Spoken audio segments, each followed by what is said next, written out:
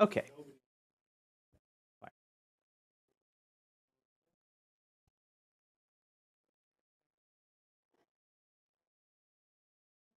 Niels, you can still hear us, right? Good. Yes, Cool. I can hear you. Okay. Good. We're definitely live. And Yes. are we back up? So we're currently switching the feeds over on the website. So everyone will get switched to the new video if they're watching on the website. Okay.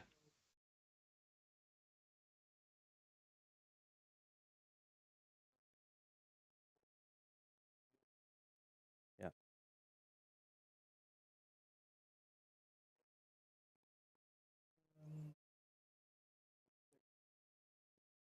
Umbraco Community is growing. YouTube can't handle that.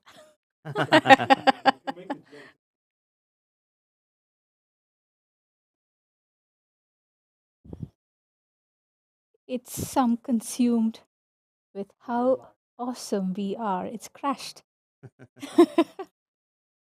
I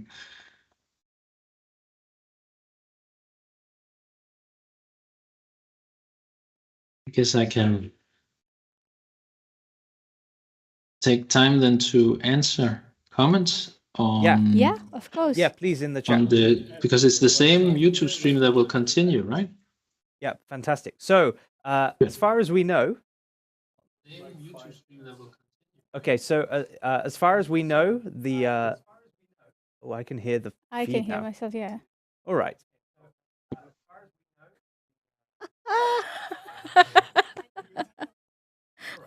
Where's it playing from?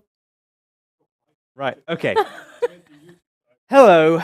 Welcome back. We are sorry, but we've had some technical issues in the studio. We are back. Yes.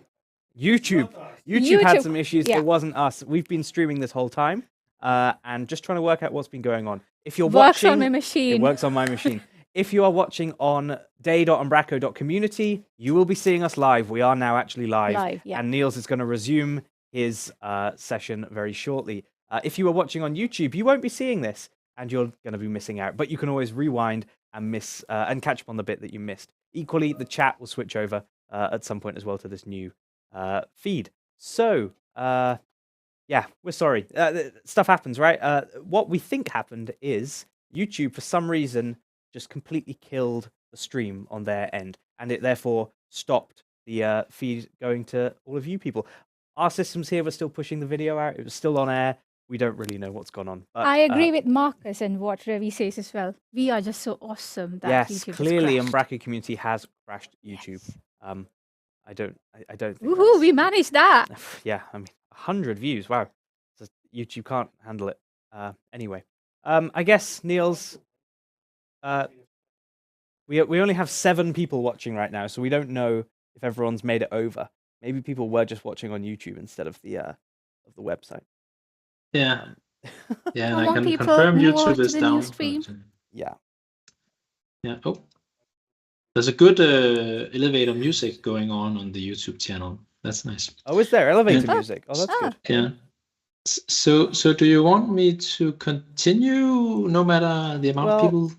So you could continue because then people can rewind if they miss out on any of this. So Niels, take it away. Over back to you. Okay. Back to you. Do you sorry still about have that. the screens? Do you still have the screen sharing? Yep, we can bring your screen up now. Okay.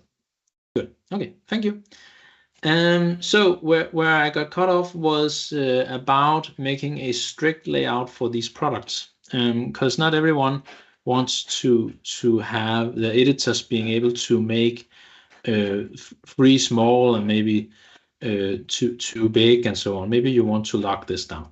So I started creating a new blog to host that. And I called it block section, and I made an empty element type for it. And I set up the areas for it.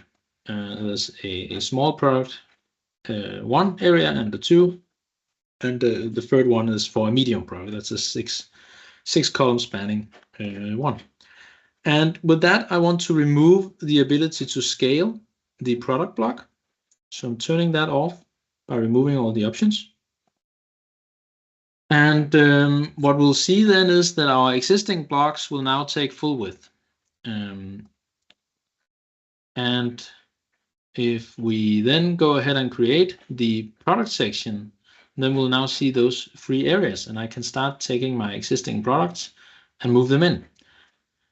And what you'll see is that now the size of the block is determined by where I put it, and not me scaling it freely. So this is a way for the projects where you want to keep it a bit more under control, but still it provides the editor with some freedom. And the freedom in this case is that it's not the medium product area is not locked to a medium product, it's just locked to a product. And the 2 small areas are locked to just using the product, which enables me to take the medium product, you can say, and put it in the small column without changing the data itself. So that's giving the content editors ability to rearrange content easily. Okay, let's see where we got off. Oh yeah, so you might notice this looking a little bit funny with this element being down here, and actually the product section that I made here is not even using a custom view, it's just using the default presentation. So let's go to code and make, actually we don't need to make a custom view, but let's just do it anyway. Product section, that's not where I wanted it, up here.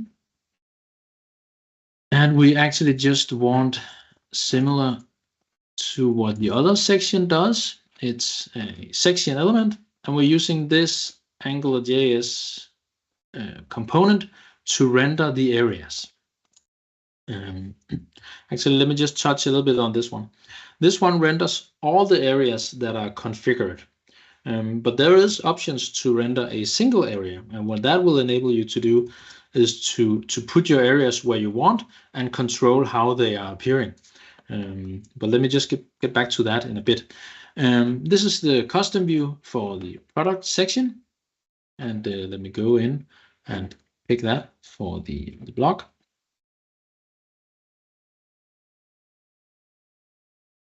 There we go. We want to use the same style sheet. Not that I think it matters. So, oh yeah, it matters. Good. And we'll refresh and see. Okay, I forgot to say. Sorry. Just redo the. Oh, sorry. Redo the content.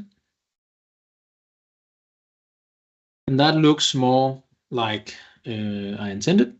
But we still have this product acting weirdly in the middle of this area where I actually wanted it to be top aligned.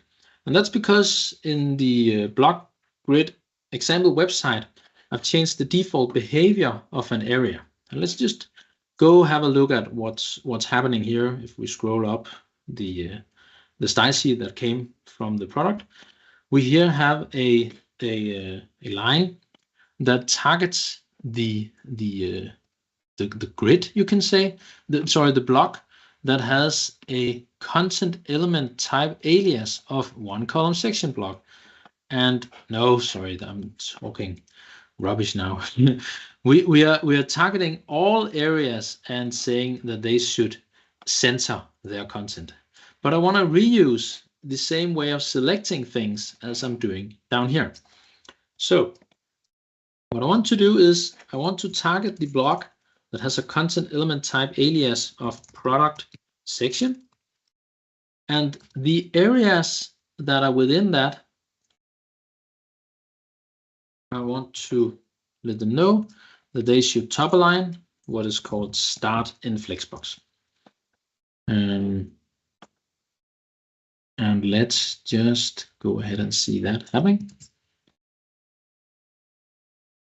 Now it looks like it would if you were not basing your project off the example website, but since the example website had changed the default, then I had to rewind that. But what it actually also shows you is the ability for you to target parts depending on the aliases that are defined. And that can actually be very relevant if we jump to another topic that is very important for you to spend some time on if you start using the block grid editor. And that is the way this is acting responsively.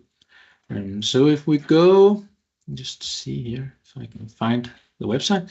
If we go here and look at the website, maybe I have to say the default layout style sheet that comes with Umbraco is containing a generalized calculation for doing responsiveness. And the reason why it's generalized is because we don't know the amount of columns you will be using. So it's using a algorithm to sort of figure out how to make things bigger as you scale. But if you know you're using a 12 column or a 16 column or 24 column grid, then you can do this way better than this general script does. And we can start just seeing how it actually works here for the front page. What happens is at one point the area right and left goes under each other, and then you see it like this. Of course, still someone should go down and code each block so it is responsive. I haven't done that for this project, but that's work for you. But anyway, this experience was acceptable. That was not horrible. But if we go to the other page, we will see these cards similar to the products we just made. And if I scale those, we'll see that some of them gets an odd new size. That's not what we wanted for a responsive behavior. And what the calculation is doing is it's multiplying the column that each thing is spanning by 3 within a clamp, so it doesn't get taller than so it doesn't go over 12. And what happens for these ones that are three columns wide is that on mobile they then are 9, which leaves out 3 columns for nothing, and we don't want that. So let me just show you how we in code can be more specific about the responsive behavior. And maybe just to give you an insight in how that generalized code is looking, is it's placed here and here. There's even a comment about it, just so it's easy to understand. And it's this calculation that I talked about before, where we take the amount of columns that it spans and multiply them by 3, but we keep it within the grid's amount of columns. And then when we are above 1024 pixels, we override that calculation with the expected behavior, which is using the amount of columns to span that the item is set for. And we can keep that as the base functionality of our project. But what we also can do is that we can go ahead and specify this even further. And one way to do that is to, in good old manner, describe what we want to happen for each span, and we can target that by targeting this attribute called span. And what I'm doing with this code that I just pasted is that I'm telling everyone that is between 1 and 6 columns on desktop should be 6 columns, and everyone that is above that should become full width on mobile. And then when we get to the desktop, we will use the value that it's set for. And let me just save that to see how that looks. Sorry, that was the other way. If I refresh now, we'll see that these, something wrong with that one, but we'll see that these three column cards are now spanning 6 columns, because we wrote that everything that is between 1 and 6 should be spanning 6 on mobile. And once we get above that, well, did I miswrite something here? Yes, the demo guards are not so happy anyway. There's something wrong with the space.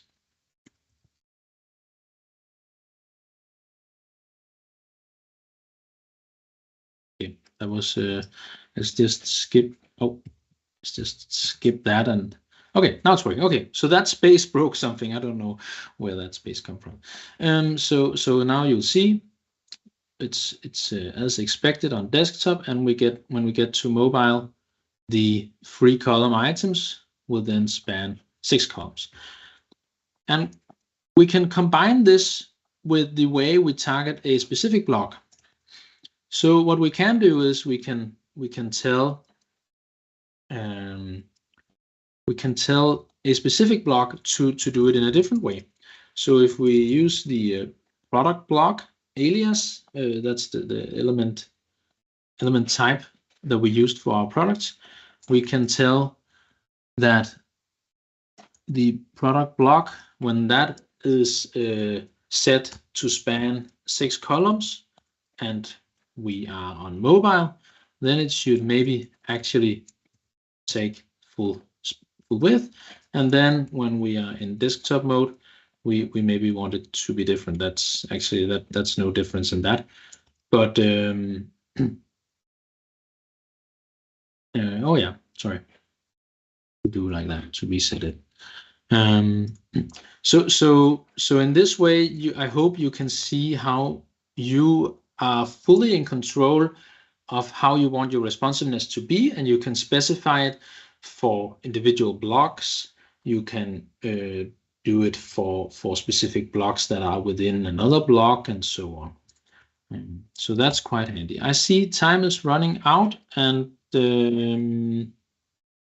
so let's get to an end. So I hope that you can see how this is very much a front-end task, and by using the block grid editor and having blocks within each other, you are now able to use the features of CSS to affect the blocks. And in this way, we can have blocks changing appearance depending on different sizes.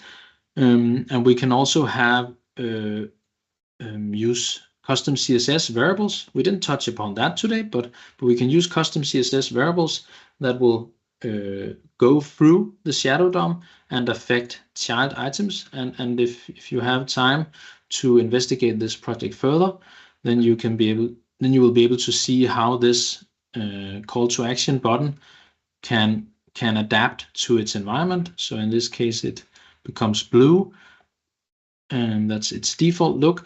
But when it's within the hero, there's a CSS custom property that is affecting its appearance.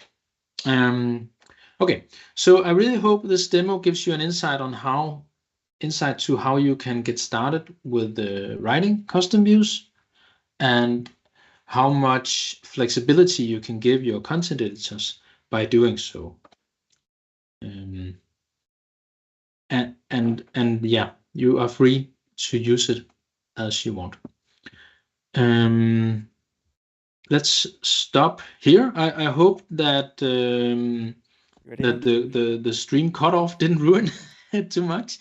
Absolutely not. And I can't see the questions. So because of the technical issues we've had, the chat has been split across 2 different streams. There was a couple of questions, some of them around Bootstrap versus CSS Grid and those sorts of things. But I think you answered most as well through when you were talking, and there was a lot of friendly people helping out in the chat as well.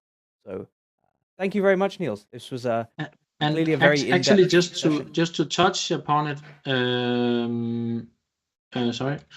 Just to touch upon that whether it can use Bootstrap, then it cannot directly use Bootstrap, but you can go ahead and replace the layout logic with your own. And if you are very handy finding, looking around our repo, there is actually an example of using Flexbox to what's it called, build full block grid editor. Awesome. Yeah. Okay. People are Thanks for asking about watching. people are asking about code samples and GitHub repos, which I guess you can share shortly after this. Yes, for sure. But Fantastic. it's on the Umbraco GitHub account. So fantastic. So for those who managed to code along with Niels, congratulations, well done. For those that are going to watch this back a bit later, good luck. We hope you achieved everything. It looks really like a very powerful new feature in the core. So kudos to you and the team for working on that. It's good to have options, isn't it? Oh yeah, for sure. Fantastic. Yeah. For sure. Thank you very much, Niels. We're going to go to our next session now. Thank you. But we'll see you in a second.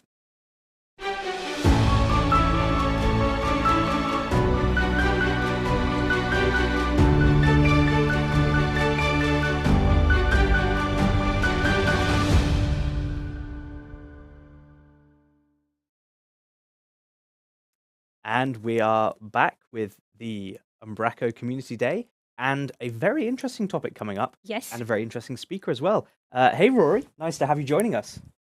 Hello, and yes, it is great from sunny South Africa, coming to you.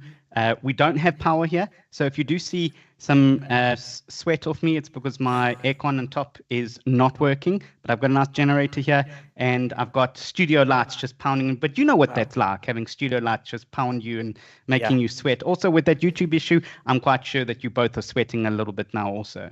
Yeah, just a little bit, but it's all good. I'm now looking forward to your talk. So you're going to be talking to us about, let me get this right, AI with accessibility testing and GitHub Copilot? Yes. Now, this topic was so interesting that the people who created the technology reached out to me and said, Rory, wait, what? And I've got a story where I've been an accessibility advocate for Microsoft for years now. And it occurred to me that I've been doing the same old stuff, and I've been presented at the United Nations, at the EU Parliament, at everyone and everything. And I said, okay, cool, manual, do this. And then this AI revolution came out, and now everything is automated. So I thought, get on the bandwagon right now and show them how easy it is to do accessibility using AI tools. Wow. Well, that sounds incredibly interesting. Without further ado, take it away. I'm really keen to see this. Absolutely. Okay, so caveat. Most of the image you see there, when it has the DALI little sign at the bottom right-hand corner, I edited with the OpenAI DALI. I asked it to create it. You can see here, this is the opening slide that I have here, AI for accessibility. I have an Android holding someone who's in a wheelchair's hand, and this is really the title of my topic today, which is AI for accessibility. How can we leverage AI to really take advantage of, I don't even know what generation we are here with the Industrial Revolution. I think we're in the 5th generation because we've kind of like jumped a few steps before. So I've got 42 minutes now to show you exactly my journey. You can follow me on @RoryPretty, and let's start. So today, it's a very 45 minutes. Okay, 45 minutes. We've got an introduction. I'm going to show through some accessibility 101. I'm going to go through tools and testing, introduce you to my buddy GitHub Copilot, and also the new service that was announced yesterday, Azure OpenAI with ChatGPT, and then I'm going to do a demo. So who here is worried about AI? So here's the sentence spectrum that basically says exactly what is AI good for. And at the top, you can see here, good for humanity and useless, really fun, but just a toy, entertaining, but no real use case. And at the bottom, then it starts to go to bad for humanity, just a statistical parrot, dangerous. And then as we progress to the other side is capable. And at the bottom, bad for humanity, AI will take your jobs. Humans will be done. Amplifies fake news, hate speech, etc. AI will enslave all of us. But also at the top, capable and good for humanity. Humanity unlocks new human potential, and there are some useful applications. But I was really worried about the case where AI would take over humanity, because in my mind it's like first thing they're going to do is like open up their floodgates and say, who here has been good to AI? And I thought, maybe I should actually take advantage of the good grace of AI and show them that I'm doing something productive with it. So instead of me worrying about what AI is going to do as in the apocalypse, I decided to actually go ahead and take something that I hold dear to myself, accessibility, and make a difference. Now, I have achondroplasia, which is dwarfism. I'm a Caucasian male. I've got brown hair. I'm wearing an Azure t-shirt. And I bolt on a lot of my technologies or a lot of my fixes. You can see here, here's my midlife crisis, my BMW, and it's got the foot pedals on it to enable me to get where I want. I also make sure that, if I'm lecturing at a university or if I'm getting coffee, I can actually bolt on and get stuff done. The problem with bolt-on is that you give birth to something called the Hydra. The Hydra is a mythical creature, and every time you chop one of the heads of the Hydra off, it grows another one. And this is because just like every bug in software, the accessible Hydra, like we see here, is the same with software development. If you go in and you change and you bolt on that technology, no one else can drive my car. No one else, if I put a seat in front of that computer, can actually go and use that computer. And as a result, you get all these weird fails when it comes to accessible programming. Because you can see here in this walkway, the last two three stairs were impossible for a wheelchaired individual to go up, though, because what they've done is they've bolted on that stairway to make it work. So I've given myself a challenge. I'm going to take AI and I'm going to go in and see if I can make AI accessible and speak around the world to show the incredible achievements that we've recently undertook to make it aid people to be accessible. So first, let's define accessibility. Now, Microsoft defines accessibility as the design of products and services so that everyone, including people with disabilities, can fully experience them. And we've got studies to show that once you do that and you do inclusive product and service design, you also include compliance, you increase your productivity and your innovation, because you take your mind out of that bolt-on mindset, and rather you look at exactly who you excluding, because we believe that disability is not a human health condition. Disability is a mismatched human interaction. Now, as part of my midlife crisis, I've recently lost 16 kilos, and I started my diet with keto, and I jumped on a scale and I put in my height, 120 centimeters or 4'1". My weight at the time, 65 kilos, and I jumped on the scale, and it had a little AI there, and it gave me it called me terrible names, and I felt terrible about that because AI was supposed to help me through this process. It was supposed to help me lose weight, and it was one of the key drivers 5 years ago that I started speaking on accessibility, because I realized that the fourth industrial revolution was going to leave me behind. And now we've democratized. Microsoft has democratized AI with the advent of the Azure OpenAI service released yesterday, and it is created tools and testing methodologies that make accessibility programming easy. So let's go into the tools and testing here.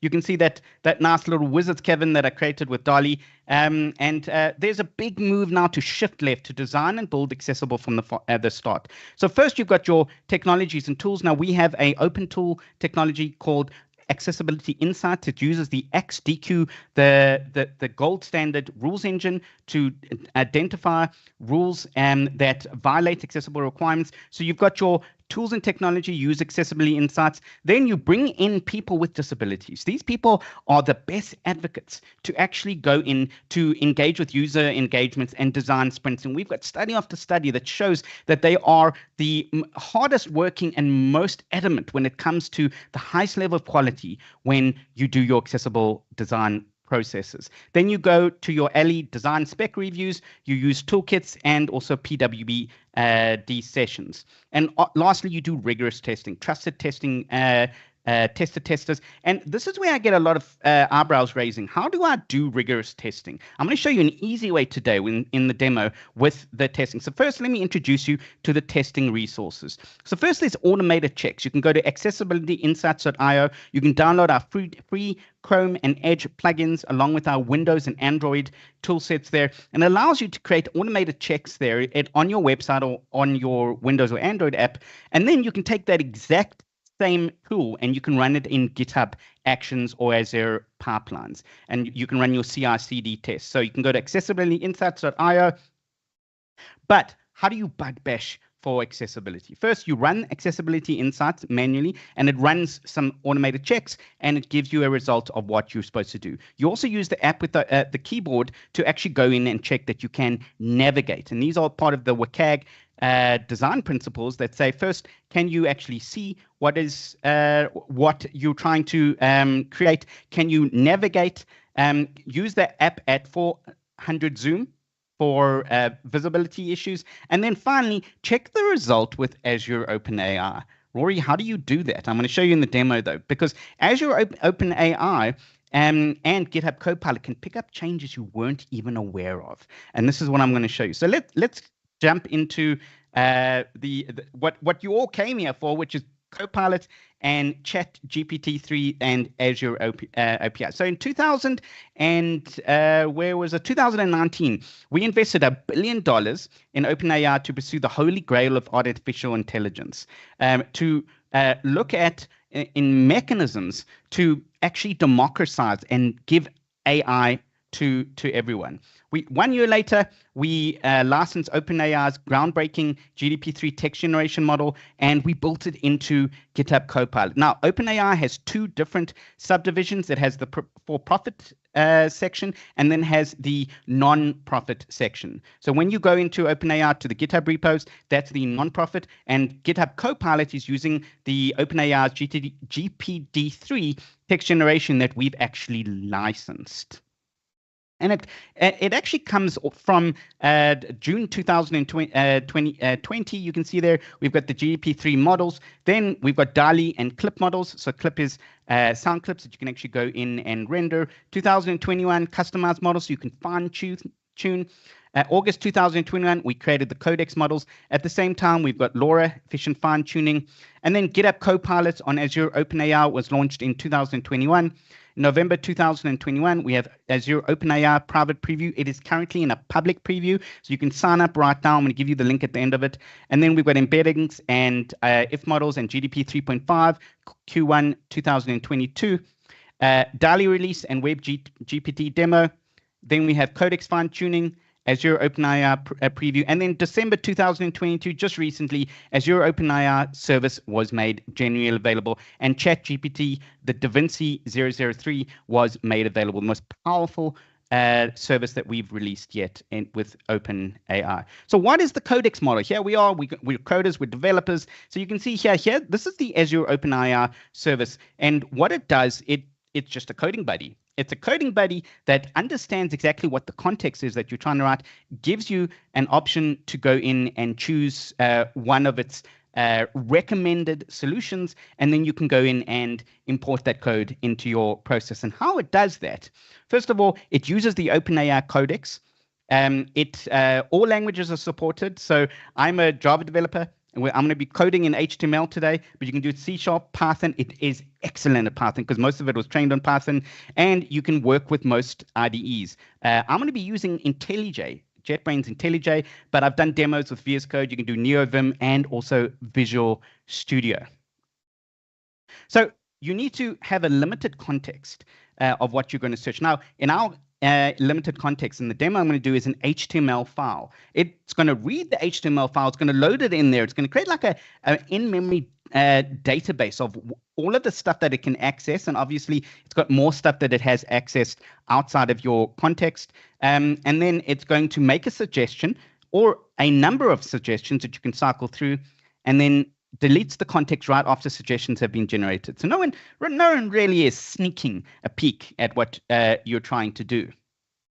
So it uses the context you provided, and it also gives you the ability to go in so you can convert comments to code. You can just comment something, and I'm going to show you today. That's part of my demo. I'm going to create a comment, and then we're going to go in and convert it to code. You can autofill repetitive code. Over there, there's you just type in seconds, minutes, and it'll know what you're trying to do. And you can also show alternatives if you don't like what it's suggesting. So next, onto GPT-3. So it iterates over ideas quickly, incredibly quickly. So you prompt it, it has a sample response, and then you can refine with examples. So sometimes I've actually had a fight, a verbal chat with GPT-3, and I've said, no, do it that way. And it says, okay, I understand now, I'll do it a different way. So you can actually go in and train it to respond differently. So you've got a prompt and then the sample response. You can see here, turn game commentary into highlights. It's got the commentary, main highlights, and then we change it, the sample response there, according to what you want. And then finally, you can optimize the accuracy and latency and via the fine tuning. So that's all the slides I wanted to show you today. So how do we get them to work together? So GDP3, prior to yesterday, GDP3 was a separate technology from GitHub Copilot. It hadn't been released, and now it has. So perfect timing that I have there, because they are the same, of the same family. You can see here they're fighting, but in truth, they love each other, and they're part of the same service. So today I'm going to be using both to actually go in and show you how to design accessible programs and websites. So here's my demo. Remember all of those pages that you see there, all of those images that have the little DALL-E watermark at the bottom right hand. I actually went before the session and asked the DALL-E OpenAI service to go in and create it. So now we've got my window, my IDE window. First, I'm going to show you, I'm going to create. There we go.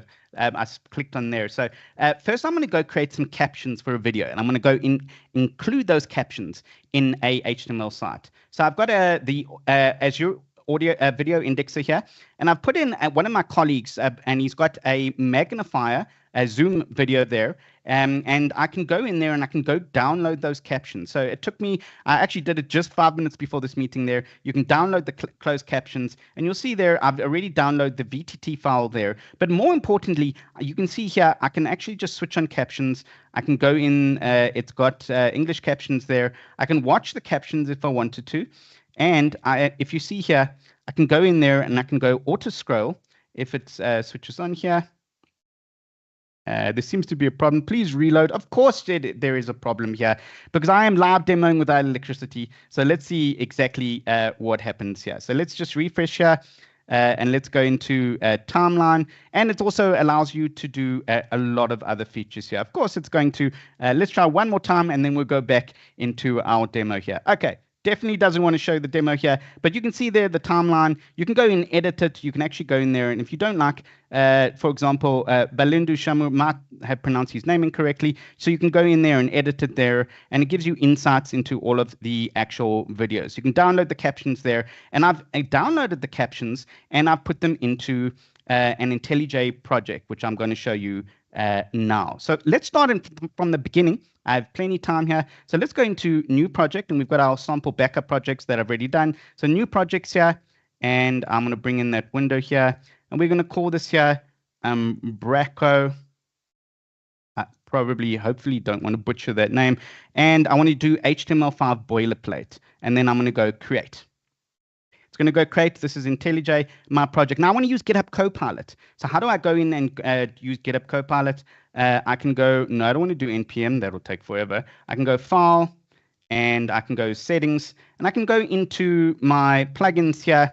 And you can see there I've installed GitHub Copilot. And it will ask me to log in to GitHub. And this is linked to my Microsoft account. And you can get this. This costs about $10 a month. And you can get it on Teams or enterprise accounts or individuals. So I've got GitHub Copilot. It's running here. So if I go into the index.html that it's already defined here, you can see there that I can actually go in there and I can disable or log out from GitHub Copilot. And I can go in there and it's already given me some meta properties that are accessible. But I want to actually go in, and I've got a little script here, and I want to delete the Google Analytics script here.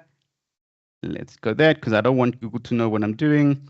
And the p tag for that there. So a very basic page here. It doesn't really have anything. The first thing I want to do is I want to add that video file that I had there. So I'm going to create a, let's go into here, and let's go new and directory, and we're going to call this video. So on my video here, I'm going to go in and paste in the two files that we specified. So if I go into my file here, and then I can go download.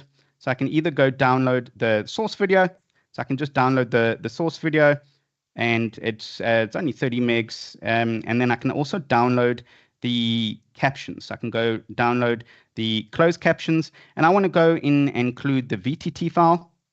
And you can also include audio effects, include speakers. This is a new feature that they have there. You can actually include the speakers, so they can actually go, this is the speaker that's actually doing the specified captioning here. So I'm going to go download here. It's going to take a few seconds here, and then I'm going to go in and paste the magnifier samples. Now, while it's doing that, I can go into my IntelliJ and I can say, okay, cool. I want to embed a video, and I've got a little prompt here. And can I please embed a video tag with a video called magnify sample video.mp4 and captions file called magnify sample video.vtt. And if I just hit enter here, it will go in there and say, okay, video equals to controls, and source equals to magnify sample.video, type equals empty video, track equals to there, and then video. Check that out. It knew what I was trying to do, and also use the captions, because I told it via the prompt that I was doing that. And it knew I was working in HTML, and it understands exactly what HTML is about. So let's go back into our files here, and let's just see. Okay, so it's in our download folder here. We want to go into downloads here, and we want to copy those.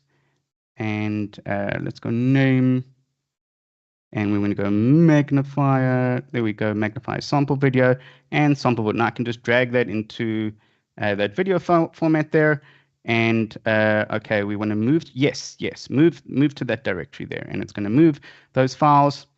And now you can see if I open up that video there, it's got those files there, and then I can go in there and go video and / I think it's video / video /. Now I can test if this works by going into index.html, right-clicking here, and going run.html. And yeah, it's a bit big here. You can see it's a bit big, but I can go in, and now it's embedded the file there. And now it's got my colleague's settings here, and I can also go in there and go, I don't want that. I want the picture-in-picture. It's make it a little bit big, but we'll go in and see exactly what the P tag is here. So I've added the captions here, and let's go back into IntelliJ. And then, so I've added the captions here, and also you can see the source lang label equals to English. Let's add the next of the accessible design for that. And we can see right at the end how I use ChatGPT to actually go in and check, is everything fine? So the next thing I want to do is I want to go in and add a form tag, but I want to show you also the options for the form tag, because there's a lot of actual forms that you're going to do. So I'm going to paste in this tag here, and over here, I'm going to go form tag with name, email, and message fields. And now it's got label for name. But if I go into here, I've got a GitHub Copilot window here. And now it can actually show me everything that I'm going to do. You can see there, okay, it wants the label. And also it's going to do all of those form fields if I wanted to. And divs, it's going to, well, okay, no, I don't want that. I really don't want that. I just want the label there. So I'm going to go and close that off here. So you can actually go and cycle through it. Label for name, okay? So it's going to add a name, email, and message fields. Input text, and you can see their labels are accessible because it gives the people the ability to use the screen readers and see exactly what it is using. So I'm going to go input, name equals to text, label for email, and it wants to actually go in there. I need a message field, please. Label for email. Sometimes it does get a little bit confused, and I am in South Africa, so I do have the results of it here, just in case it does get a little bit confused here. So I'm going to just paste it in here. And you can see here, this is what it previously did for me. I've got the input here, and the label, and then the submit button. And then I've got a return feature here that I said alert form. And this is an important concept because what I want to do is to create a JavaScript a little feature here. So I'm actually going to go in here and I'm going to go in and go script. And please, I'm going to tell it to please go in and create a JavaScript function to alert the form data. Check that out. JavaScript function to alert on the form data. I'm going to enter here, and look at that. It knew what I was wanting to do, so I can just go in there and just tab through that, and it will create that alert form here. Now I've got the alert form on my alert form here, so it should actually be working fine. Let me just make sure I've done everything here, and script and HTML. So I've got my form field, I've got my video tags here. I just want to add one more thing for the video tag. I want to add an alternative text, so my screen reader can actually pick that up if I don't have text there. So alternative text for the video, and make sure that my video is in the right format. So that should be fine. And now I can go in there and I can right click on index.html and I can go run. I want to make sure, you know what, I didn't do the video small enough. That's why it didn't like it. So let's just add the video controls. I should have actually made that a little bit smaller. Let's right click on index.html. There's my page. And I can go in there and add captions if it behaves for that. Let me just make sure that I've got the captions file. Time equals the captions. And let's go ahead with that file either which way. Now, if I go into my name and I click on the name here and I click on that, I can hit on submit. And look, it alerts it because it understood what the JavaScript was trying to achieve with that that function that we did actually create. I want to just get the captions working one more time though, so I'm actually going to just paste over, and this is the rinse and repeat that you need to do sometimes with some of the features here. I just want to paste over here with the video tag here, and one more time, let's go in there and go run. I want to show you those captions there that we really have though, if they do come right. Else it just could be another feature that I'm not aware of though. Okay, so let's just go in and captioning here. And there must be a reason why it's not captioning, but it adds the VTT file for you, and you can actually go in and track source with that. Now, the problem is that how do I know if this is accessible? So I go into my accessibility insights here. I click on FastPass, and you can see there I click on FastPass, and it says it doesn't have a document title, and also the haslang is not correct. So I can click on the visual helper, and it can go. I can go in there. Now I'm going to go back here. And so the lang needs to be done. So class equals, there we go. It picked it up. And then I can go en, okay, it's going to pick it up. And you can also go in there and create a title. So the title is there, Umbraco demo. Now go back into, let's go run that again here, run index.html.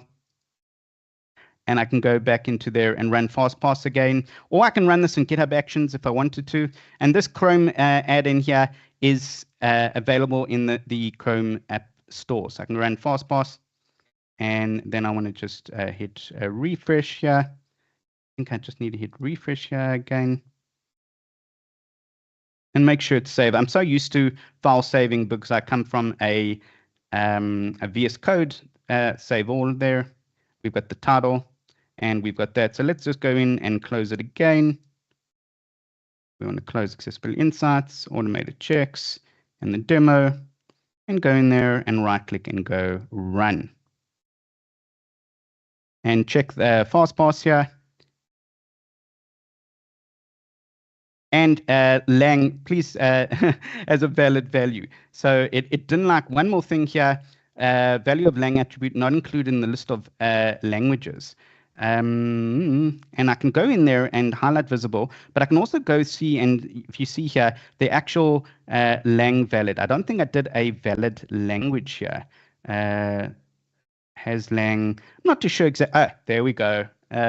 That's my issue. I've just bought a new keyboard, so it sometimes gives an issue here.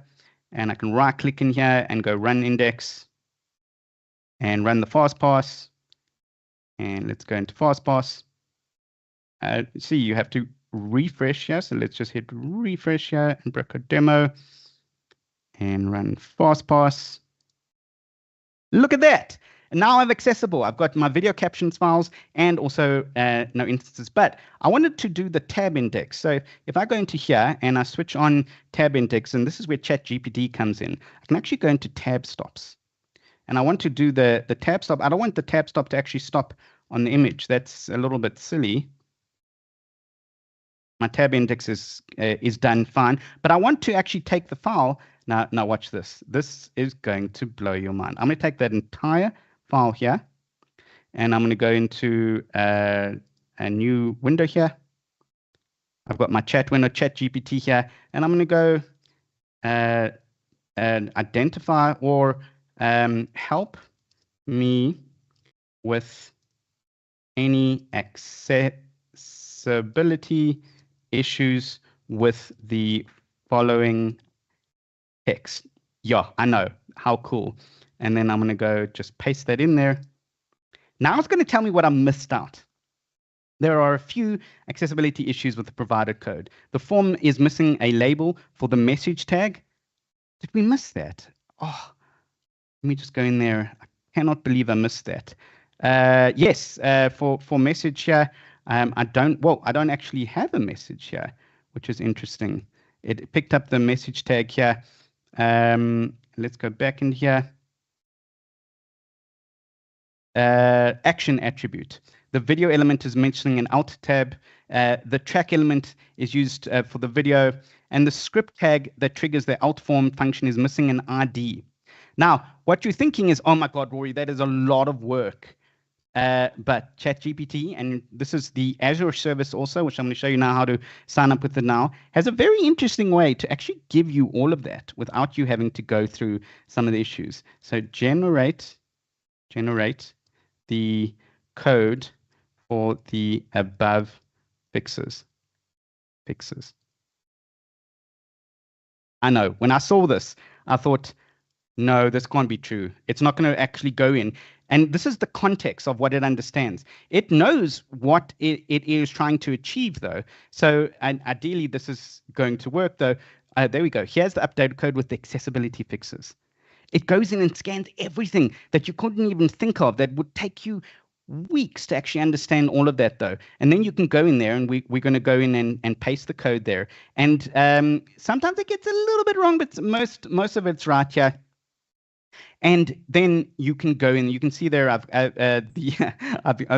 bird Twitter cage jokes. Following me on Twitter, I did a joke the other day. So let's see exactly what it did. I have got the other project. It will take a few seconds to go through here. So let's go back into IntelliJ. I'm going to go File, Recent Projects, and I've got a backup here. And let's go this window. And now it went in here and created. You can see here divs. It created tab indexes here, so ARIA labels and also tab indexes, and also it actually went in and created add event listeners instead of actually going on click, so it can actually go in there. And if I right click this file here, it works exactly the same as we did there. Hopefully the captions are working right now. Let's just go in there. There's my captions. I don't know why the other captions there. So English captions here, and there's the end result of here. It also added, you can see there, marked fields, and it added the captions there and the JavaScript. So what I've done here is I've shown you an easy way to actually use GitHub Copilot and also ChatGPT instead of just going in there and creating an essay for a lecturer. I've actually gone in there and shown you how to instead of creating murder bots, bots that can actually help you. And you can see there, it's busy typing it out there. It's adding the tab indexes here, ARIA required, label. And if I go back into my tab index and I go and I tab through it there, it's got everything that I need though. So let's go back into the PowerPoint and from current slide. So I've shown you the demo. And now we've got some questions. I've also got, let's just go here. I wanted to actually create my taskbar to get rid of my taskbar. For some reason, it's doing my taskbar. I'm new to Windows, I know. I used a Mac for a very long time, but I've created a nice akka.ms ChatGPT window there that you can go in there and we can take some questions there because I'm sure you've got a lot of questions. And that is the question I really want you to ask. How do you sign up for Azure OpenAI? And via that link that I've given you there, you can. So I'm going to bring back my hosts there. I know that there's quite a lot of questions. We still got 10 minutes to go here, and then we can take in some questions from the actual studio.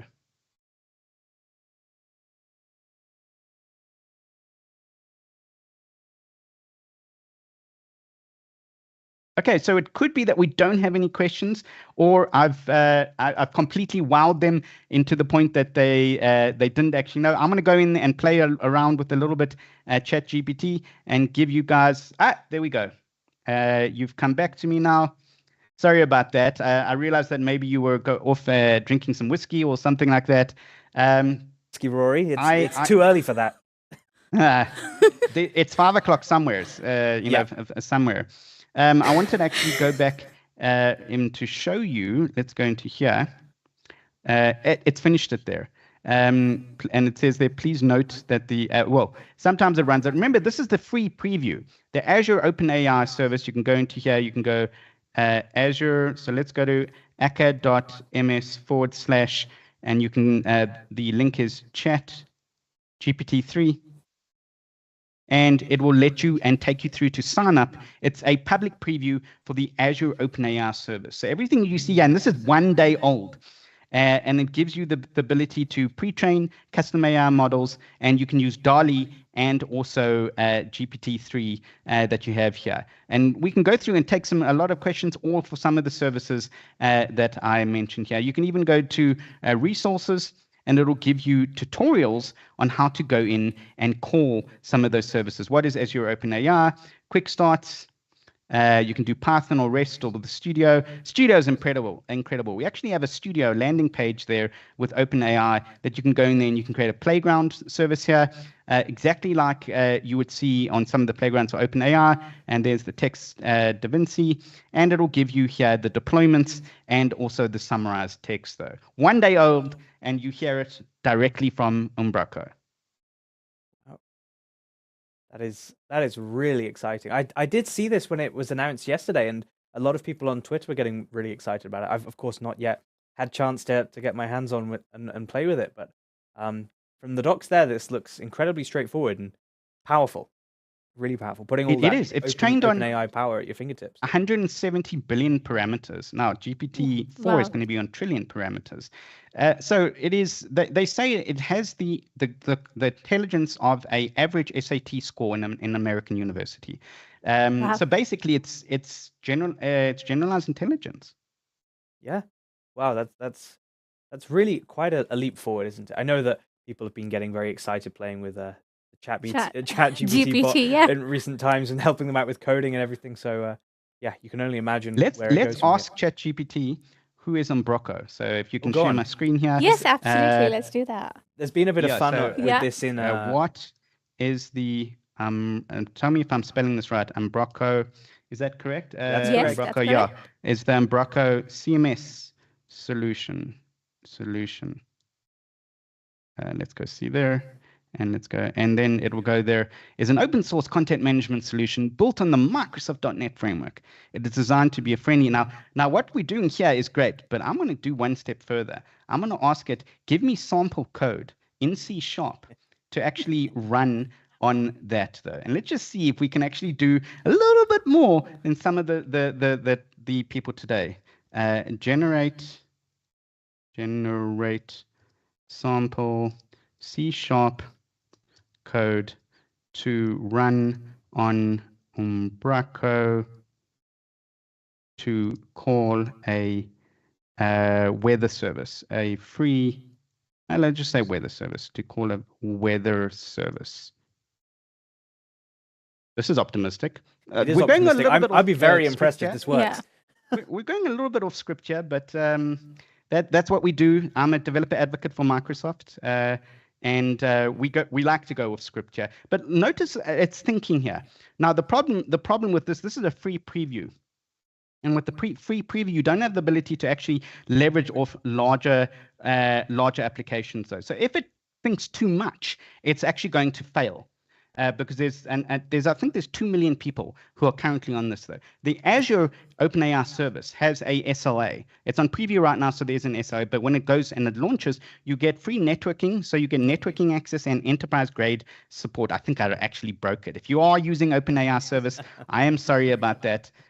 You are broken here. So I think so yeah, let's wait for it to come back. Do you have any other questions? So you were saying this new OpenAI service through Azure, is it effectively the same model, but it's a hosted managed service and running on Azure scale for consumption by anyone that wants? Highly optimized. So you can see here, this is not that optimized, and this is more of a, if you go into here, it says here is free research preview, meaning that they're looking at getting feedback from the services to try and make it better. And you can actually go in here, and then you can actually go cancel, and that's a new service that they actually did there though. So I think I did break it here, but you can see there it will eventually come back. Let's try and go there, generate an error code. So let's go in here, and instead of generate code, C# code to run on Umbraco, let's just take here to there's save and submit. Let's see if it likes that a little bit there. There is some tweaking. Now, what is our role as AI? We're wranglers, we're brokers when it comes to AI here. So we have to find out the exact kind of nuance that AI needs to hear, the language that we need to hear. You can see here, in my example here, I said generate the accessible requirements. I didn't say to it that it needs to be WCAG 2.1 compliant, but yeah, so it will eventually come back if it does here. I asked it a Twitter page joke here, and it says there, let's go here, generate, I did a crude joke. It doesn't do crude on Twitter, and how silly the bluebird is. So why did the bluebird cross the road? To get to the other side of the 140 character limit. Very good. So we can come back here. So it might not want to do C# with Umbraco right now. Perhaps not. Okay, so thanks everyone. I think we're almost out of time. Like I said, you can go to aka.ms /chatGPT3, and then you can follow me on Twitter. And thank you for your time. And shout out to Henk, my colleague who co-leads accessibility advocacy for the developer advocates at Microsoft.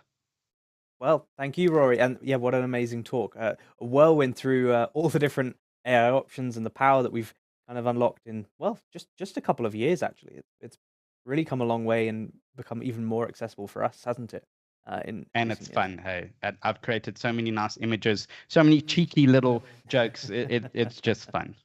Yeah, well, that's amazing. Well, accessibility is a topic that is very dear to the community at Umbraco, I feel. Oh, absolutely. So it is Rory, you may not be aware relevant, that a few years ago, a team of members in the community, they set out to make the Umbraco CMS the most accessible CMS as possible. So that's, making sure it's screen reader friendly directly within the back office. It's also trying to make sure that even things like colors and those sorts of things used in the products are as friendly as possible to people that may have visual impairments. And so there's a real effort there. There is a community team that's working to do that. There's several pull requests every month being made to the CMS to improve accessibility. And I think people have found it's a great way to even get started or get involved with contributing to the open source project, because they've got a really nice big backlog of well-documented issues that just need fixing in the CMS. And so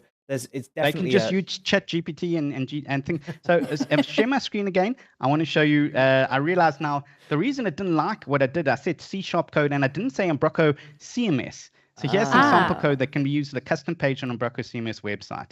I didn't say CMS, and Umbraco is a hierarchy of products. But now I've got my sample code here, and I can actually do that. And I can even say, go in here to call a weather service if I wanted to call an open weather service.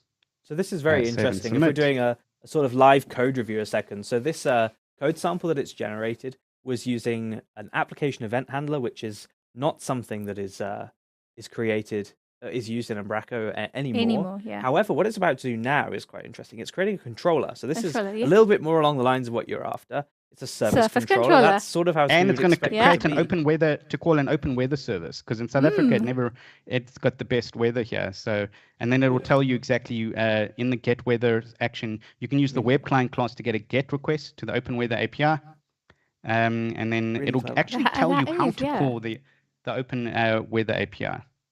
Wow, that's really impressive. That is a impressive. couple of little quirks in here that like we wouldn't probably do in the real world, but Or this no, is you can tell almost it. bang Yeah. on. You can actually reprimand it. You can say, don't use Ooh. that. Oh, Remember, go it's on. got a context. So I can go back then and go, given the above that you did, don't use that method, Can we that tell methodology. Can we tell it to use HTTP client instead of web client? Yeah. Yeah, okay. I'd be very interested. This is generate almost bang on. This The is above code, I but like how it is use like step by step. and explaining it. Yeah, as it exactly. Goes. Yeah. HTTP client. Yes. Sorry, what did you say? Yeah. Yes. HTTP client. In HTTPS client. The HTTP, HTTP client, just as you had it. Okay, HTTP client instead Of of web client. Yep. So HTTP client is the sort of modern equivalent in Look at this. ASP.NET Core that yeah. people would use. So it's creating its controller now. It's got the service controller again. That's bang on. Oh, it's asynced it. That's Yeah. fantastic. Still not quite perfect because it should be disposing of the HTTP client when it's done, but I'm not going to be that fussy on this. This is You tell really, it, really hey? good. It's not injecting it either. I've had loud shouting fits with this though. But with accessibility, and it's accessibility, remember, you don't want to have a bolt-on right at the end though. You can go in there and you can say, fix the bugs in this code. It is mind-blowing that we've hit this level of revolution in a few days. And now you've got Azure OpenAI service, which you can scale, which you have security with networking and an SLA linked to it. And now you can roll it out into every single customer, client, and enterprise around the world.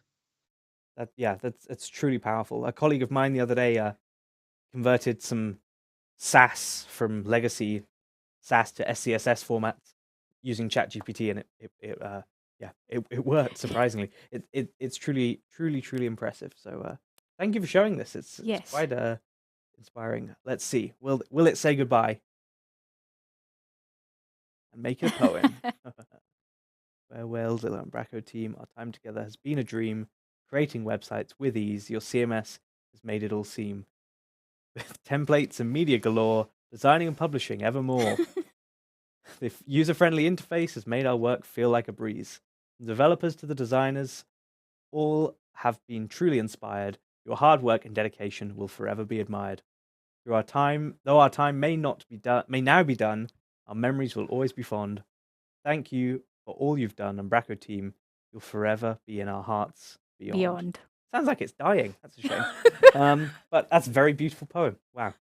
Thank you so much, Rory. It's been great to chat. It's been great to chat. See you around. See you. Wow. Cheers, everyone. Everybody in the chat, let us know what you thought of that. There's clearly some people who were very impressed there. Let's have a little look through what's been going on whilst we've been gone. And welcome back, people who've suddenly found us again, because this is we're on our second stream of the day. I cannot make this mouse work. There we go. A lot of people saying thank you to Niels. Niels' session was really excellent, wasn't it? We have, let's keep going. Was the giveaway for shirts already? No, we've not given any shirts away yet. do not worry. We'll sort that out We will soon. sort that. Yeah. So a lot of people are saying how impressive Chat That GPT GPT was. is, yes. Yes, Jason Elkin, of course, you're right. We should be injecting the HTTP client factory. Yeah. I think the code might have been for the V8 though, or prior, because it was using HTTP client. the Yeah. application event handlers, which That was V7, isn't haven't it? existed Yeah. for a long time, and Yeah. it was trained back in 2021, I One. think, the data. Okay. So it probably doesn't know about V9 all that much. Yeah, Satpal saying yes, it's going to make us redundant. I don't think so. I think it No. means we can just do more exciting things, don't you? Yes. We can work on different stuff. So when ChatGPT came out, the first thing I looked was whether does it have a API? Because developers, Of course. we are excited about APIs. So now that Rory has shown us the open AI, which is in public preview, I think it's going to take some time, obviously, to get it into GA. But I am pretty sure days are not far off when someone builds a package which cleverly Oh, yeah. integrates OpenAI to the back office. It would be fantastic. Yeah. And I mean, speaking of, I'll help the Umbraco Spark team out here a little bit. It would be an awesome thing to talk about now that the OpenAI service from Microsoft's available. Umbraco Spark's CFP is still open for another Yes. couple of weeks. Yeah. So is the Code Garden one. Yeah. It's a perfect opportunity for someone to demo something like Yeah, this. absolutely. And though, especially Spark, it's a more innovation-focused event. Yeah. So perhaps this would be a good Yeah, good even fit. if you have an idea which is something that you've been thinking of, you've made a starting point to it, you can present about that. There would be slots open. I'm pretty sure. Yeah. Spark is open to all the innovative new ideas. Yeah, absolutely. Well, what an inspiring talk that was It from was. Rory. Yeah. So we've got a fantastic set of talks coming up. We're about halfway through the day. You wouldn't believe it. Yeah. Time flies. Time really does Yeah. fly. But we've got so much more to come. Coming up in a second, we're going to have talks from Cornet, who's going to talk about using Discord as a way of kind of interacting with Umbraco and building a chatbot there. We've got Roy, who's going to do a talk on headless and MVC and how you would do that. I don't know if that's Umbraco hardcore headless. I think it's more like building a headless Umbraco solution yourself, which is equally exciting. Yes. We've got Full Seal coming up, containers, more talks from Microsoft, another accessibility focused talk. Yes, absolutely. And another fresh face as well. Indeed, yes. So Jacqueline's going to be here. She's going to be doing a great talk about some of the automated tools you can use for AI and automating testing of your website, fixing those bugs. We at Umbraco love accessibility. We really do. There's one point I wanted to cover on that grounds, because when the accessibility team started working on the back office, trying to make it more accessible, I think there was an increased awareness of accessibility in general within the community itself, isn't it? Yeah, I agree. The community definitely became more aware. There's been more talks about it. I think back in I'd like to say this started as an open circle discussion at Code Garden. It might have been something else. Was it a forum discussion? It could well have been. Yeah, I know people so. like Mike Macy, Rachel Breeze, Danny, Tiffany. I'm sure there's more. Niels Linkso, who we had on just a short while ago. They've all been working really hard. Matt Wise, many others. I'm sorry if I've forgotten anyone. Been working really hard to make that possible. If you remember I think it was in 2020, maybe 2021, there was an event even. There was a was it Global Accessibility Awareness Day? UGAD event. It was like an Umbraco focus accessibility event. Yes. Which is unbelievable. You couldn't have imagined a couple of years ago that actually exactly an entire day where you could learn everything about accessibility and what you need to learn from going from. You don't have some knowledge about it, that's fine. We can help you reach there. Yeah. That's the 100%. deal of the day. 100%. Yeah. Definitely becoming more and more prevalent in the world. Yeah. Which is great. So yeah, more exciting stuff coming. Of course, we're wrapping up our day today with a talk I'm particularly excited about. We have Mads Torgersen joining us.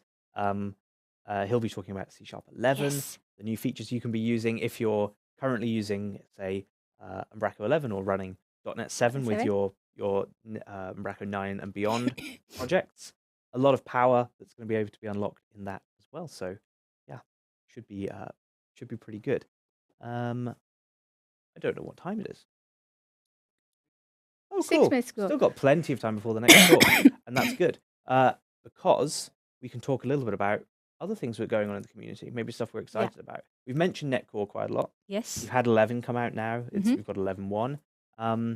But it feels like we're finally getting to a point where the product is in a good place, a happy place. I tweeted the other day that the concept, what's it called, the iFile system stuff Yeah. in Umbraco, which has been maybe a little bit contentious. I know James South had some words to say about it, maybe needing to be replaced at some point. Wasn't too happy with how that how it was implemented. In .NET Core, there is this concept of an iFile system provider. And the iFiles and how all of that works. And that's probably the new way of doing abstract file system concepts in .NET. And I was so thrilled to learn on Tuesday that it's in the core. So even though Umbraco aren't using that or exposing that to their users, the actual core product has been updated so that that's an option if you want it to be. Yeah. And it gives us as implementers far more flexibility to be able to do great things like use the latest .NET tools or libraries or whatever. Absolutely. Other thing that I want to pick up and continue from this thread is there are real gems in that source code. Mm-hmm. Yeah. So this is where being open source comes into real power and real handy as well. You go through the source code, spend some time on it. You start uncovering some of the gems that are in there.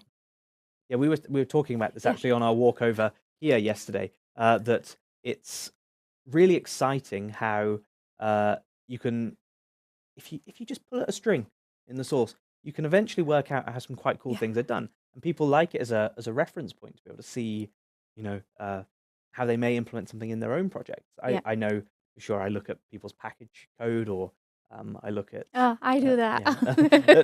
at other open source libraries to work things out. And it allows us, I think, in my case, to, when we're implementing solutions, to go that extra mile, make something that's an extra bit special for our users potentially, or for just creating that tighter, cleaner integration, maybe even better code as a result, more future-proof code even. Yeah.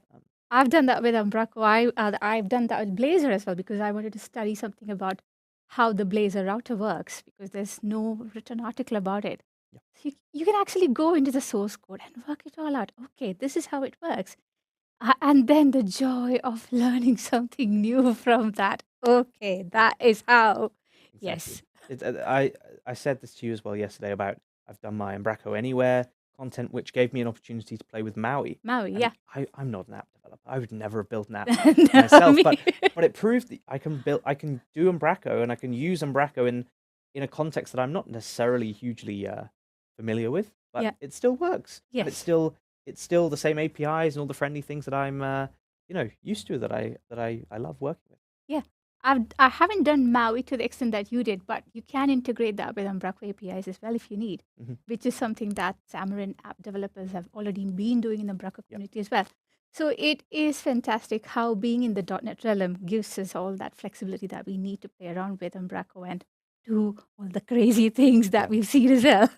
Yeah, absolutely. Well, I think we're a couple of minutes early, but I think our next speaker is actually ready. So maybe we should roll the titles and go over to our next speaker.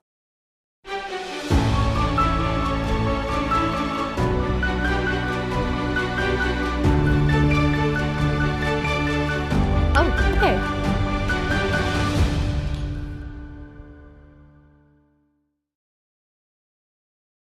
Hello and welcome back. We have Corne with us in the studio.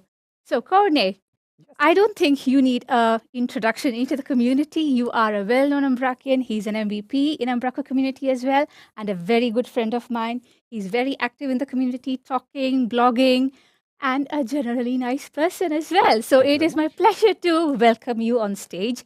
So you are going to be talking about Discord and Umbraco. So do you want to add something a little bit more fun to the context of your topic today? No, I don't think nothing in particular. Hopefully, I will be able to get some people excited. Get some suggestions of what they can do for themselves. And hopefully get them to do something. So if at least one person gets inspired by today's session, then I'm very much happy. Yes, of course. I think you wrote a series of blog posts around this yes. talk as well, isn't it? Are you going to be directing users to those blog posts as well? Because I think it does contain a story of how you arrived at this talk as well. I will. There's also some code related to this, which you can check out. So yeah, absolutely. Absolutely then. Take it away whenever you are ready with it. Will do. Thank you very much. Okie dokes.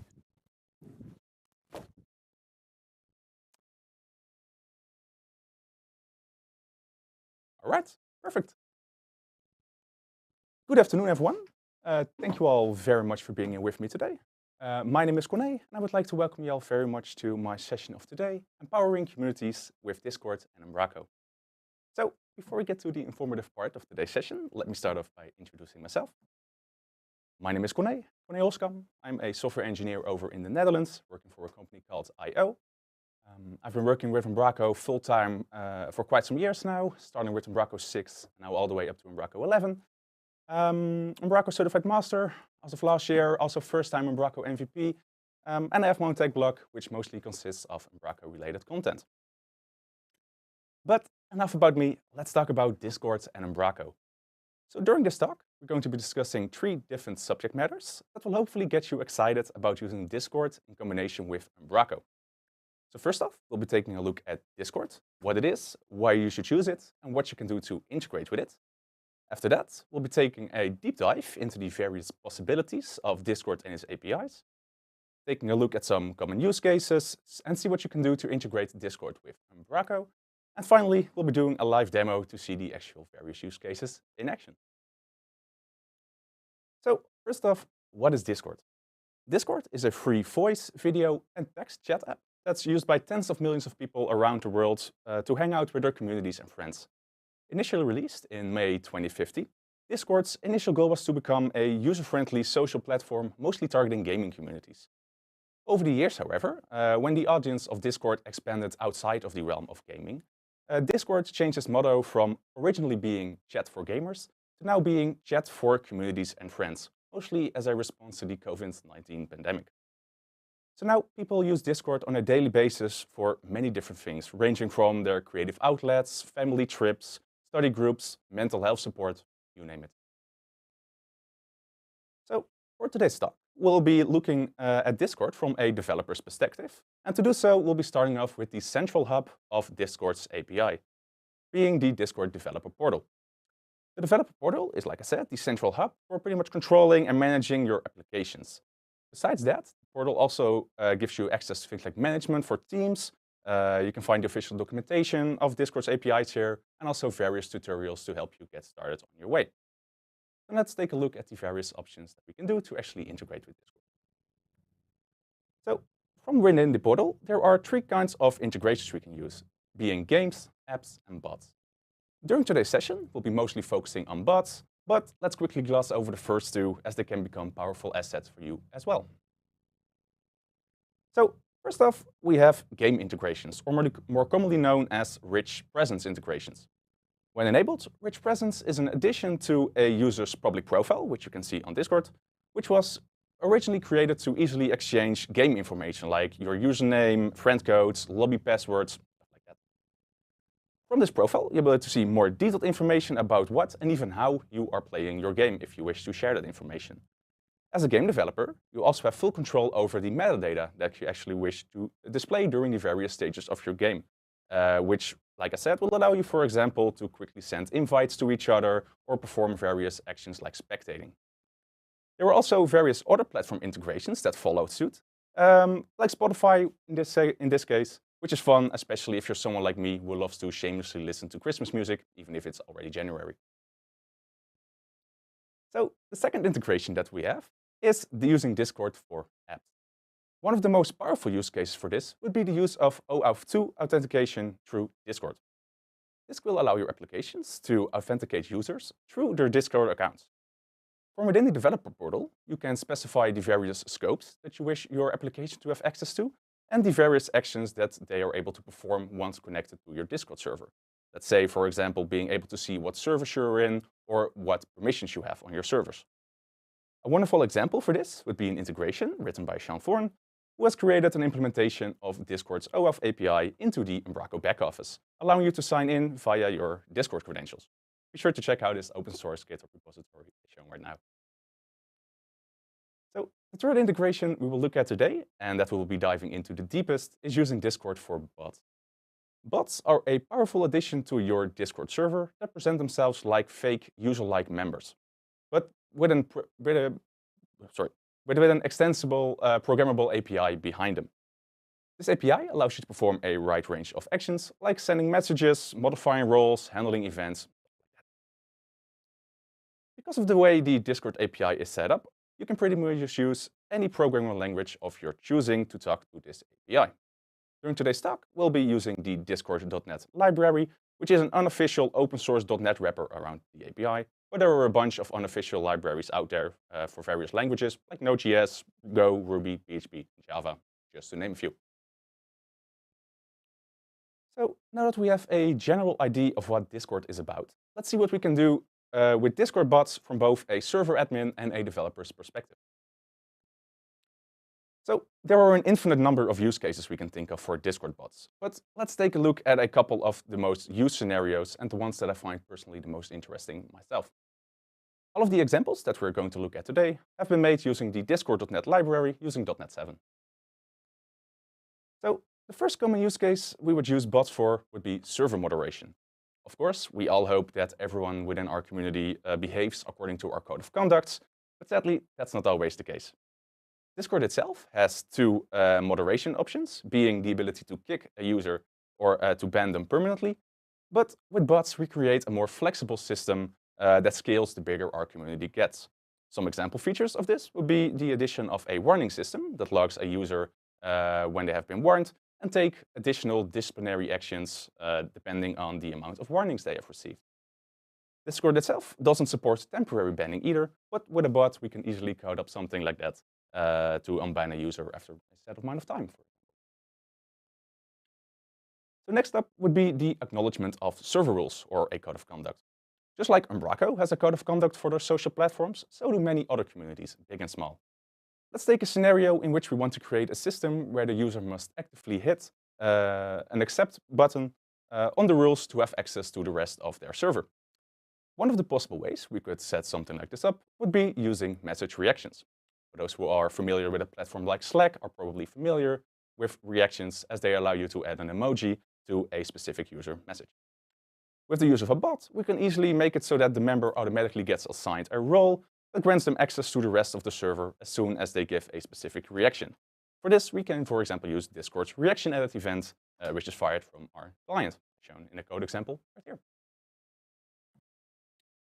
Another common use case would be to have the ability for the bot to automatically respond to a specific message. This could be, let's say, a specific command, maybe commonly used messages, answers, questions that you have. More often than not, stuff that gets repeated more often that you wish to automate within your community. All one would need to do is listen to, let's say in this case, the message received event, which is fired from our Discord API, and the rest is up to you what you want to do with that message. Let's say, for example, check its contents, send it a specific reply, anything you want. And lastly, another common, but even a more fun use case would be to add some gamification to your Discord server. The definition of gamification is entirely up to you, but a fun basic example would be the use of, let's say, a game of rock, paper, scissors on your server. Making use of the message handlers that we've just taken a look at, combined with a random number generator, and having the bot read our choices of either being rock, paper, or scissors, we can easily code up a game within less than 50 lines of code. So up until now, the use cases that we've discussed may be interesting, but we're at an Umbraco event today. So I wouldn't be standing here if there weren't some awesome opportunities that open up when you combine Discord with the Umbraco CMS. Let's take a look at what we can do. So for our first example, I've created an extension to the message handler use case we've talked about by using Umbraco as its center. Instead of hard-coding specific messages that we wish our bot to respond to and the triggers for said messages, why not use Umbraco to configure them?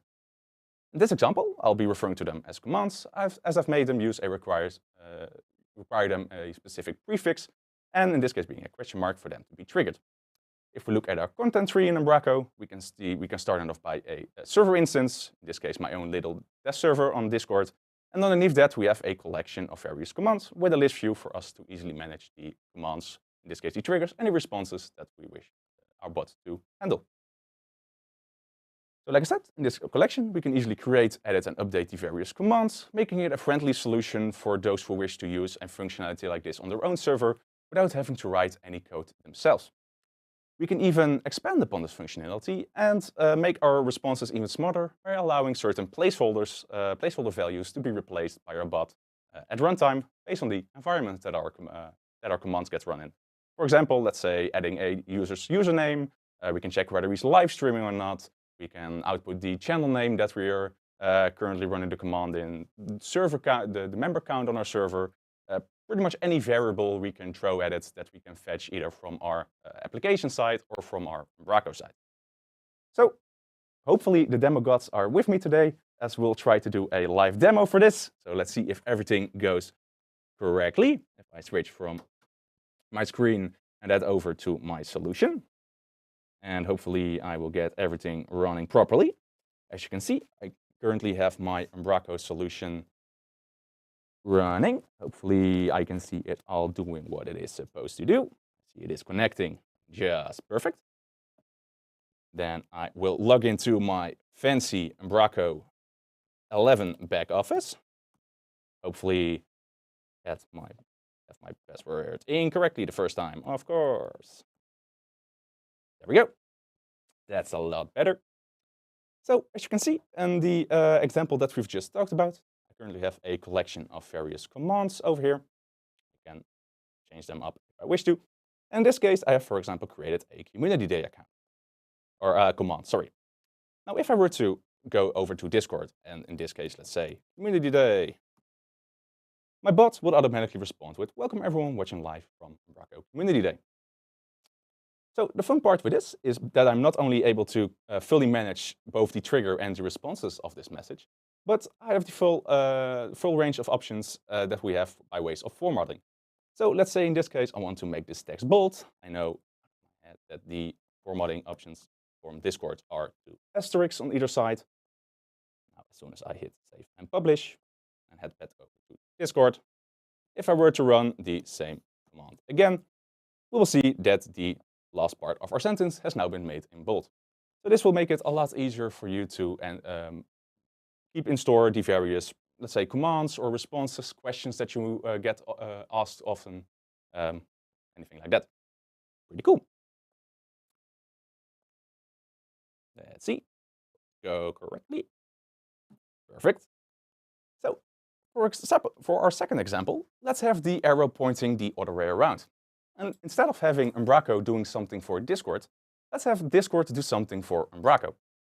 Because of the way a library like Discord.net works, it's not much more exciting infrastructure-wise than it being a powerful API wrapper, which means that we can utilize all the shiny features that Umbraco 11 and .NET 7 have to offer, like dependency injecting anything Umbraco related into our Discord bot. So to extend upon this custom commands functionality we just looked at, why not add the functionality to create new commands from within Discord itself? We can inject services like the Umbraco Context Factory or any Umbraco service like the Content Service and have it do what we wish to based on a user-performed command, like adding more commands. So using this method, we can have our bot add a new node to Umbraco, have it set the values of said node depending on the parameters that we give on our command, have it published, and immediately be able to use it as just shown right here. So let's go to demo part 2. So if I were to head back over to my Discord, let's see, open wide, there we go. And let's say I believe the command that I named it was also called add command. The first parameter that I want to respond to this would be, let's say, Umbraco. And the sentence that I wish for it to respond would be, hello everyone using Umbraco. Hit enter. Our bot will respond with, hey, we added command Umbraco to our server. If I head over to our commands collection in Umbraco, we will see that our bot has now successfully created a new node. And that's pretty much it. Because if I were to head back over to Discord and use the command that we have just added, we will see we'll be able to use it straight away. pretty powerful. And if you still wish to make any modifications, you can simply head back over to Umbraco and do what you wish to do with it.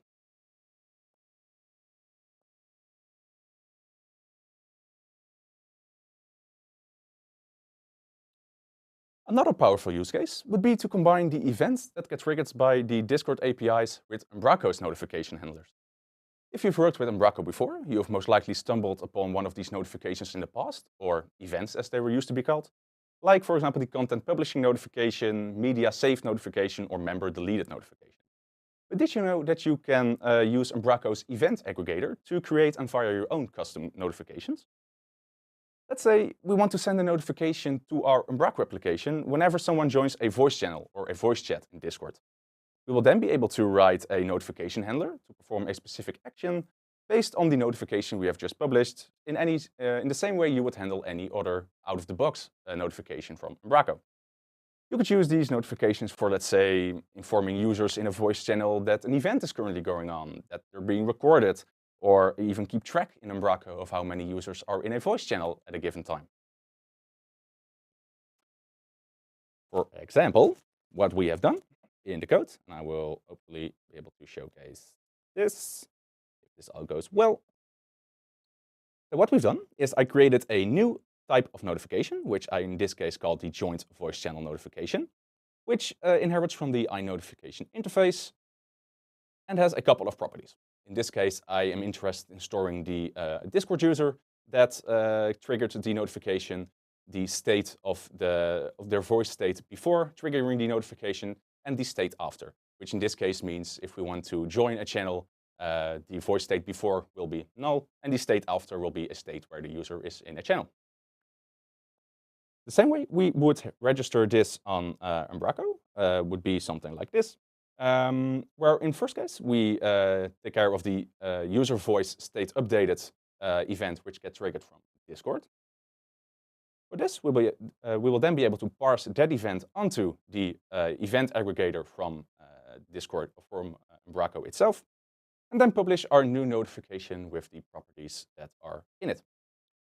So like I said, once we have also registered this in our startup class, which I've done in this case, we'll be able to see that once I create a handler for this, which in this case will be able to simply console log whatever we are doing once this notification gets sent.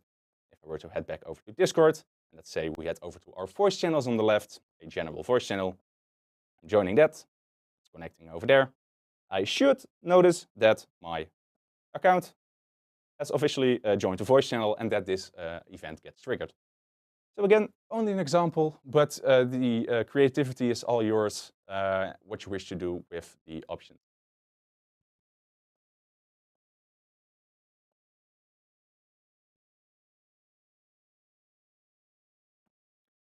And our fourth Umbraco example for today would be the implementation of gamification.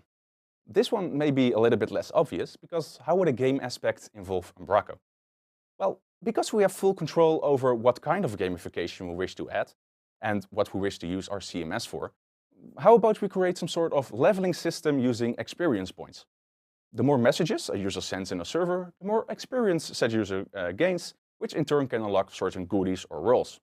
You could, for example, automatically give a certain role they unlock as soon as they reach, let's say, 100 experience, or just name an abstract number like that. You could even take it a step further if you wish to do so, and turn it into some form of currency system, allowing even further virtual goodies or rewards in your server, or even third-party game integrations where you wish to unlock certain stuff as soon as you reach a certain level. Just make sure you obey the Discord terms and conditions when you get into stuff like this. So for this, we could use Umbraco as the perfect management panel for our leveling system, with, for example, the use of a package called Construct. For those who don't know, Construct is a back-office UI builder that allows us to easily create custom back-office integrations using a Fluent API. This will allow us to create a custom dashboard hooked up to a repository, let's say in this case a database, in which we can see and manage all our users' server statistics.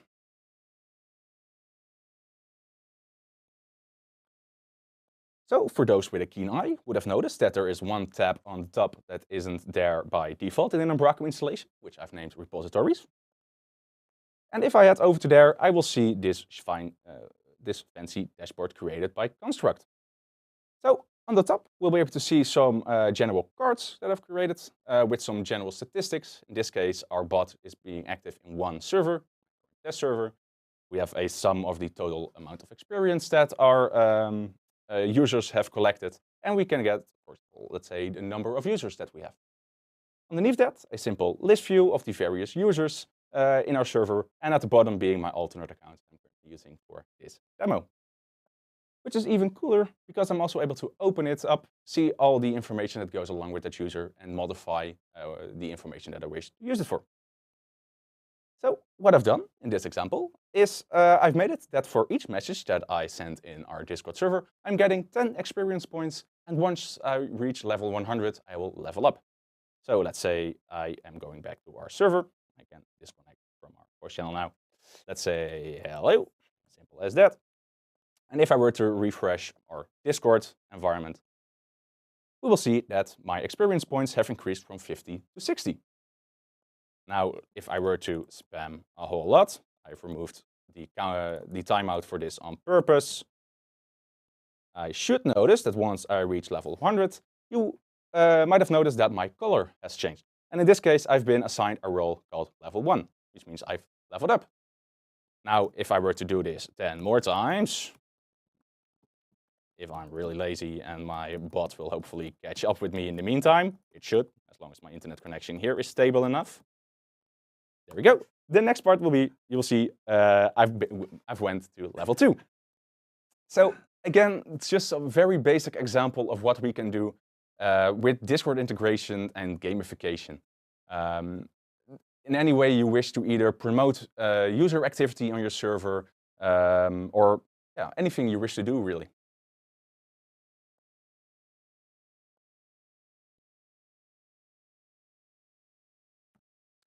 So after everything you've just seen, we have only scratched the surface of what is possible using the Discord API with Umbraco. If you're interested in setting up an Umbraco-powered Discord bot for yourself on your own Discord server, feel free to check out the corresponding code repository over at my GitHub profile, where everything we've looked at today is open source and available for use if you wish to do so. So with that, I hope you learned something interesting today about the world of using Discord and Umbraco together, and I even gained some inspiration to empower your own communities. If you have any further questions, feel free to reach out to me on social media. You can find me on Twitter at @corneelskam, or head over to corneelskam.com to stay up to date with my latest articles or blog. But for now, I would like to thank you all very much for your attention, and hopefully see you all in the next one. Thank you.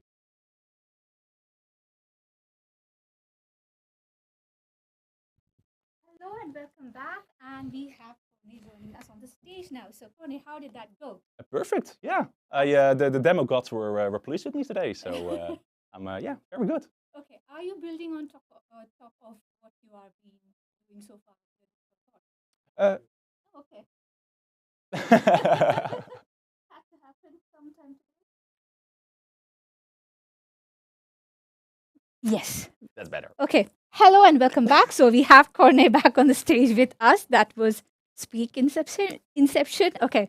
So I take it went well.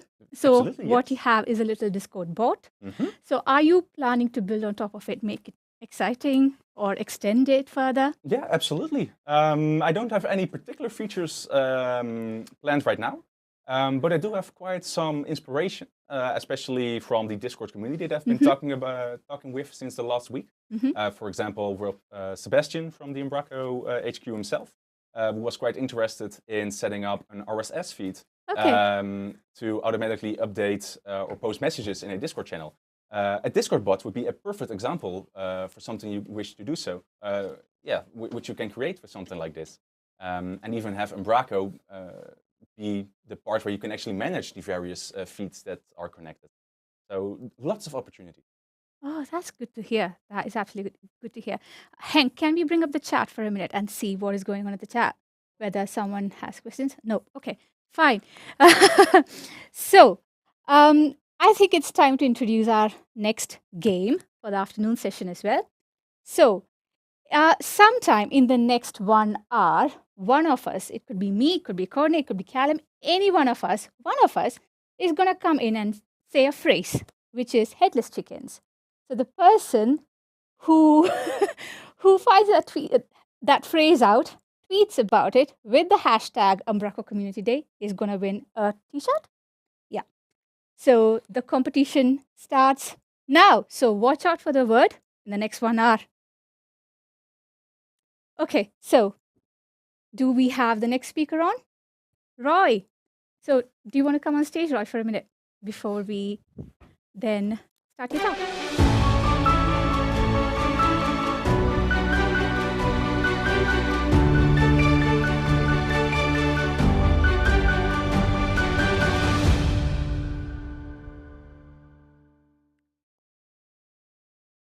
Hello and welcome back. We are here with our next speaker for the day, who is Roy. Welcome, Roy. Hi, thanks for having me.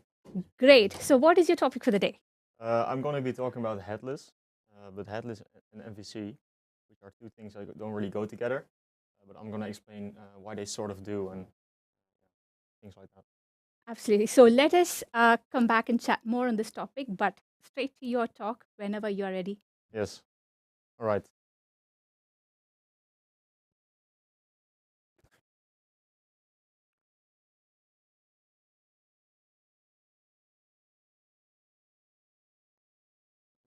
All right, welcome. So going headless with MVC, that's the name of this talk, which is kind of a weird name because headless and MVC don't really go together, right? We could technically do something with a server-side rendered application, which gets its content from somewhere else. That's not what we're going to do today. What are we talking about then? Well, we'll be talking about software design. We're not really going headless, technically. We have a lot of hype about headless, DXP, words like that. This is not an anti-headless talk. I don't want to discourage people from using it. This is mainly for people who are working with websites for a long time and all this new stuff. Well, what does it mean exactly? So first of all, my name is Roy Berris. I'm a software engineer at IO. Little background, I used to be an Android developer on the early days. Then slowly I migrated into backend. And now I'm working mainly with Umbraco and also some .NET projects. So first we need to dissect headless. So if we look at the dictionary definition, it's a software application or program that functions without a front end. All right, so if we're going headless from our backend perspective, we don't really have a front end anymore, right? So let's decapitate a website, if you get it. What are we left with? So we don't have a front end anymore. We don't have any way of presenting our stuff, our websites. We just have the back office mainly. But from a software perspective, we only have data. So I made a bullet list to sum it up. It's 1 point. This is not only data, this is well, particularly content. So this data is mainly content from our CMS. To explain this further, I want to look at different components. So first, we have a graph which has Umbraco in it. I see a Vue logo, a React logo with the word headless written. On the left side, we see a CMS component. On the right side, I see an application. This is our front end. This is our application. And these two are bound together with a contract. The contract is called content. And this is your typical headless solution, right? But there's kind of a problem with this. These two are usually deployed separately, which means that if I would update the CMS, I would make sure that I also update the front end. Then I want to look at this Content Hub example, where we put a third component in the center. This is called the hub. This might protect the front end or your application from changes in the CMS. But also, it's good to note on this diagram that the CMS might not be the only data source. One thing to note is that both of these contracts are called content, because technically we're sending content from the CMS to the hub, from the hub to the application, but they're different. And also we see this big red line which I drew. This is a boundary. This boundary might represent different deployments. So left side's deployed together, they're one application, there's different software components. Our front end or application might have, well, it might be deployed differently. It's usually a different programming language, stuff like that. So we're decoupling data basically. So we're not really going headless with MVC. We're starting to decouple our CMS from our front end. All right, so what does it mean, content versus content? Well, from a design perspective, these are actually two very separate things. Just to clarify, I call them CMS content and application content. The CMS content is usually optimized for the content editor. It's the best experience for them. They need to work with the product. It gets saved somewhere. Whereas on our application side, our front end, or our website, it's optimized for consumption. On the CMS side, it's usually scattered. So we have a lot of the same content in different forms. For example, a page title, we could define that multiple times over different document types. But on our application side, that's normalized. A visual designer will just put out a title on the page. It doesn't really care that it's set in 5 different places in Umbraco. The CMS is usually original, so there are no computed fields. It's the source as is, whereas our application might be derived. So things might be computed. A bit of data might come from an external API, stuff like that. So I have a quick example to back this. On the left side, we see a document type called the block detail page. This has 3 fields: the title, the header image, and an intro text. On the right side, I see the same things in wireframe. So they point at it right now. But I do see more on this page, because I see a publish date. Well, this might be derived from the publish date in Umbraco. I don't really see that, but it's data, it's there, it's just in a different structure. The same with the author, which might be the last published, the last content editor that publishes content. The last one, probably the most important one for this example, is the category. This is posted in blocks, but well, it only knows that because it's a block detail page. It's about context. Where is this content located? Yeah. So why do we have these boundaries? Well, what are they? It's mainly a conceptual line. Looking at a simple example on the bottom, we have CMS versus application. They have different interests, different actors. And the biggest question that should be asked when crossing a boundary is, does this really belong here? We're building something for the CMS, or we're building something for our application. You shouldn't cross those lines. So that's nice and all, but why do we even want decoupling? Well, it's all about flexibility. If I'm looking at development and design, then I would want to, our application now is omni-channel, right? We're headless. We can get multiple presentation layers in. We could technically present our data on our fridge, on our smartphone, on our watch, wherever we want. For development, it's all about reusability from the CMS side as well as the front end. And a big one is usually mocking, right? We can run the front end without the CMS backing it, just mock data, same for both sides. So to close this off, I have 2 views on this. A headless CMS has a decoupled architecture, but not every decoupled CMS is headless. I think the last one is really putting it all together now, because our CMS is not really truly headless when working with MVC and when working with Razor views. We're decoupling the CMS. That's probably a better term, but that's not really a good title for this talk.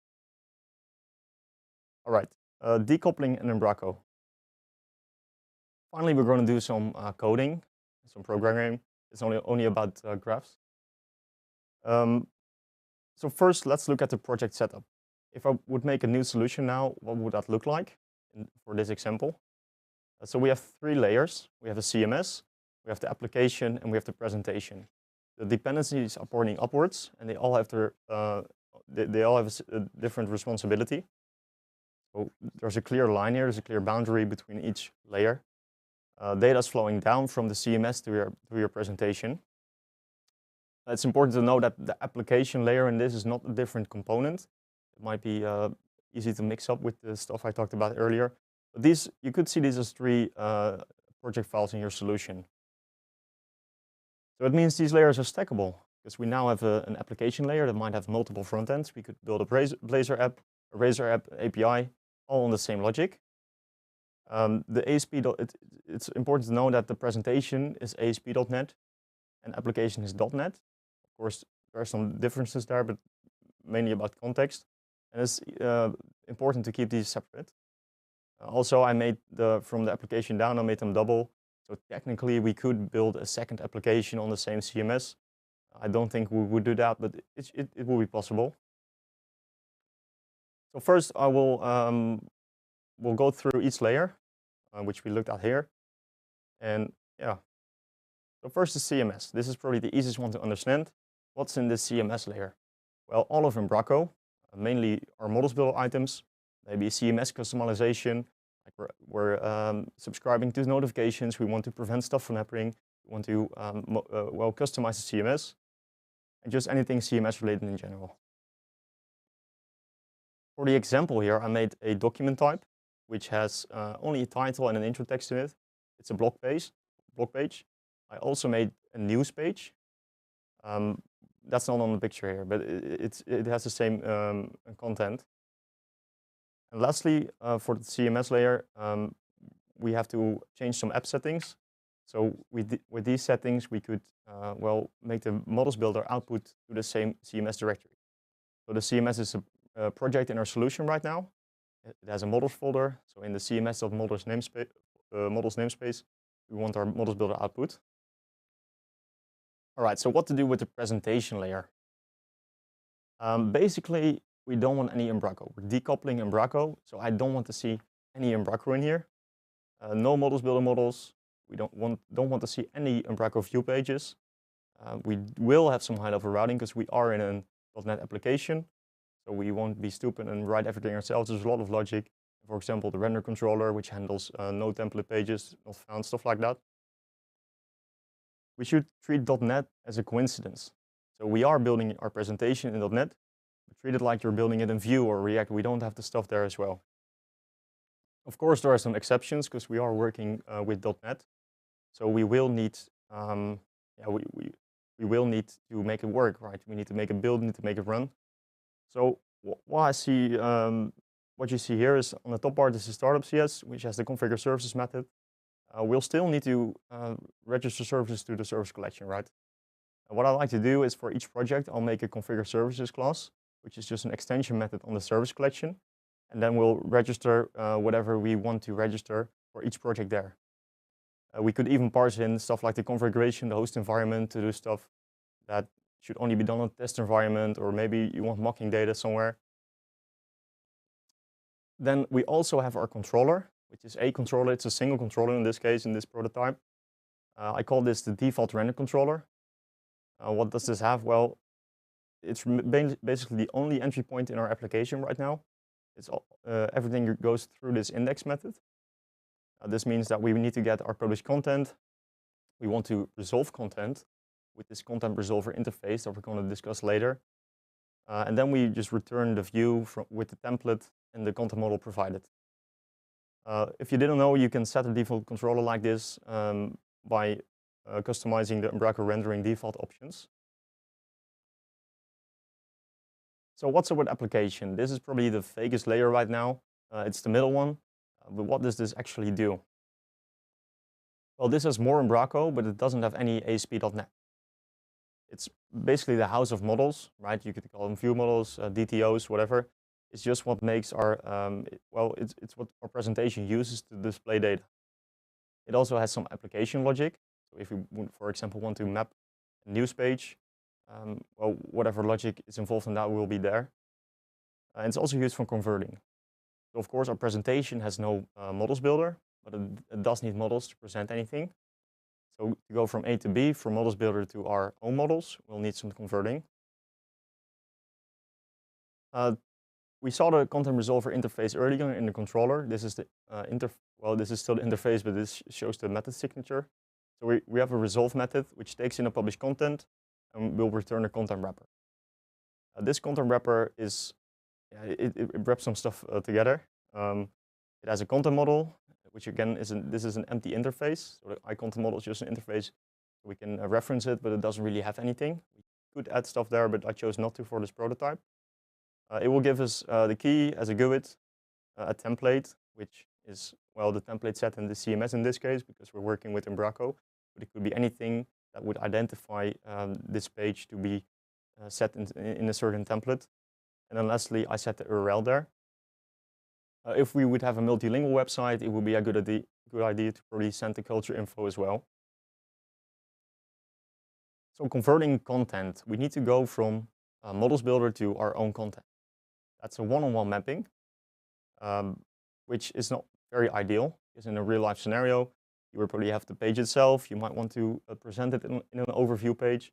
I might want to make a carousel or a card slider. I might want to make an RSS feed, stuff like that. This is all converting data from A to B, and they're all in different forms. It's still the same data, but it's presented differently. So a real scenario will probably require more code. To wrap this up, I made a mapping strategy, is the interface name I chose. This is registers to the service collection, so we can inject this anywhere we want. But it also means we can inject anything we want into it. The downside is, of course, that it has one implementation per publish element. So like I said before, we might want to convert our data into multiple things. This code doesn't allow that, but it's okay for the example. So let's look at the implementation for the news page. Like we know, it takes in a publish content and a publish element, and it will return the iContent model, which is, well, an empty interface. I made a content detail page class, which only has the title, intro text, category, and publish date. That class, of course, implements the iContent model interface. This might be a little bit a lot to look at, but we'll walk through it. As an example, I injected the culture dictionary into this, which is an Umbraco thing. Just so we can get the category from the dictionary. But if it's null, if we didn't set it, I'll just return the Dutch word for news. Yeah, we're just mapping the title to the title, the intro text to the intro text. But for example, the publish date is derived from the last update date of this published content. Resolving content, right. So we had this iContent resolver interface, which was very abstract. This is the implementation of it. We don't have to understand all this code, but I wanted to put it in anyway, just to show you guys what it's like, what it looks like.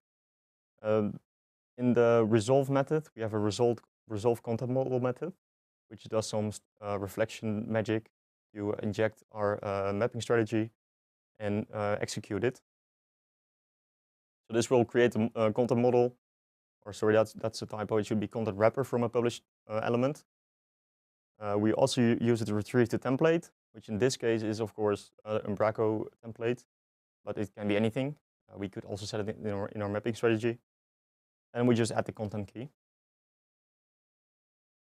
This is the implementation of that resolve content model method. It just does some reflection magic to inject our mapping strategy from the service collection, and returns the iContent model, which is executed.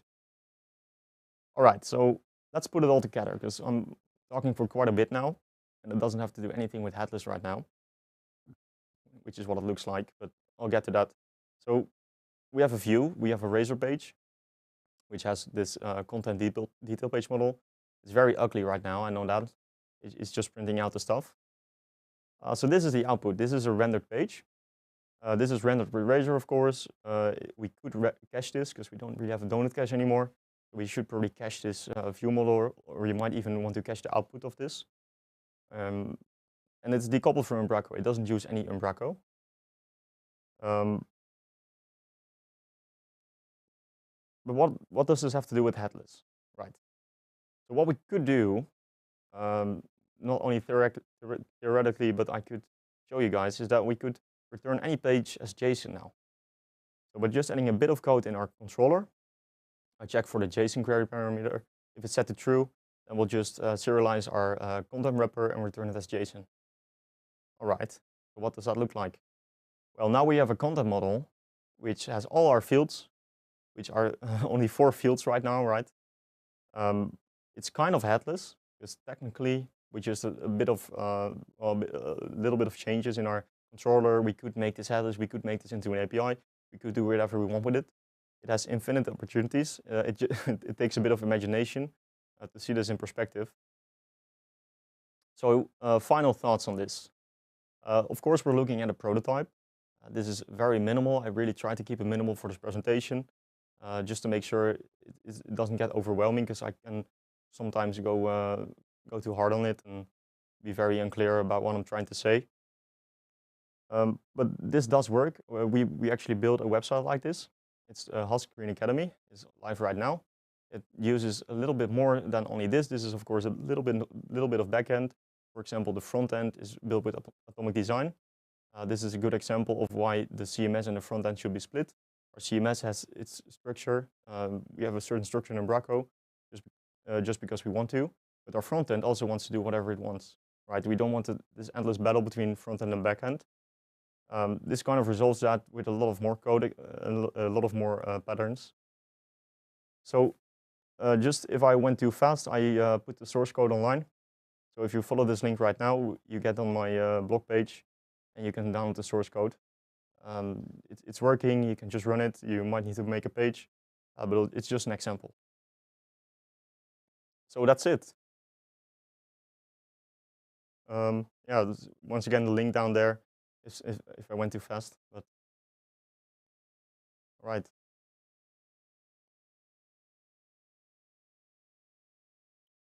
Hello and welcome back. And now we have our speaker, Roy Burris, on stage. Roy, that was fantastic, I felt. How did you feel? How Great. did it go? I think I went a little bit fast because That's fine. Yeah. We all know that when we speak, Yeah. it's either very slow or either very too fast. Right.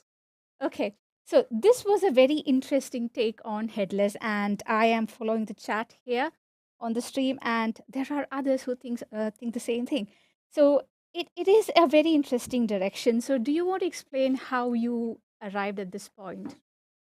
Headless kittens. Yeah. So what we had a client which had an old Umbraco 7 website. He wanted to upgrade to well, the latest version of Umbraco. And on top of this, they also did a redesign. So we had, which meant the content also had to be redesigned, right? We couldn't fit the old content into the new content. So what we had to do is we had to get a scenario where we could get two content streams, which are basically, let's say, both news pages, but they're structured differently. The old one used the grid editor, the new one has the block list editor, stuff like that. It's just completely different.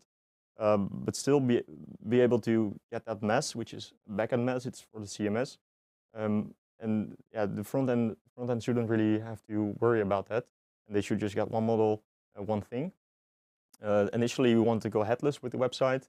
Unfortunately, we weren't able to at the end, but yeah, we still had a pretty decoupled version. So that's really the start of it. Cool. So what I wanted to add here is that we know there's a headless CMS as such. There's a headless product offering from Umbraco, which is hardcore. But headless is a term that we've been hearing for quite some time. But it still amazes me that there is another version or another take of headless that comes out always, which is fantastic. And I think yours was a fresh approach on that. So is this the way you are going to be building your websites going ahead? It depends. Definitely on the case where we did use it, I think it was a good fit, especially because the native content API, the headless API from Umbraco core product wasn't out yet. But we'll have to see in the future. Of course, Umbraco is evolving as well, so I'm not sure. But I think it was a fun exercise and we learned something. I can imagine. Yeah. I can imagine. It looked fun. It looked intriguing. It looked interesting. So yeah, that was a good talk, good session. So let us go back to the chat. So we have a question here. How does SEO part come in API headless? I'm not sure. Okay, that's fine. So we should be able to find the answer for that at some point, I'm pretty sure. Is it the package or like SEO in general? SEO part come in API in headless. I think that should be covered off. Yeah, in general, yes. Okay. Yeah, I might be confused, but yeah. So it's Manoj asking the question. So yeah, you can head over to the chat, and then probably Manoj can explain what he means as well. Better if it is a much more targeted kind of question. So what more can we chat about? So how have you been enjoying the day so far at the Umbraco Community Day? Yeah, good. We have a fun time here, so it's a very nice studio. I was surprised. It's a lot smaller than it looks from the camera, but still, it's cozy and nice. Okay, So have you been a part of the Umbraco community for a long time? Well, when I started at my current job. I started working with Umbraco, which is almost a little under 2 years, I think. So not that long. I went to Code Garden last year. I was at DF22, so yeah, not too long. Okay, cool. Have you used the headless offering, or have you looked at Hardcore as such, or any other headless CMSs or headless solutions? I'm pretty sure Ken had a headless package as well, isn't it? I haven't personally looked into it. Have you looked into it? I did not directly look at the package. We did look at Hardcore, but yeah, when doing such things, it requires a full headless front end as well. And I didn't have the luxury on these projects to fully go headless, so we had to kind of part ways. Okay, I must say this: the community just continues to amaze me. There's one thing absolutely new that you always take away from every talk that I see out there. There's some kind of fresh angle coming on to every other talk that I've seen so far today as well. So that's fun. So, going through the agenda of the day further, let's see who else and what else have we got lined up for the rest of the day. There's more exciting talks coming up. So, there is a composable DXP talk coming up. So, I'm going to take a sip of my coffee. I think it's a great I wanted to do that. Yeah. We have Nurha coming up with V7 and V8 upgrades. So there's lots of interesting content coming up. So what do you have any interesting projects based on the same thought that you've shown us today that you are working on at the moment? We finished the website I just showed, and this is really the only one that fully implemented the idea. But at the moment, I'm not really working. I'm working with Umbraco, but it's more on the older project. Unfortunately, I can't really work with 10 or 11 yet, but I'm pretty sure that will be soon. Okay. Yeah. All right. Okay. That's interesting to hear as well. Let's go back into the chat. Okay, Sam Snell says at where he works, we have our own implementations that send. Okay, this is on back of the SEO question that Manoj asked. He says we have our own implementations that sends the metadata, title, description, etc., with the rest of the requested content. It is just a part of the content data. Yes, that is what even I thought that would be the answer. So personally, I have played around with headless, as in the headless CMS offering that is Hardcore, and what I think is the USP, or what excites me about it, is the various integration points that you can have. Like you can go really creative with it. So do you think, do you see that happening with what you've been building? So Sam just asked a question in chat, and we have a way more developed version of this idea at our company. Indeed, Sam is a colleague of mine. Okay. And where we basically built our own content API on top of Umbraco, which was way back on Umbraco 9 when it just came out. But yeah, so I forgot the question now. It was about, it was Manoj asking about how SEO will become a part in the API in headless. Yeah, so I think it's all about the page itself, right? So it's up to the front end, because if we would want to properly implement that, we would probably have our, let's say we have a Node application, which would also do some server-side rendering, which is a different topic then. But it really depends on how you implement it. It's just data. What I just showed is more of a framework for working with it.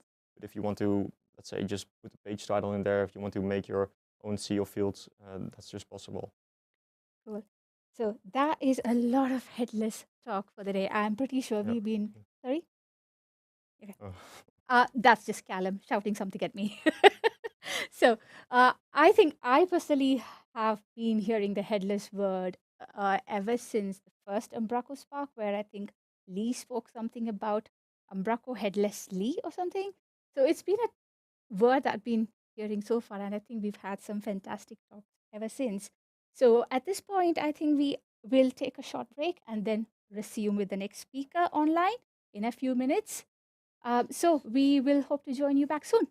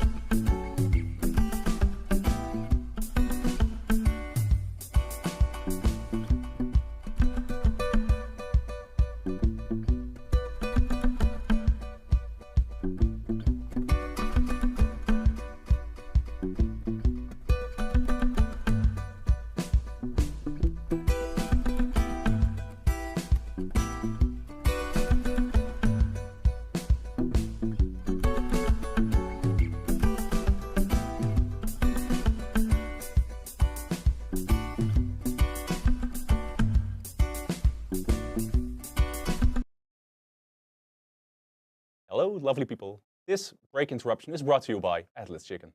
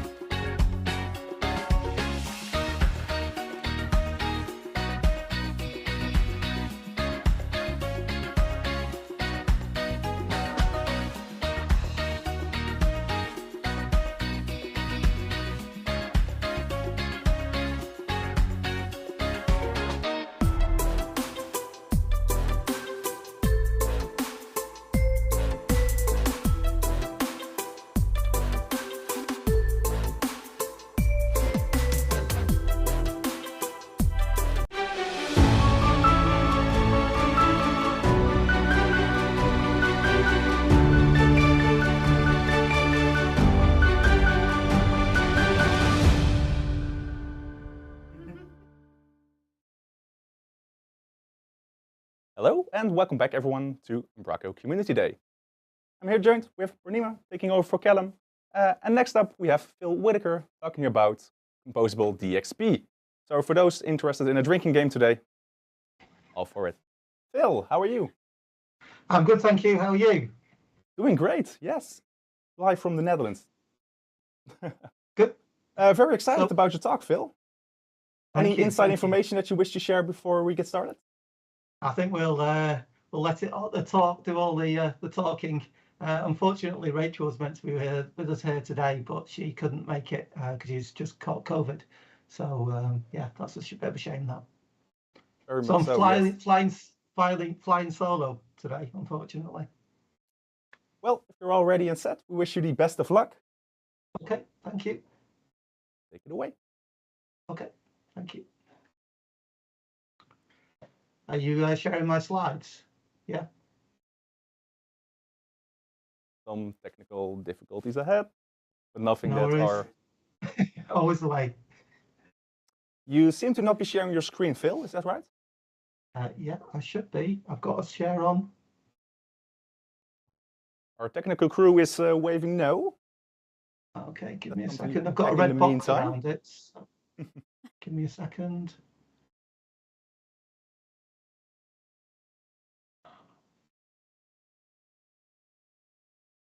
Share desktop. Yep. Can you see that's okay? No, I still see people waving no over here. Doing the waiting music while we get things sorted.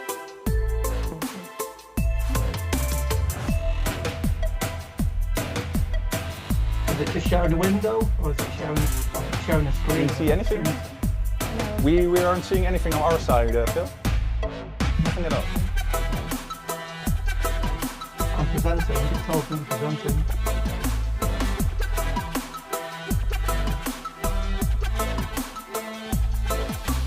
Oh.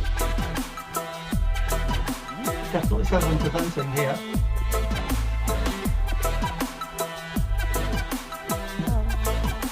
Anything else? Presenting.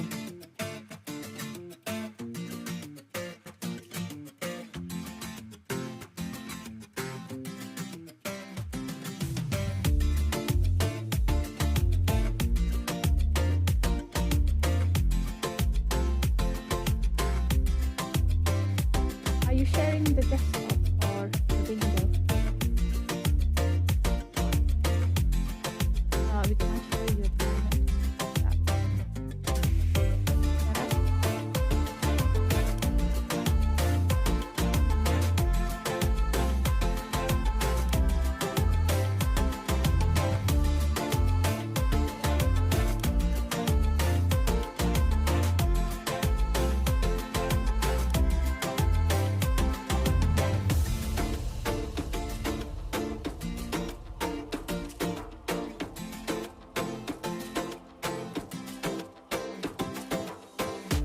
Hello.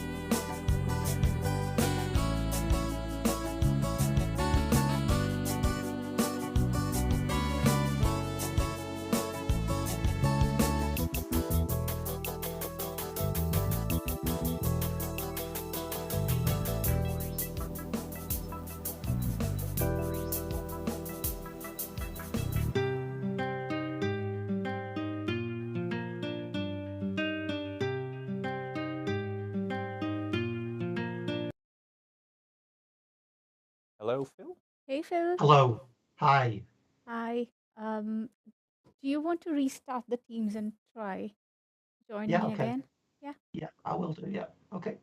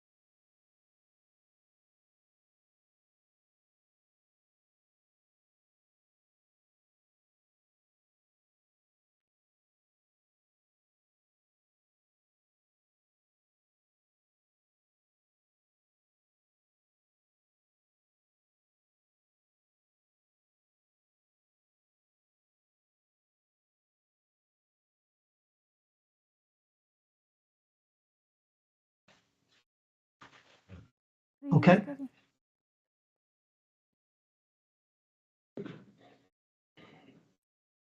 Phil, can you share your screen Hello. again? Just give me a second. Yeah. Yeah. Okay. Sharing it again. Yep. Can you see that okay? Hey Phil, it's Alan. How you doing? Hello. Hello.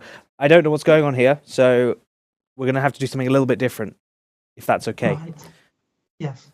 Can we change Okay. this to a sort of interview type format where you talk us through the concepts? Yeah. Yeah. Okay. We've got basically a 20-minute slot left before the next session, so we just need to find a way of making this work, so you can still get your message across somehow. And let's see if we can make this work. Yeah. Yeah. Thank Okay. you. Yeah, that's fine. Thanks for sticking with us.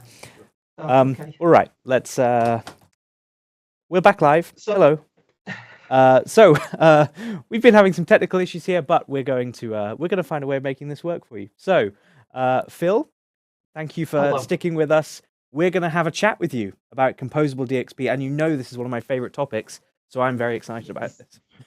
Yes. Because we can't get to see your slides, Yeah. let's talk through the premise of what you wanted to talk about.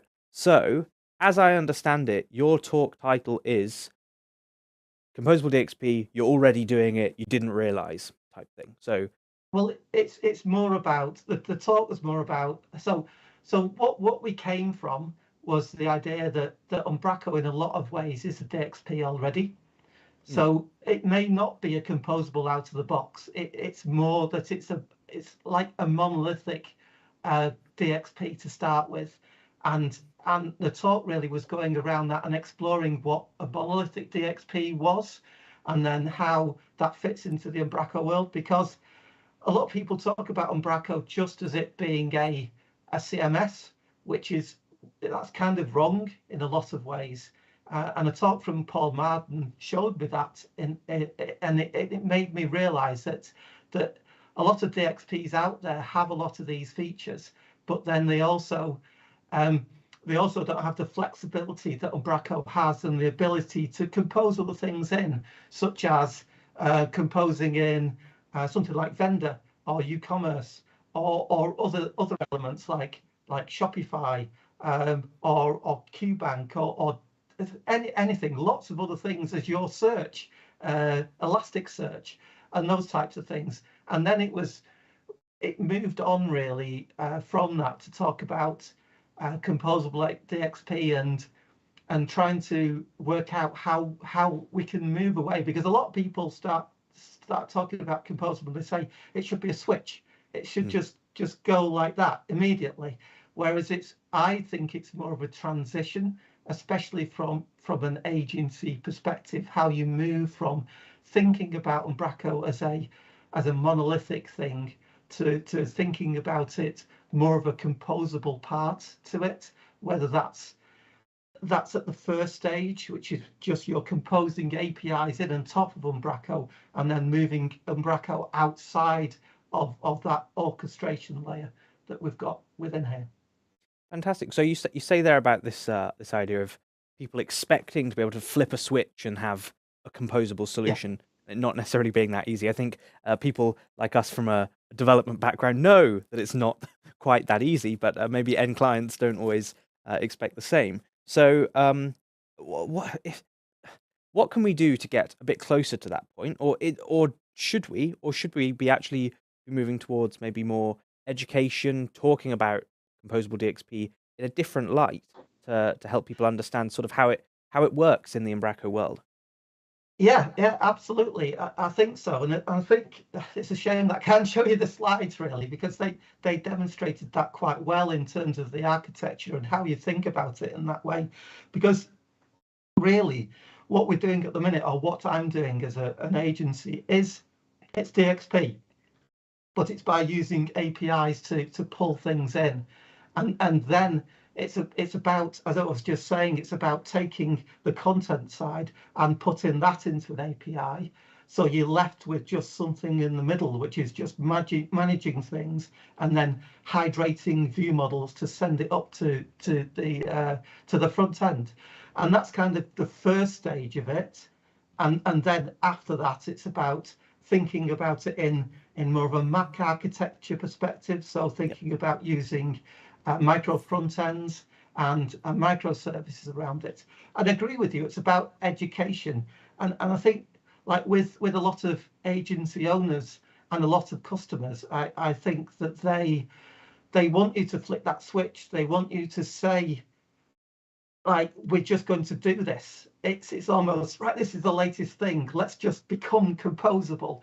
But you need that layer in the middle that's that orchestration thing that's there to manage all of this, and you need that set up in the right way, and that's why it's going to take a bit of time, in my opinion, to get to this point. I know that agencies that have already gone through this, and it does take a while to do it, and it does take a bit of time in terms of your thinking and your thought processes, and it's a journey. I think the takeaway from this talk should have been that composable DXP is a journey, not just a destination.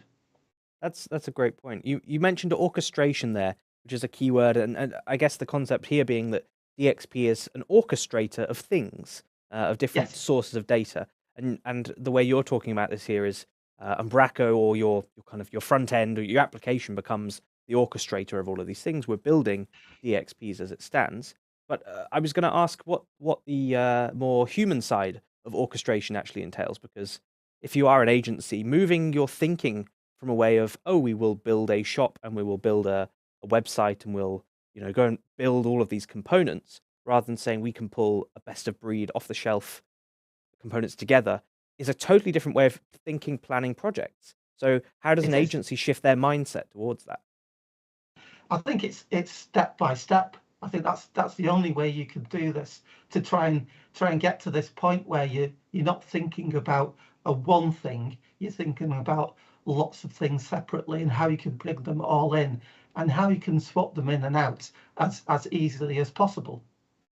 Do you think there is you said it's more of a journey. Do you think it's something that people could start with in their solutions? So we're building, let's say a client has an existing site and they'd like to put a store in there, an e-commerce solution. Do you think that's the point where you can say, well, we're going to work in a composable way for this project, and then slowly move an application towards composability? Absolutely. And I think it may be within projects. So this project, we're going to pull this in from an API and do it in that way. And the next project, you do it in a slightly different way. You bring search in the same way, and you slowly build up over time your capabilities of being composable. Yeah, and I think it's key to remember that the Umbraco side and the orchestrator, using Umbraco as the orchestrator now is fine, that's not really a problem. You're already better than something like Optimizely or Sitecore, because at least you have the option to bring other things in and to compose things and to use Umbraco as the central point. But then you have, I think, to be truly composable, you have to get to the point where the CMS is outside of that controller, that orchestrator. Interesting. So if we talk in an abstract concept here for a second, the CMS being, or let's actually say the back office of Umbraco being the sort of the experience platform, the bit that customers interact with. Your suggestion here is that, well, the content tree, if you will, is one composable element of a wider system, as is media, as would be maybe members, as would be commerce if you're using vendor, or personalization if you're using e-commerce. Each of those becomes their own component, and perhaps I don't think you're suggesting Umbraco would necessarily not ship content out of the box, but the idea that the back office is sort of this hub that we can build out and add our custom sections in and integrate where we need to. And I'm interested in more around that as well, and exploring other solutions outside of that. So Umbraco, the benefit of Umbraco is the ability to manage all of those things, to make all those things easier to manage, and that's what it's really good at, and building structures around things. But you can use it as a content factory if you want to, and then have another thing that these services like Uniform and things like that are coming out now to enable you to manage that orchestration layer in a better way. So Umbraco may not be our orchestration layer. You may use an off-the-shelf orchestration layer. It may be, and it's not just orchestration in terms of orchestrating the content and where it's coming from, but it's also about having an orchestration part which is there to pull all of this content. I call it, people call it content federation, to take all this content and to package it together in the right way so it could be sent to the presentation layer you're dealing with at the time. Fantastic. So if I put my developer hat on, I'm going to liken this to sort of inversion of control in programming, where you can say, well, I've got a definition for what my a contract for how my code talks to some other code, or my data is represented, and this is the exact same principle. We're just defining abstractions. It is, absolutely. It is completely about that, and abstractions and interfacing is the most important part, because I'm a developer too, and so I'm interested in how you build that orchestration layer. How do you build that code thing so that it manages all the different types of content that are coming into that, and all the different logic and services that come into that, but that also I protect my orchestration layer so that it never is tied into one particular thing. Because the most important idea about this is no vendor lock-in, and being able to upgrade you when you want, and being able to swap things out when you want.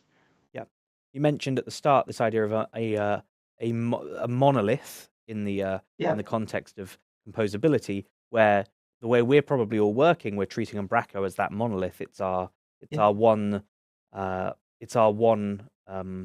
composer that's constructing everything. But your idea here is that you could have a kind of a drop-in orchestrator in the middle there, and so you can completely swap any tools as and when you please, and that changes how your whole system works.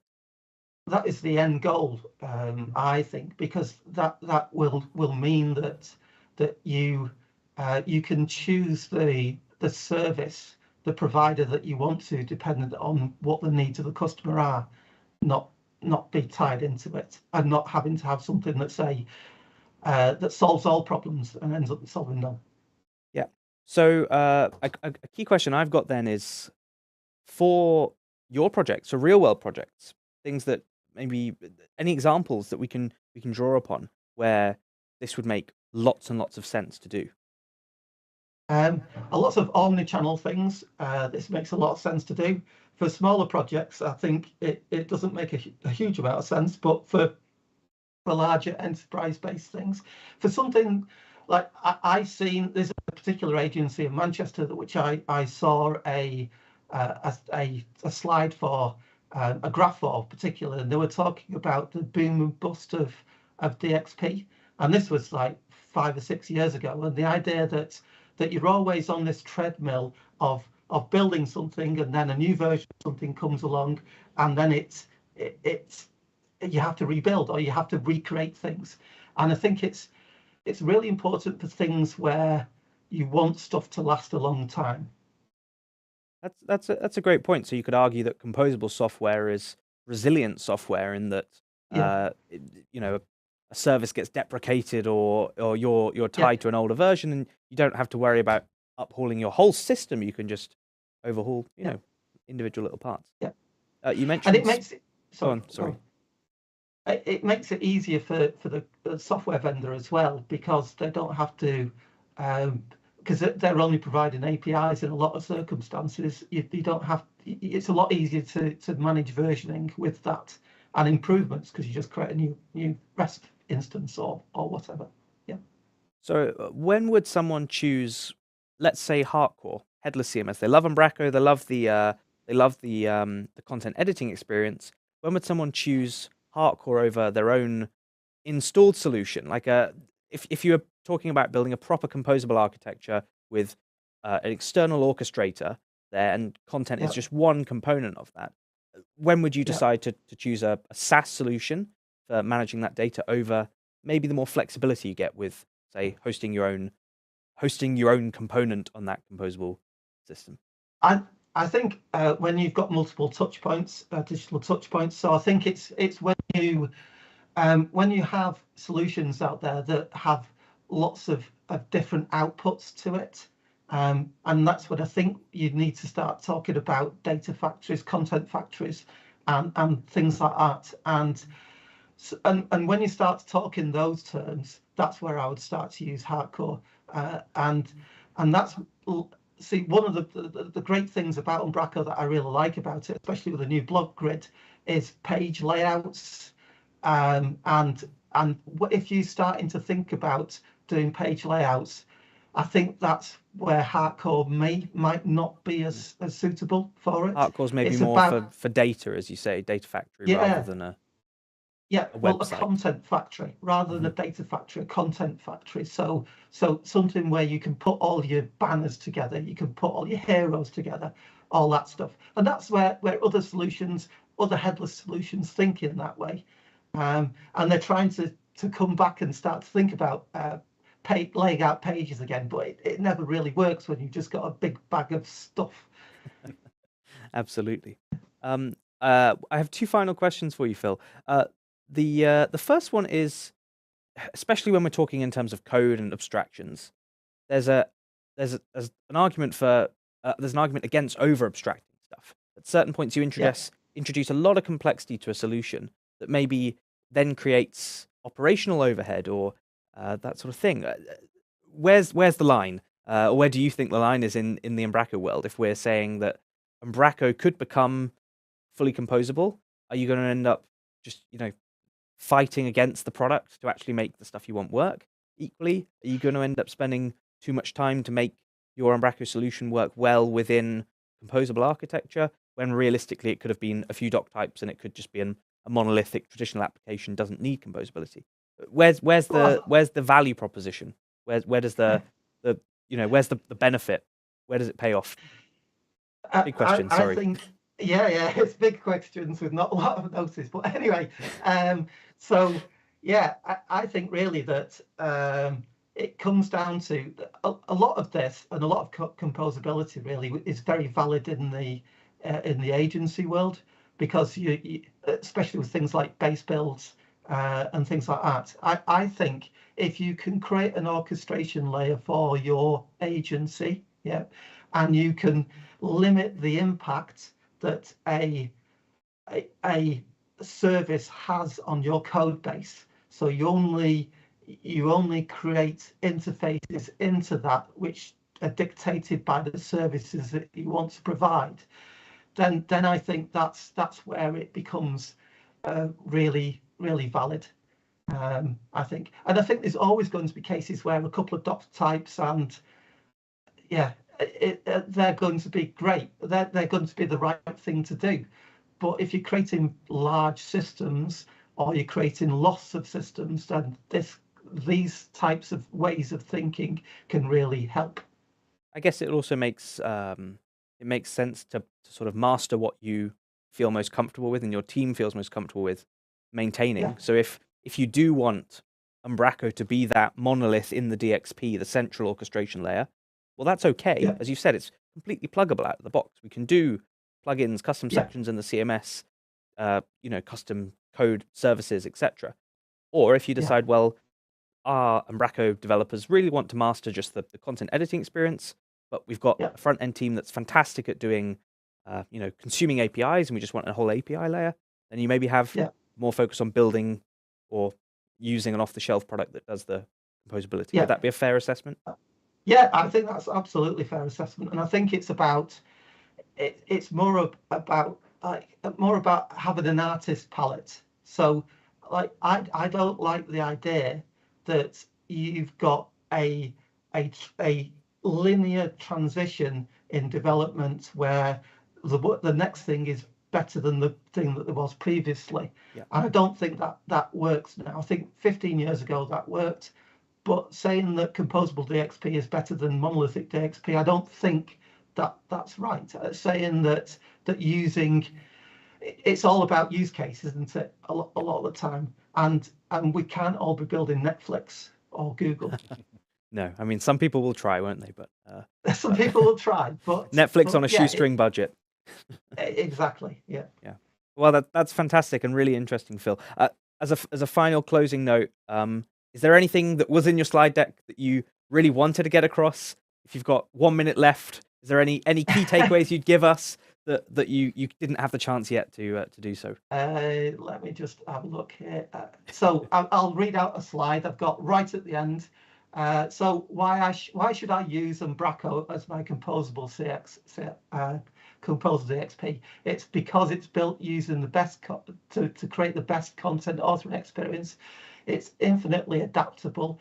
You can structure how you want. You can have page building if you want, and cost. And finally, it has one of the best content deployment processes I've seen, and much better than any other headless or any other solution out there in either deploy or usync. That's a fantastic summary and a great note to end on. Thank you, Phil, and thanks for sticking with us through the issues. I'm sure at least the chat's cheering you on from where they are, so I think this has been valuable for everyone. Thank you very much. Thank you. All right, so we'll be back in a second with our next speaker.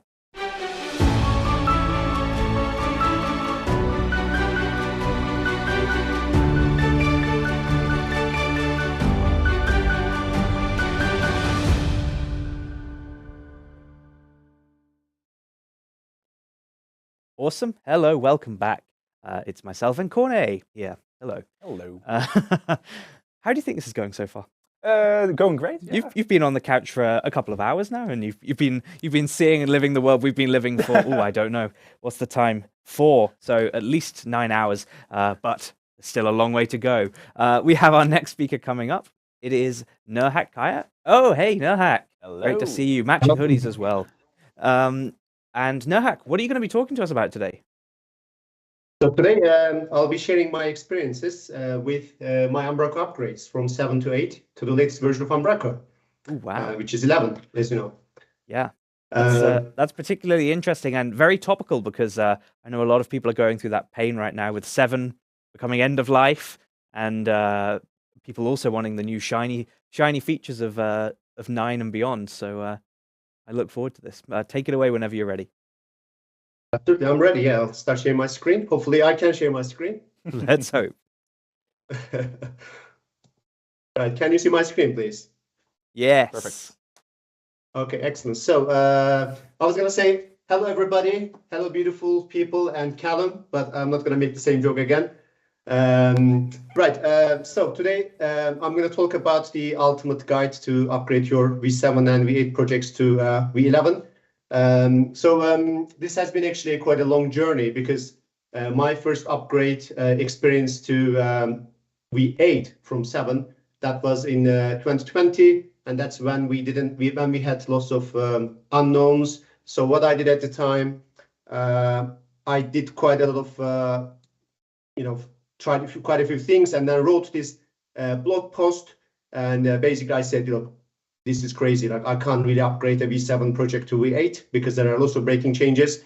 But obviously that didn't change the fact that I had to upgrade my V7 projects and now V8 projects. So what I did, I ended up digging in, reading a lot of documentation, asking a lot of questions to a lot of people from Umbraco HQ and from the community.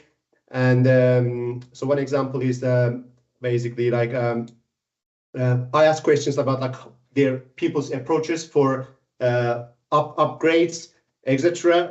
And recently I also wrote an article for Script.io. So what I'll be talking about is a summary of this blog post too. So feel free to take a look at it. And I'll also share my notes in the end on GitHub. Right. So let's start. Okay. So first, today's agenda is I'm going to introduce myself shortly because some of you know about me, but a lot of people you don't know about me. And I'm going to talk about whether it is time to do the Umbraco upgrades from 7 and 8 to the latest version of Umbraco. And I will mention some of the Umbraco upgrade options. And then I will mention my 12 upgrade steps. And then I'm going to have some final notes and future Umbraco upgrade notes, and then a Q&A session. Right, so my name is Nur Hakkaya. I'm a technical architect based in Bristol, UK. I work for Grid State. I'm an Umbraco certified master, an Umbraco MVP. I'm also a proud member of one of the Umbraco community teams, which is Umbraco Community Team. That's the name. So I've been working with Umbraco since 2014. I've had a chance to work with V4, 6, 7, 8, 9, 10, and 11 versions. And I try to contribute to Umbraco CMS in multiple ways, writing blogs, answering questions on forums, Stack Overflow, organizing events, attending events, etc., PRs, of course. Right, so the crucial question is it time for Umbraco upgrades? The answer is absolutely yes. But let's clarify one thing, because when I did my first V8 upgrade in 2020, this upgrade term actually confused me a lot, even though Umbraco documentation explicitly says that it is not an upgrade, but it is, literally spinning up a new project and then doing data migrations, moving the custom code, etc. So please be aware, if you don't know this is not an upgrade, but it is a fresh start. And yes, we have to upgrade our projects because V7 it is fast approaching its end of life, and end of life for V7 is September 2023. And it's not really that different for V8. Like it is entering its security on the phase in February 2024, and at the moment we don't have any new features for V8. And the final V8 release is going to be in February 2025. But as I said, like I don't expect these new releases. They will be all about some security patches, etc. Right. So as you already know, like V9 was released in September 2021, and the current latest version of Umbraco is 11.10, and that is running on .NET 7. Okay, so just briefly, I want to mention why was the .NET Core move so important. So one of the main reasons was obviously, like Microsoft stopped implementing new changes for .NET Framework, and so because of that reason, Umbraco also had to kind of move to .NET Core. So this made the change necessary, absolutely necessary, simply because Microsoft kind of stopped working on .NET Framework. So what happened at the time, Umbraco HQ and Umbraco community members, they came together and they moved the code base from .NET Framework to .NET Core. I'm not going to say .NET Core, by the way, it's now .NET. Right, so what has changed from V7 to V8? Again, this is a brief explanation, but a lot of old and legacy code was removed and the new APIs and features were introduced. This created a lot of breaking change, a lot of changes between V7 and V8 source codes, and that made the upgrades practically impossible. But Umbraco gave us a nice option to migrate the content and media. And again, what has changed from V8 to V9? So briefly put, the initial approach was not to introduce any new features from V8 to V9, but simply move the code from .NET Framework to .NET. And once the first version of V9 was ready, then new Umbraco and .NET features followed. And with the Umbraco.NET move complete, now we can all say that Umbraco CMS is more future-proof, and obviously it has got much better performance as well as the support of the latest security improvements and the features of .NET. Right. Okay. So when I have been working on my upgrades, obviously I have had a chance to try quite a few options. And in my blog post, I have mentioned some of these options. And if first option could be if you have got a lot of custom code, maybe it could be just better to spin up a new Umbraco 11 website, create all your Umbraco objects according to your latest requirements, and then maybe write some scripts to do your content migration. So you can write some scripts and connect to your I don't know, old V7 database, let's say, and then maybe create some JSON files, for example, and then you can write a little bit more core and then reach those JSON files and then create your new content in your brand new V11 website. So this is one approach. I know that various community members, they have previously created very nice blog posts, I think including Corny as well. And Paul Seal, again, we all know that he's great at creating wonderful content for Umbraco, and he has got some blog posts. He's, I think, creating some XML files rather than JSON files, but you can find the best option for yourself. Another approach could be using some third-party software. In fact, today I had a chance to chat with EnterSpeed. So I've been also playing with EnterSpeed software. So what you can do, you can push your old content from your Umbraco website into this EnterSpeed app, and then create your database schema there, and then you can get your content directly from the EnterSpeed app, for example, into your new Umbraco website. And with this approach, if you've got some other data resources, I don't know if you've got Sitecore, for example, or some other CMS solutions, you can push all data into one single place, and then just consume the CMS data from there. So this is the second approach. And final approach is what I think quite a lot of Umbraco developers follow. That is to spin up, new Umbraco websites, doing the database and also content upgrades and content migration. And that is what I have been mostly doing, and that's what I will continue to talk about.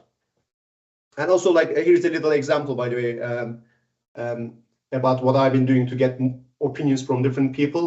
Twitter, I use Twitter a lot, and I would like to thank again the Umbraco community for all their answers, because they have helped me to create this presentation as well as creating my blog post for Script.io. Right. So I want to obviously simplify things as much as possible for everybody, and I've come up with 12 upgrade steps. Right. First step, obviously create backups. As you already know, it is always a good habit to create backups, both for your source code and database before and after each step. We all know that, big upgrades, they are all risky, and things can go wrong anytime. So yeah, be smart, be safe. So always create backups. Okay, step 2. So assuming you have got your Umbraco 7 website, and you have to upgrade your Umbraco 7 website to a minimum of 7.14.0. And ideally, upgrade it to the latest version of V7. But definitely make sure that 7.14.0, that's your minimum Umbraco 7 version. I'm not going to get into details of this because there are quite a lot of details for every single version. But because of some breaking changes, 7.14.0 is like one of the magic numbers. But as I said, please upgrade it to the latest version of V7. Okay, another thing, because you are going to spin up new Umbraco websites and you're going to do some data migration, it's really important to get rid of all the data that you won't need. So in order to do that, first of all, if you don't need some of your data, simply just delete it because you are not going to need it. And when you delete your Umbraco data, obviously you are moving them into your Umbraco recycling bin, and then just go there and empty your recycle bin too, because you are not going to need that. And apart from that, Soran has got this nice package, UN version. So you can use UN version to clean up your database version history. Again, in most cases, you are not going to need your database version history. And if you need to, maybe you can, I don't know, you can find a different approach, but try to get rid of the version history if you can. And if the UN version package is not good for you, then there are quite a lot of answers on Umbraco forum. You can maybe write your own like SQL script and then some Doji scripts, as Callum would have said. So you can write some Doji scripts and then remove your database version history too. Right. Another thing, before doing anything else, so after you have done your cleanup, use the pre-migration health checks package. So this is a very useful package. And what this does, it identifies some problems, some possible problems, which may prevent the database from being migrated to V8. And if there are any problems, the package will try to fix them. And otherwise, it's going to show some errors to you. So you should first focus on those errors. And if there are any problems, then you should really fix them. ProWorks, they have got some great like blog posts. And definitely, let me show a couple of them to you.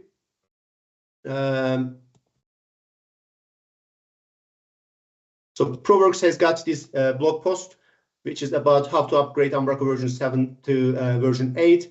I would definitely recommend you to look at especially those like version thresholds details.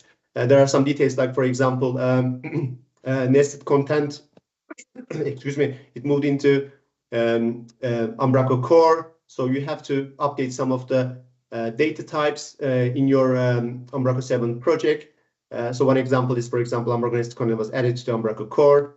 There's this recommendation. Just read all of this information because some of them could be valid for your project, and it's always good to make sure that things are as good as possible for you. Okay, I think yes.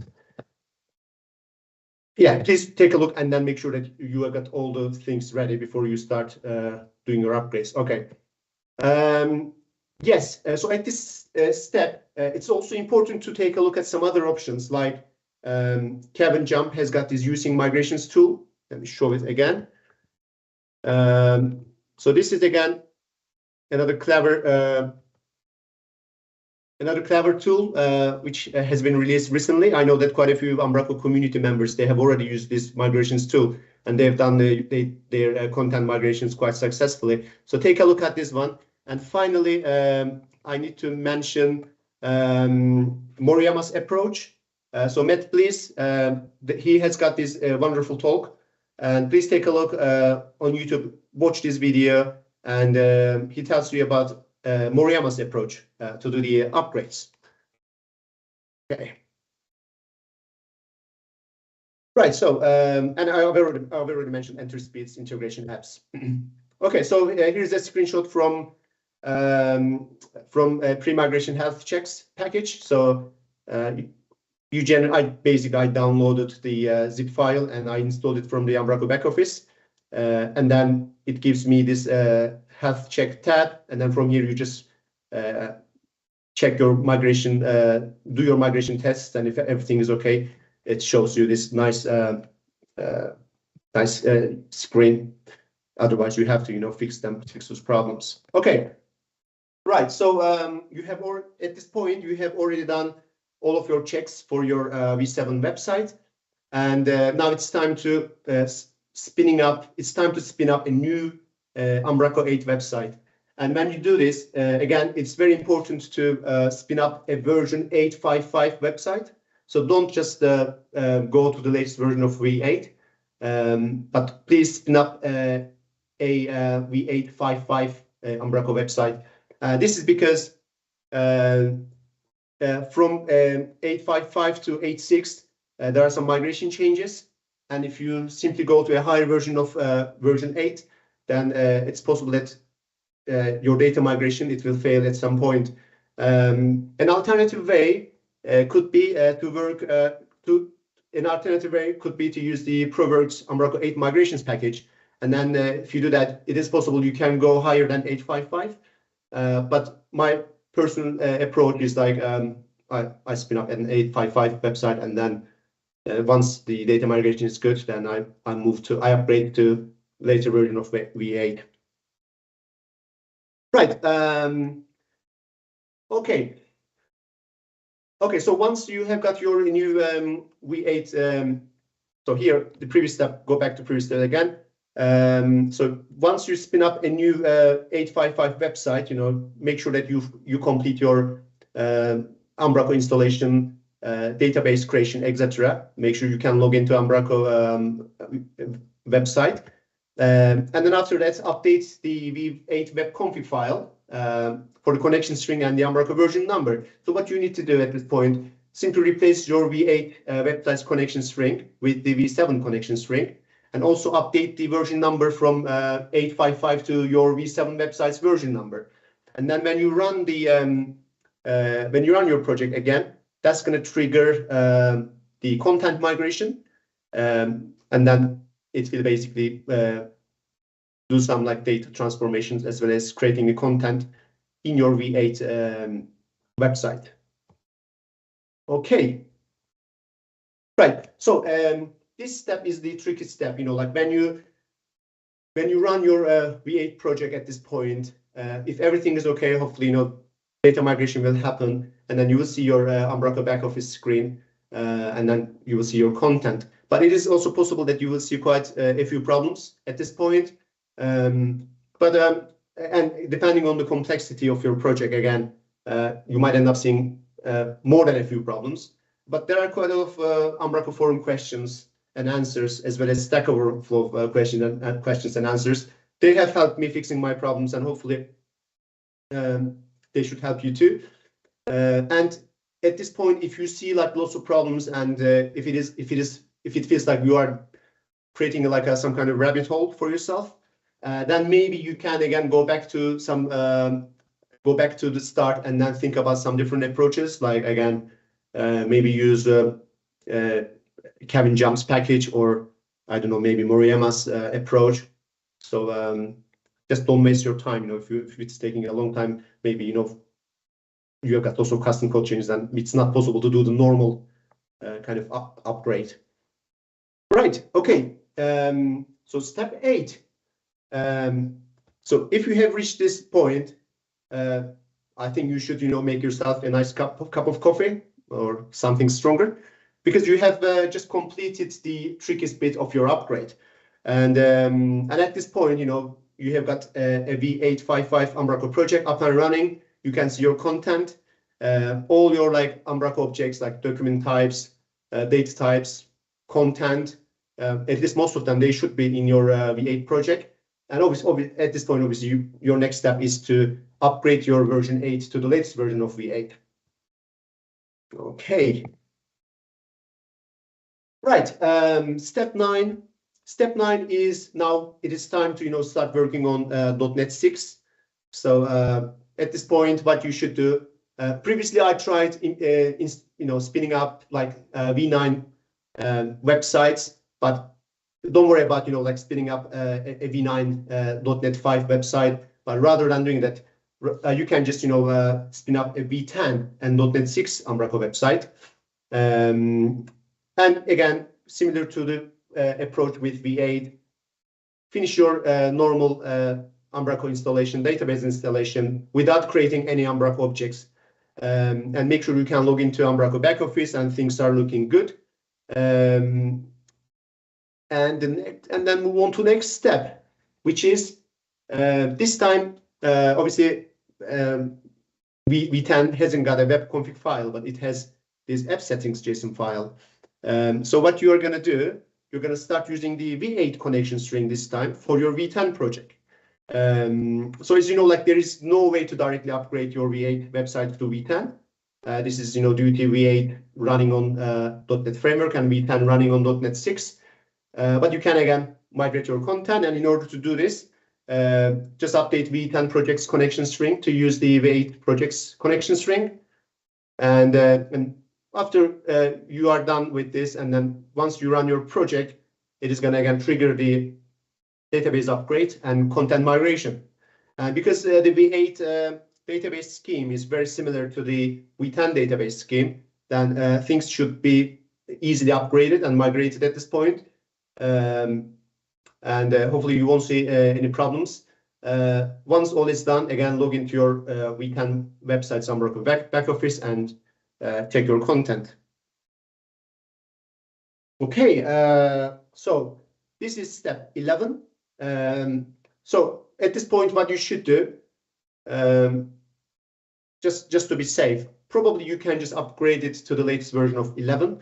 But smaller upgrades are obviously they are like less risky. So I would recommend you to upgrade your V10.01 project to the latest version of V10. Using the, I don't know, whatever you are using. I normally use like NuGet Package Manager console. And once the V10 upgrade is complete, then upgrade your project's .NET Core version to .NET 7, and then do your Umbraco V11 upgrade. And of course, make sure that everything is good and your content is there. Okay, so from step 1 to step 11, that was all about basically like spinning up, making some controls, doing some checks before the upgrades, and then spinning up V8 and V10 and V11 websites, and then doing the data migrations. And step 12 is about creating your custom code. Most projects, they have got a lot of like custom code, and at this step you have got a V11 Umbraco website. You have done your content migration. You've got document types, data types, content, some of the custom Umbraco code, etc. And at this point, it is time to create your remaining custom code. So whatever it is, it could be, I don't know, maybe your templates, or it could be your, I don't know, most likely you can copy quite a few things from your V7 project into this new V11 project. But when I say copy, create new classes and maybe copy some of the logic over. But this is all about finishing off the remaining custom code changes. Okay, right. Final notes and future Umbraco upgrades. So as we all know, like change is inevitable and it will continue to happen. And it's very important to adapt and upgrade your projects in time using the right tools. Depending on the complexity of your projects, you might have some additional steps. Maybe you will have, I don't know, maybe 15 steps.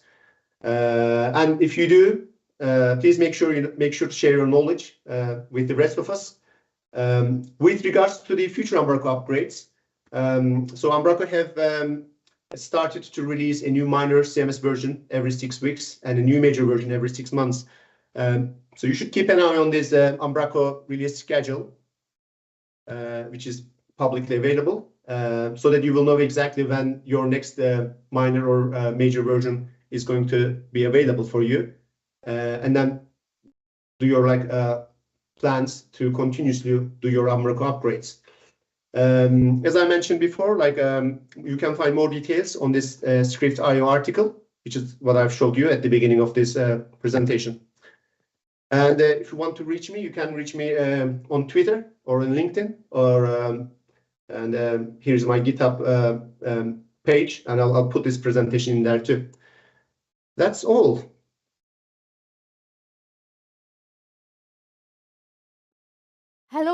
welcome back. Stop sharing my screen. Again, Nurhak. I thought that was an excellent talk, isn't it? Absolutely, Yeah. yes. Lots of tips and tricks. And very relevant with the end of life coming up soon. Absolutely, absolutely. Upgrades in Umbraco is an evergreen topic, and I think Nurhak had some extremely useful insights to share.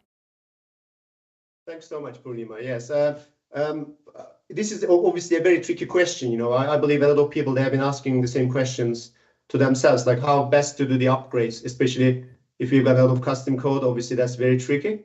But with this approach, again, this is more like a community effort. Again, I've been asking questions to a lot of people. A lot of people have answered my questions, including Corny, actually. Like, so thank you very much. Hopefully, these steps should help at least most Umbraco developers to do their upgrades. And again, if I'm missing anything, or if you feel like some additional steps are required, you know, like please, you know, share it with all of us. Thank you very much for sharing your knowledge with the community, Nurhak. Absolutely. You're welcome. It's fantastic to hear from you on Umbraco Community Day about an evergreen topic like upgrades. Yes, thanks so much. Thank you very much. So that was Nurhak presenting us with his tips and tricks on Umbraco upgrades, which was fantastic. I thought very insightful. This is exactly things like this that we would like to learn on the community days in a practical knowledge and real, like hands-on experience and problems that we can tackle using the tips that he gave us. So it's time for our next talk. I think we have Paul Seal, who is going to talk to us about hands-on with 10 of the best Umbraco packages. I don't think Paul needs an introduction. We all know Paul Seal, and he's a very good friend of us as well. So do we have Paul?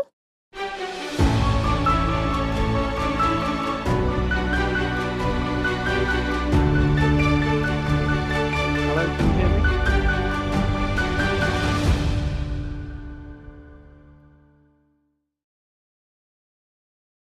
Hello, can you hear me? Hello, Paul. Yes, we can. Oh, good. That's all right. Good to have you. How are you? Yeah, I'm good, thanks. See you? Good. Thank you very much. Very excited about your talk once again. Like Nima said, hands-on with 10 of the best Umbraco packages. Are there any hidden gems that you want to spoil beforehand, or? I can't do any spoilers, I'm afraid, but I have done. I've done some revisions to this talk to add some extra interesting bits, but mainly it's the packages by the community that's doing the talking for themselves, and I'm just guiding you through some of them, some of the interesting features of them. Wonderful. Then I guess we will hand it over to you. Nima has to add. No, I think it's all good to go from our side. So whenever you are ready, Paul, it's all yours. Continue with the topic. Great. Okay, can everybody see my screen? Yes. I'm guessing so, right? Okay, so yeah, let's begin. So this is welcome to my talk. It's Umbraco packages. These are a few of my favorite things.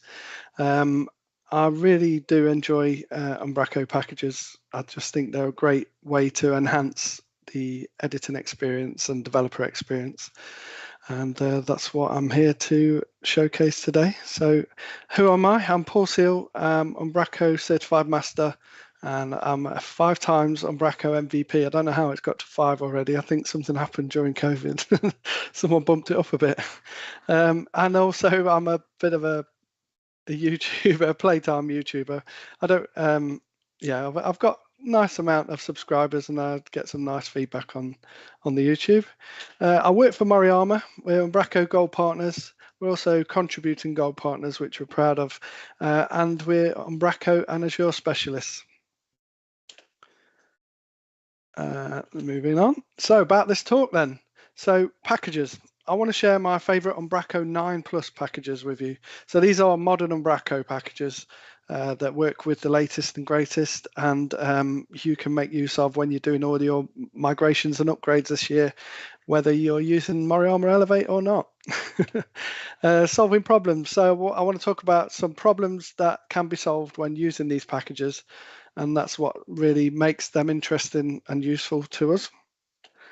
and I've prepared some demos now. I've got 10 demos, probably no 11 demos if you count something else as well. So yeah, things could go wrong. The demo gods, I'm hoping they're on my side, but let's give it a go.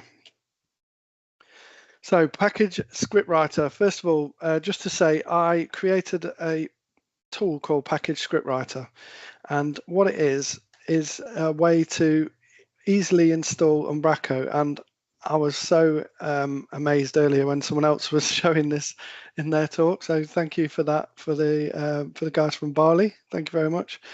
Yeah. So what this is a way to easily get the code that you need just to install Umbraco really quickly, but also with your package that you want to install. Maybe you've got I don't know, I always install Usync, Skybird redirects, Umbraco forms, Skybird grid data, and I don't know, contentment. And by default, it's set up to use the clean starter kit. You don't have to have the starter kit installed with it. You can give it the name of like my project and my solution, etc. And then at the end of it, you get the script, and you can just copy that script. And you see here it adds all the packages and everything, and then you can just go into your terminal and you just install that package. So we could do that, but I know that I could run out of time as well, so I'm not going to do that. Just learning from experience. I want to spend more time on the packages rather than on this tool, but go to psw.share.co.uk. Anyway, let's have a look at our first pack. Oh, let's go with the actual slides. So I've talked to you about that. You can bookmark your favorite scripts. You can even save it to local storage as well if you want to. Yeah, you can do all that. Demo time, done that. Let's move on to Usync Complete then. So first package that I want to show you is actually Usync, not Usync Complete. It's just because Usync is the free version, Usync Complete is the paid one. I would say that Usync Complete is one of my favorite packages, but let's just be, I'm just going to show you Usync quickly. I think most people on the call would know about Usync. And if you don't know about Usync, what are you doing if you're involved in the Umbraco community? So please make an effort to find out about it if you don't. It's multi-award winning package. So I'm just sorry I'm having to load up the solution each time. I tried having all 10 of them loaded. It didn't work out. My memory was running out. So do bear with me. But what I've got here is a demo where we've got Usync already installed. So I've already installed all the packages on these sites anyway. So Usync is already installed. This site here, it's using the clean starter kit. What I'm going to demonstrate here is if we go into settings, Usync, and then we do a clean export. Yes, run a clean export.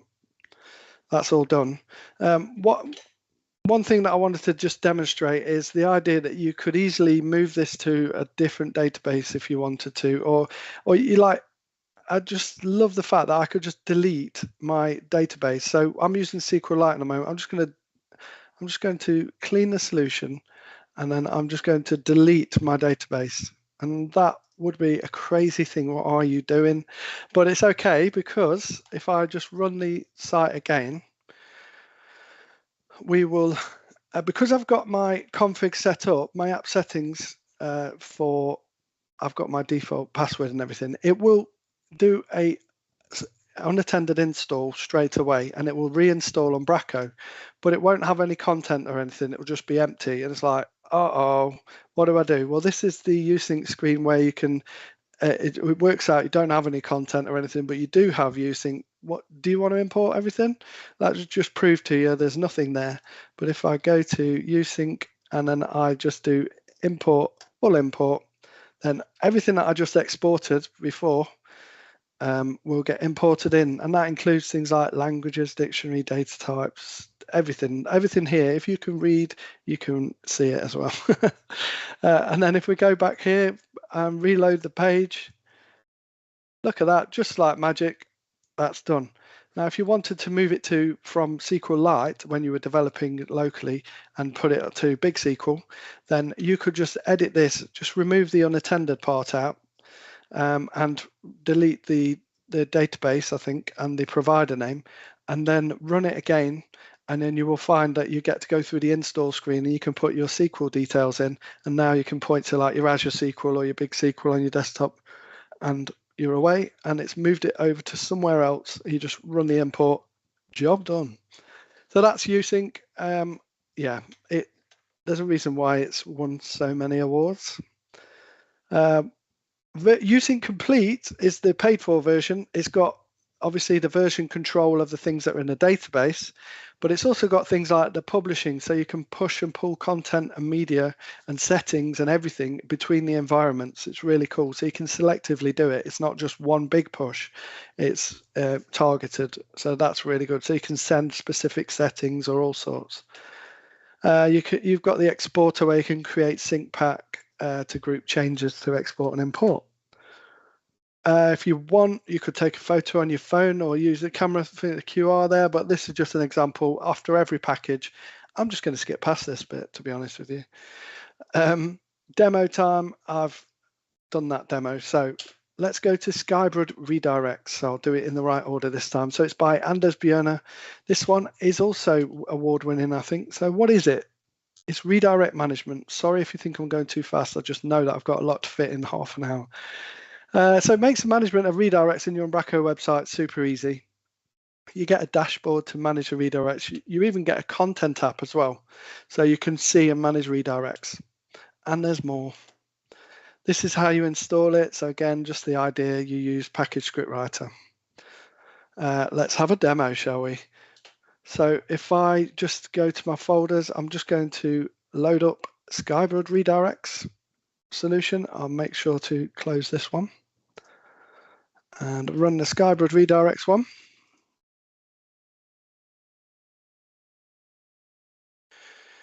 And then just get it running. So again, I apologize if it's slowing it down. So on this demo, I've just created a scenario for you, a use case for you on how to use Skybrid Redirects. And hopefully you'll find that useful. Maybe you've not thought about it before. So let's have a look at this one. So if we go into Umbraco, on this, I've created them all with the clean starter kit with the same username and password just to make my life easier, to be honest. No, I don't want to do that. Right, so in here, I've got, if we go to the front end, I've got a page. I've set up a demo page. So I think it is in the community page. I've actually got a redirect to this page. Oh, I did have. Is it on popular blogs, redirects? No. Meetups, redirects? No. Yeah, Skybrid demo. So what I've done is I've set up a redirect. So this URL doesn't exist on the site. Maybe it used to, but it doesn't exist as a node now. But I want it to go to that meetup page. So you can use Skybrid redirects to add these. And so now this will go off to there. The content app tells you the redirects for this particular page. You also get the redirects dashboard here as well. So you get several ways to go in and find it. What you can see here is a reports one as well. So this one's an interesting usage of it in the context of a media item. So let's go to the about page. Now let's imagine that throughout your site, you're linking to this report. There's a particular report that you're linking to for the year. So here's a link to the report. Okay, that's great. Now that link on the blog page, I think it will be on the community blog page. We've got a link here. So on here, we're linking specifically to that file.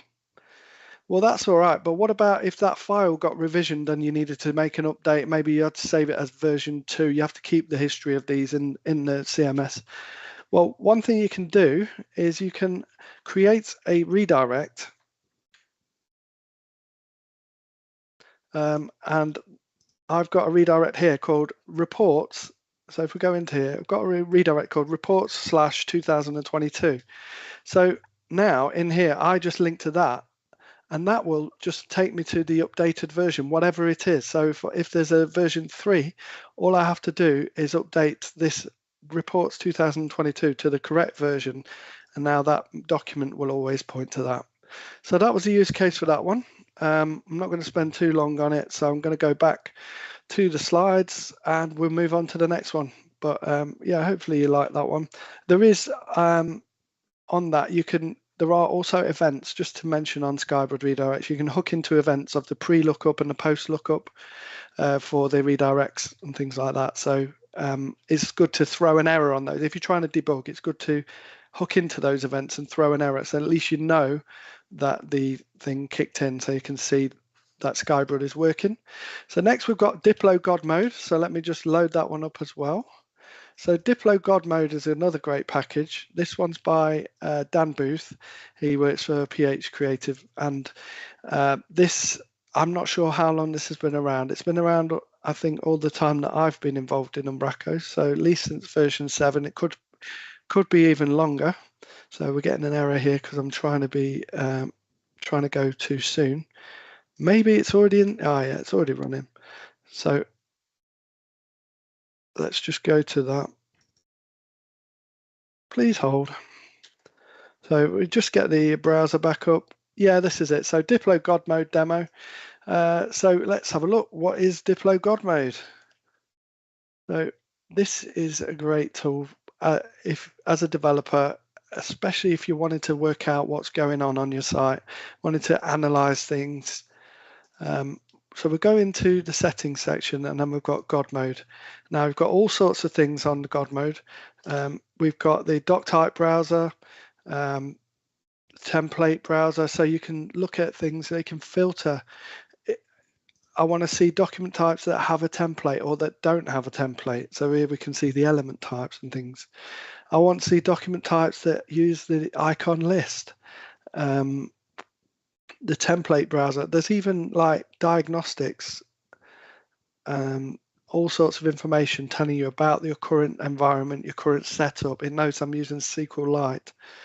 The utilities it's got, so you can, there's one way you can fix the templates as well. So it knows that you've got some broken templates, and you can do that. It's just such a great tool. There's just so much that you could go into with this one.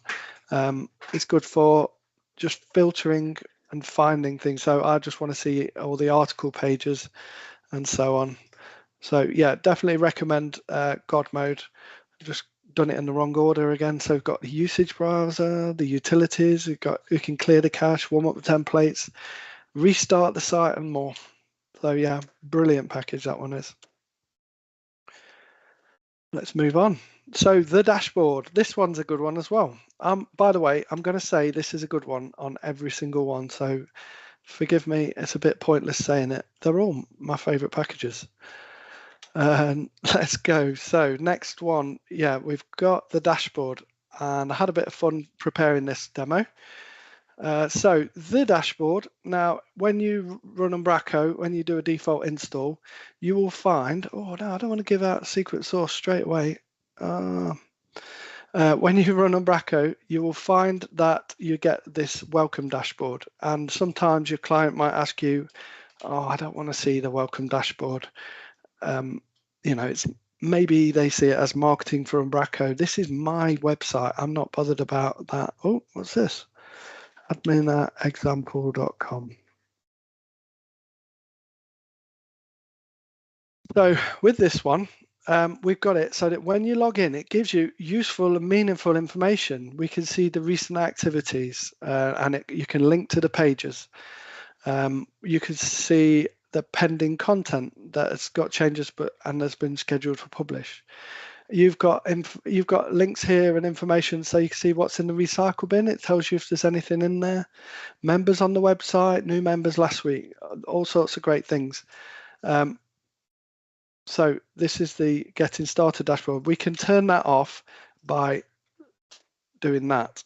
So that will, I tried a hot reload, it doesn't seem to work, so I'll just run it this way. But if we add that code there, that will actually remove the getting started dashboard, and all we'll have is the welcome and the redirect URL management.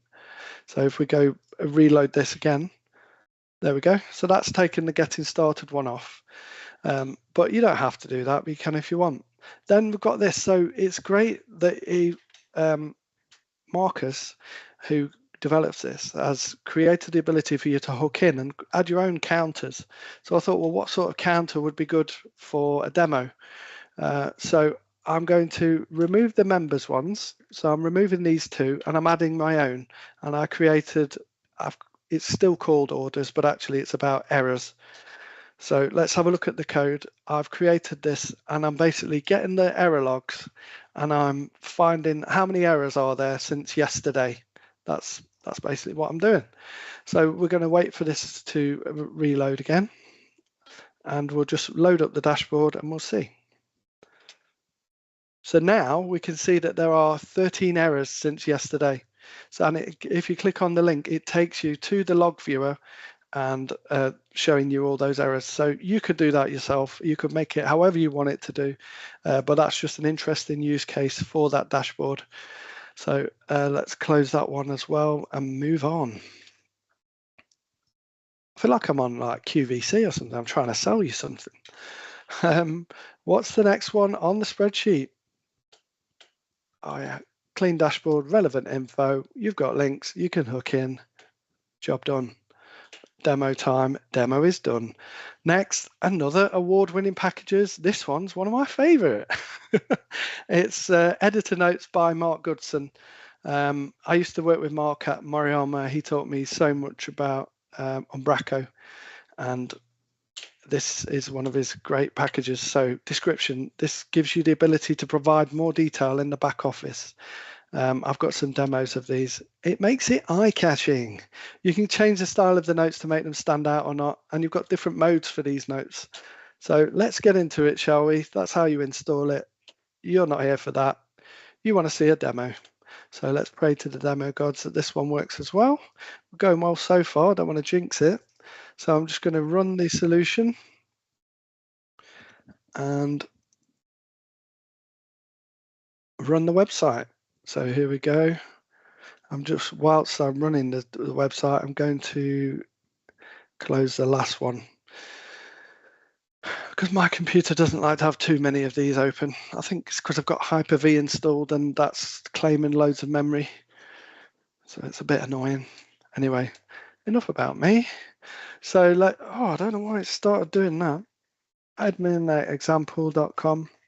1, 2, 3, 4, 5, 6, 7, 8, 9, 10. I'll put this in a repo if people want to have a play with these. So this is, which one are we on?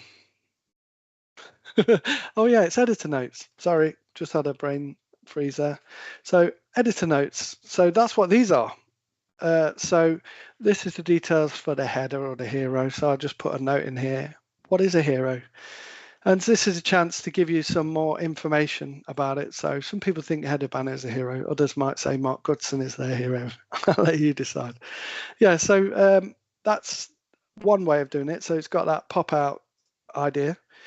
In the footer, we've got another one that's like always showing, and you can choose the different styles of them for like the colors and things like that. And they're really easy to set up. And then if we go to the contact page, there's another one. And in the result messages, yeah, so this one is like a collapsible one as well.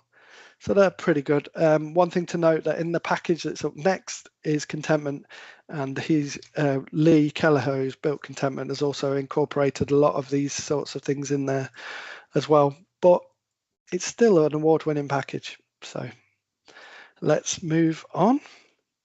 Contentment. So this is by Lee Kelleher, as I said. And this is one of my favorite packages.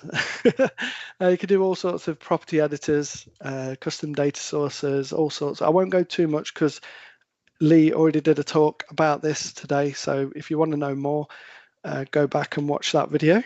But I have got a demo at least. So here we go. I'm going to fire it up.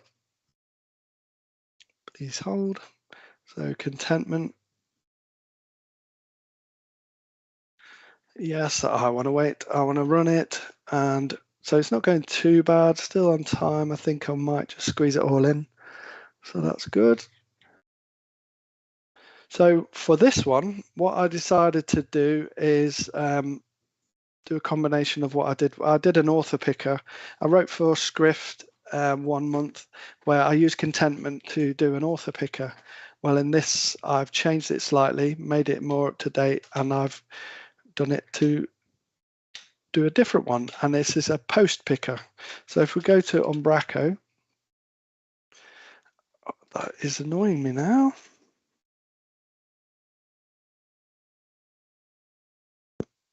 Whoop. Right, okay, so if we go to Umbraco, let's have a look in the settings and let's see what I'm talking about. So we've got a data list, and I've called it a rich post picker. And the property editor I'm using is the data list one. And the data source is, I've created a custom data source. And that custom data source I can pick from here, custom data, rich post items.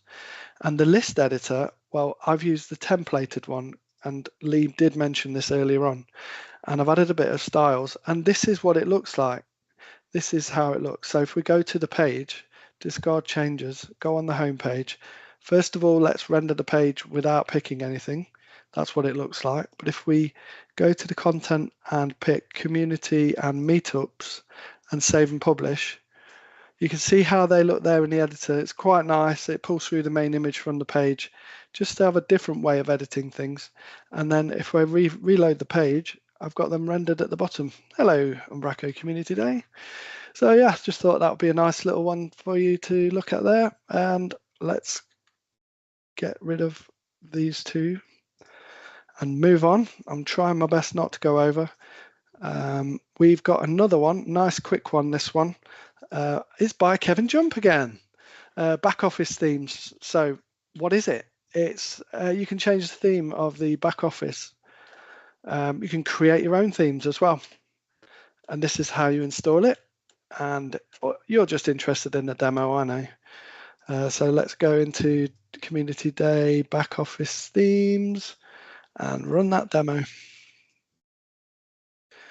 So this one's pretty nice. It's good as well if you've got different environments. So you can make the environment for all users, I believe. You can make the environment look in this particular theme. It might help. Maybe when you're on the live one, you could have it in like red for danger or something, so you don't make any changes. Let's see, this is loading up. So yeah, as a user, you can choose your own, or as I say, you can have admin. You can have server-wide preferences as well. So look, I've changed the back office theme. This is weird. And it was ever so easy just by having that package installed. I can reset it and it's back to normal, or I can change the theme and go with old school orange. So anyway, that one is the back office themes one. So let's move on. Our Umbraco tag helpers. So this is also a good one. This is one of my favorite packages. I've actually contributed to this. And Umbraco tag helpers is cool. So with .NET Core, we can use tag helpers. And the tag helpers that I'm demonstrating today, as I say this filler content for you, is there's a couple. So one of them is the edit link. So I used to have a package called edit link, and it is now a tag helper in this community package created by Warren Buckley and other members of the community, such as Matt Wise, Andy Booth, and many, many more. So let's have a look at this one. So there's a couple of things I wanted to demonstrate in here. One is this, our dictionary key. So it's a way to use a tag helper for rendering dictionary items, and you've got the fallback as well. So let's say if you haven't, we got our first error. Oh, it's okay. We'll have to just save a bit of time on this one. That's rubbish. Don't know why it's doing that. We're not going to cry about it. It's okay. We're going to have to close this. And we're going to move on. But anyway, what I will say is that, yeah, the tag helpers I was going to show is this one.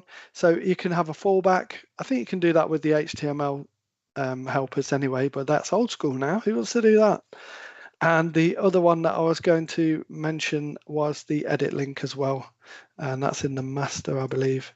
And so with the tag helper installed and the view imports there, you can go and add your helper. So I've got this one here, and it just says put an edit link on. So then on the corner of all your pages, if you're logged in as the Umbraco user, you'll be able to see an edit link. It's a shame that didn't work, but what can we do? We can't win them all. And then we'll move on to Hot Chili Page Not Found Manager.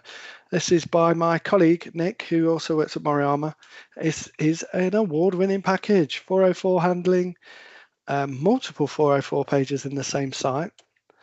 And let's have a look at a demo of this one. I've got 2 to squeeze in here, so I'll be really quick. This one is a quick one, and I'm just going to hope and pray that it doesn't fall over and cry again. But if it does, then I'll just have to explain it to you. So I'm going to start without debugging again. Get the browser ready. Please work. Come on, come on. So the idea of this one is it just makes it really easy to be able to do 404 pages in the back office. So whereas that would normally fall to a developer to do, I've got 2 sites here, site 1 and site 2. And at the moment, I don't have a 404 page set up. So if I'm on site 1 and I do that, I get the default 404 page. But what if I want it to go to the error page? Well, what I can do is per site, I can manage the 404 page and choose that. So for site 1, if I'm on here now and refresh, it will go to my custom error page, which is nice. And then for site 2, do the same.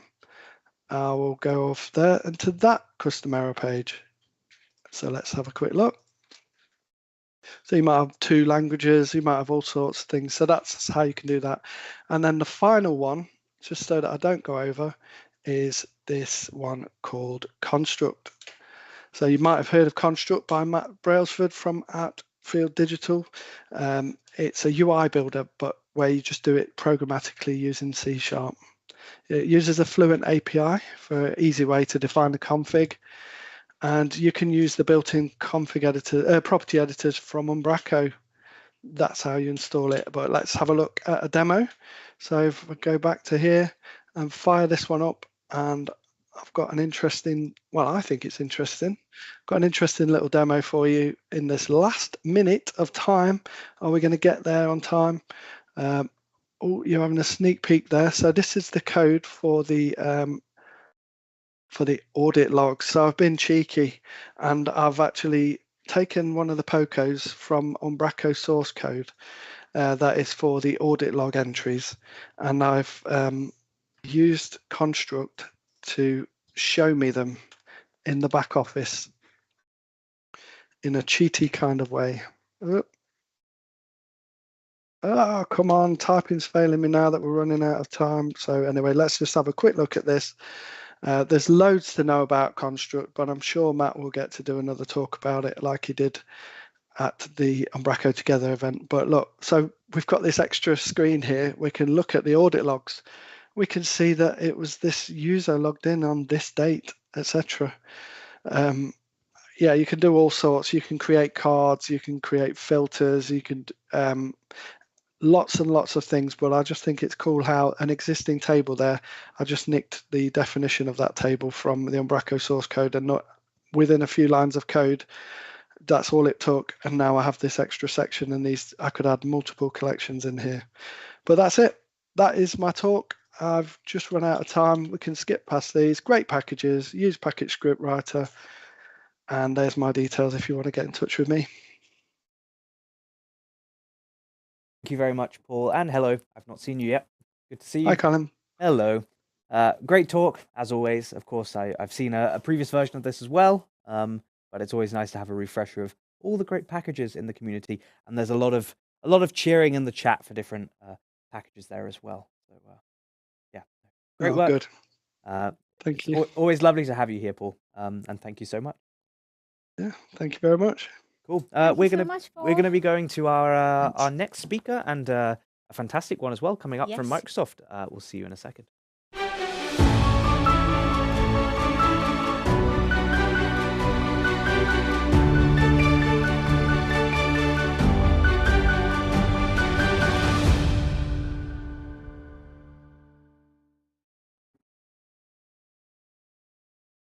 Hello and welcome back. Hi, Jacqueline. Hi. Hi. So welcome to Umbraco Community Day. It's fantastic to have you both here with us. And the stage is all yours whenever you want to start your talk. But we here at Umbraco love accessibility. It's one of our favorite topics. So we are all excited to hear from you today. So over to you. Thank you so much. All right. So, John, you want to take it away? All right, let me unmute myself. There we go. All right. Hello, everyone. My name is John Wade, and I'm a program manager at Microsoft. I'm a white male in my mid-30s with short brown hair.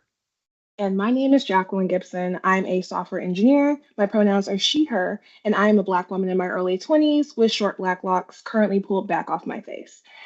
John and I are part of the Accessibility and Web Insights team at Microsoft. And today we're going to be talking about the Accessibility Insights product specifically. So if you're not familiar with Accessibility Insights, we offer free and open source tools that help empower teams to find and fix accessibility issues in their web, Windows, and Android applications. Both of us are really happy to be here to talk more about accessibility with you. So one of the things our teams continues to evangelize is the importance of shifting left and including accessibility testing early in the design and development process. And I'm sure many of you have received this message from presenters before at this conference, at other conferences, but we'd be remiss not to emphasize that it's important to catch accessibility issues early and often through testing. And that's the best way that you can ensure that your products are inclusively and accessibly designed. That said, we know that getting other folks on your team excited about accessibility can sometimes be challenging. We have found the same approach doesn't work for everyone, and it's often not enough to tell others that it's simply the right thing to do. A lot of teams are encouraged to fix accessibility issues for compliance and legal reasons, but many developers have shared with us they don't know where to begin. And it can be even more stressful if the first time that you're considering accessibility is at the end of the product development. Because let's be honest, trying to fix bugs and ship on time, it doesn't create a really great environment for learning and retaining accessibility information. And often it can result in quote unquote fixes that are barely usable and don't create equitable experiences for users of all abilities. And so we hear from teams from time to time that they're worried about accessibility work adding time to their development process. And they genuinely don't know when and how to prioritize accessibility. But something that we like to share with them is that it's better to build accessibility into your development process than to wait and address it late when your team is already feeling rushed. That's exactly right. One of the strategies we have found helpful on our team is building accessibility passes into all of our pull requests and product releases. While it initially seems like it would take more time to add these steps up front, we found that it improves our validation process. We catch most accessibility issues before they're merged into the main code base, and others are caught and addressed before we release to the public. The benefits of doing it right the first time are worth any of the concerns about additional testing time. You may be able to recruit other accessibility advocates throughout the company just because it is the right thing to do. The more people you have thinking about accessibility, the more likely issues will be caught before they are problems. Okay, so John, I think we've talked quite a bit about why teams should shift left and consider accessibility early and often, but how about we switch gears and do the fun thing, which is jump into a demo and show some examples of how accessibility insights can help. Awesome. I love examples. I think our web extension is a great starting point. Jacqueline, would you mind sharing your screen? I do not. Give me 1 second and try to pull that up. Cool. All right, so once that shows up, we will see a website of a fictional college called Accessible University. This is the school's homepage, and it has a carousel with images, some submenus, a form to apply, and some text at the bottom. I'd also like to take a moment to call out the site was created by the University of Washington for accessibility testing purposes, and definitely recommend you all take a look if you get a chance. All right, so John, if this is your first time interacting with the site, would you feel comfortable coming out the gate and saying, it's accessible? Well, at first glance, it's hard to say. For software to be accessible, it needs to be usable for people of all backgrounds and abilities. And it's our job as a development team to verify this is true through accessibility testing. Developing for all users is where it gets tricky for a lot of developers, because unfortunately, some teams don't give accessibility the priority it deserves. You're right. Sometimes people think of accessibility as something that's not important because it, quote, only inconveniences some people. But I think both you and I know, John, that this is a horrible way to approach design because it's never okay to exclude a portion of your users, however small you think that portion might be. And in reality, the portion of users who benefit from accessible designs is 100%. Every single one of us at this conference, every single person we know, will need accommodations or accessibility features at one point in their life. Be it for a permanent, temporary, or situational change in ability, accessibility features will make your life easier. And so a great example of this spectrum in ability is to consider the following 3 scenarios. So there are users who only have one arm. So that would be a permanent change in ability. Users who have their arm in a sling, temporary change in ability. And users who might have a needy puppy, like me, and sometimes have to hold that dog in one arm while still trying to code, situational. But every single person that I listed, they could use all of the accessibility features and benefit from being able to navigate a website only with a keyboard, for example. That's right, Jacqueline. The first thing we need to remember is that accessibility needs to be considered in every step of the process. Just like you cannot add sugar to a cake after you've baked it, you cannot just sprinkle accessibility into a product after it's been built. Unfortunately, this site has already been built, so we're already at a disadvantage. Let's pretend we're the development team for this site and we want to know if we need to make any accessibility changes. Jacqueline, what's our first move? Okay, if I were a dev for this site and I was trying to figure out where we were landing on the inclusive design scale, I would use accessibility insights for web. And I would use it to test accessibility on this page. So full disclosure, accessibility insights for web is our team's browser extension. And it has 2 main workflows I'm going to pull up now. The first is FastPass, which you can use to identify common accessibility issues in less than 5 minutes. And then we also have assessments where you can get a more detailed analysis of the site's accessibility against the Web Content Accessibility Guidelines. You might have heard of that as WCAG. And the automated checks for both of these workflows are powered by AxeCore. Additionally, we have ad hoc tools, which isn't technically a workflow, but it allows you to quickly use different visualizations to test once you're more comfortable with the extension. Okay, so stepping back into Dev for Accessibility University mode, I'm going to run FastPass. And while that's loading, I'm going to go ahead and pull this to a side a little bit. All right, so it seems the automated checks has already found some common issues. We have about 17 failures on this page, and I actually don't feel overwhelmed. And you want to know why, John? Because the extension has grouped all the instances by type.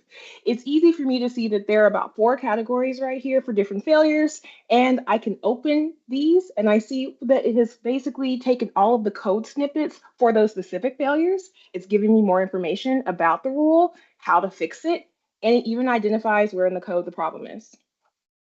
Well, I think that's pretty cool, Jacqueline. I mean, I know one thing I have learned working in web accessibility is the importance of color choices, especially for those with different vision needs. Can Accessibility Insights help developers with this? It sure can. So one of the first issues, and the one that I opened previously, was for the color contrast failure. And so Accessibility Insights for Web clearly explains to me that the problem is that this element has insufficient color contrast, meaning that if someone has any visual disability, it would be even more difficult for them to be able to read the text there. But in addition to giving me information about where I can learn more about this rule, the extension does the heavy lifting for me, and it finds a more compatible color to give me the color contrast ratio that I need to be accessible. And it even gives me, once again, the path to the code so that I can figure out how to fix it more easily. Trying to remember all the guidelines and requirements can be a bit overwhelming, especially when you're new to the accessibility space. But one of the things our team has prioritized in our tool is making the information easily digestible so any user can learn about accessibility. Just to reiterate, you don't need to be an expert to test your site and fix common accessibility issues.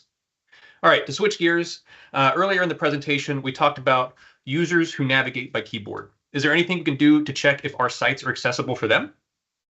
Yes. So the second step in FastPass is called Tab Stops, and it has a visualization that shows me how a user using keyboard only, not a mouse, will be able to navigate my page. And just like in automated checks, I have all this awesome documentation available to me on how to test and why it's useful. So I'm going to go ahead and toggle on the visual helper, which will then take me back to the page that we're testing on, which is the Accessibility Insights home, or excuse me, Accessible University homepage.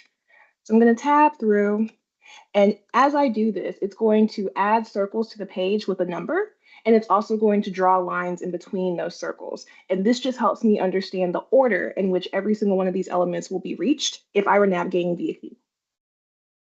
So that's enough of that. I think I'm going to go ahead and stop here now that I've reached the bottom of the page. And so for the sake of this site, we've been able to notice that a lot of the menus are being hit, but this main carousel in the middle, for example, isn't being hit, which means that if you were using a keyboard, you wouldn't be able to navigate and see these images. That's an accessibility problem. Yeah, and when you go back to the extension, you can see if any other potential keyboard accessibility issues have been auto-detected. This includes focus indicators and keyboard traps, and the extension gives you guidance on how to test and determine if your site passes or fails. Okay, so the FastPass experience is speedy and helpful so to find common accessibility issues, but what can developers use if they want to dive deeper and solve even more accessibility issues? So this is where we step into our second workflow, which is the assessment. And so assessment is a combination of automated, assisted, and manual checks that basically test your web page against the WCAG 2.1 AA success criteria. And so I'm going to just open one of my favorite tests, which is images and text alternative. And so this is one of our assisted tests, which means that the extension will go ahead and pull potential elements that might have a failure or might not.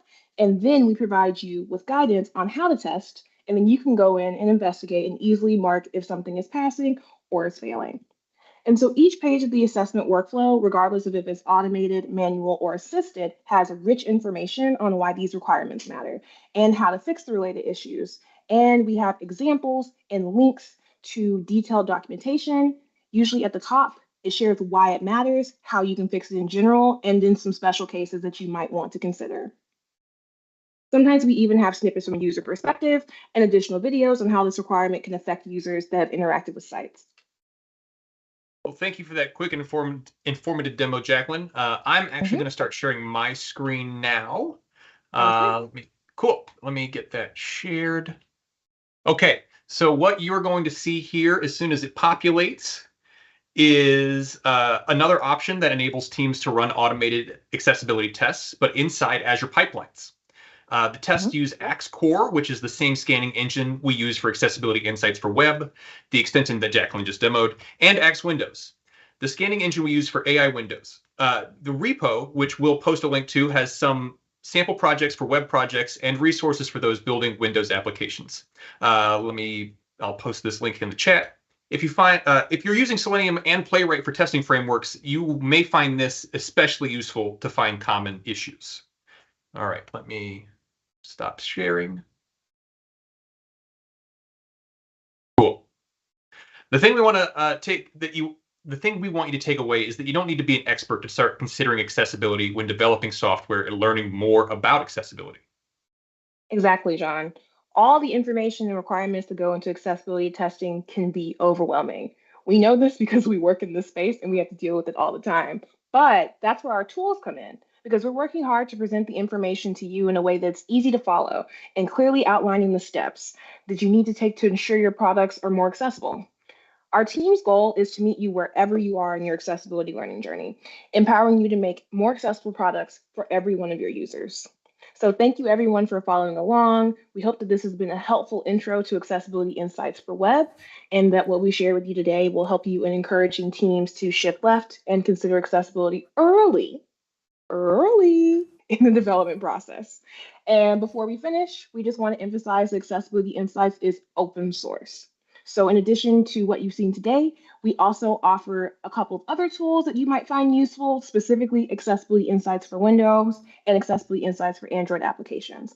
And if you're interested in connecting with our team or even making contributions to any of our products, you can find us on GitHub or on our documentation site, which is accessibilityinsights.io. We're also on Twitter. And if you want to connect us on Twitter, we're at A11Y Insights. We're going to try to drop the links to these in the chat so you can learn more and connect with us. We're always happy to chat more with you and work together on making this world a more accessible place. And if we're able to do that, we're happy to take some questions from the audience. But if not, feel free to connect with us offline. Wow. Thank you both. Thank you, Jacqueline. Thank you, John. This was a really great insight into the world of accessibility testing. For me, as a developer, I hate to admit, but we're definitely not testing our end products as much as we'd like to, or maybe sometimes not at all. And really, with a tool like that, there's no excuse, because it seems so straightforward, right? To just get up and running. And so yeah, I think I've got some homework to do now. Yes, definitely. I know that the team working on accessibility and improving accessibility of Umbraco have been using a variety of tools, but it's really exciting to me to hear that there's an open source option available. Could you maybe talk me through the motivations for why this was created in the first place? Yeah, so I think that when this product was created a few years ago, our goal was just creating something that made it easier for developers to find and fix accessibility issues, which I know that's the tagline we use for this talk, but it's truly at the heart of why we do what we do. We're trying to help developers not feel so overwhelmed when they have to focus on making their products more accessible. A lot of times this falls under compliance. It seems very nebulous. It seems very overwhelming. And we're doing our part essentially to demystify accessibility and to make it easier. So when your team does decide, hey, maybe we should be testing for accessibility, it doesn't have to be like pulling teeth. Yeah, because I know for sure from when we've looked at, say, a requirement from a client before, and they need WCAG, whatever, compliance, and we look at the extensive list of requirements and how we go about testing and proving those. It's exhaustive, right? It's very big. So whatever we can do to automate that takes a lot of burden off us as implementers, at least, to be able to make products a little bit better, at least. Yeah, for sure. And it seems from the demos you showed there, even if I don't know necessarily exactly what I'm looking for, it will at least highlight the common issues and sort of walk me through what I need to do to resolve that. That's great. That's exactly right. And just to reemphasize, we're trying to demystify what makes accessibility mystify. So instead of just like, hey, here are the things that you need to resolve, these are the issues that we identified and also paths forward. Great. You said it's open source, so I'm interested if it's open for contribution as well, or are people able to contribute to this project? And if so, how? Yes. What kind of contributions? So there are different levels of contributions. I believe that usually, and I'm not sure if we have any currently open, but what we do try to do when we have the opportunity is tag issues that would be great for first-time contributors, for example. And so if you're interested in adding something for Accessibility Insights for Web, Android, or Windows, you can go to the relevant repo and go into our issues section and look for those. Also, anytime someone wants to open an issue or has a feature request, we have the option for you to indicate if you would like to work on it. And then if that happens, we get in contact with you from the development and PM side, and we work with you to figure out what should this look like, what would the contribution need to include, and we often offer support as well in terms of making sure that it's up to the standards that we have for like our testing and release pipelines. Oh, excellent. Absolutely fantastic. I particularly love the tagline about demystifying accessibility to see what makes it mystified. Yeah, I mean, it's totally mystifying to me. Yeah. Still totally mystifying. It is. You guys tell our managers you like that? I just came up with this, so please tell them. This will be on YouTube, so they can just watch this back. It's a lot to take in accessibility, I am pretty sure. So things like this, educating ourselves on accessibility, watching content, reading content as much as we can, and tools like this can really help us get ahead. And this circles back to the point where we started the conversation from today. As developers, how responsible should we be in building what we build? Yeah, And just to build on that, like the buck stops with the developers, right? Because at the end of the day, they're the ones pushing the code, and they are empowered to run these kinds of tools and provide these kinds of checks and visibility. Yeah. So we do have one question in the chat here. So it's about the plugin. Does it work on localhost? So can I run this on like a site that's still in development? Yes. Yeah. So we have the opportunity for you to be able to test with that. Also, if you have just like the file URL locally, you can enable it in the extension and run on local files as well. I do that from time to time. Fantastic. And is it something that could be run, say, as part of a release pipeline, or could we do this in a more automated way and maybe on a schedule, that sort of thing, for live websites, where especially when we're building content managed websites, content's a huge part of accessibility also. And when people can just go in and edit and change that, and you've maybe had your beautifully crafted and audited content, and it's ticking every accessibility box, someone will come along and ruin it. So is there a way we can do this in a more proactive way to make sure issues don't arise? John is lighting up because he has the answer. Absolutely. Yeah, it's almost like you've been hanging out in our tooling meetings. So we are working on that also. So at Microsoft internal, we have built a scanning engine, basically. So it will initiate scans on a monthly basis using this technology. Since it's all open source, we were just like, great, we're going to take this and we're going to scan every site we know about once a month. And we're going to let the site owners know what the issues are. And that is how we've deployed this at scale internally. I'm sure there's some version of that anybody could use, or if you're not like us and don't have thousands of websites and you only need a couple, you can probably do this manually. So is that to in say, terms of being able to run, no, you go. No, go on, Jack. We have like a little delay. I'm sorry. Yeah, I know. But in terms of being able to run it in your pipelines, that goes back to the Axe pipeline samples that John was showing, and that's a great way to be able to run automated testing for common accessibility issues. It's not going to be able to get all of them, because I think I would be remiss not to put on my accessibility hat and say that a lot of accessibility testing does require some manual verification, but it is going to be really good for those automated checks that are common and high impact. Yeah. Wow, that can be a very powerful tool, isn't it? I was going to ask, you said there, John, that you're running it on thousands of websites.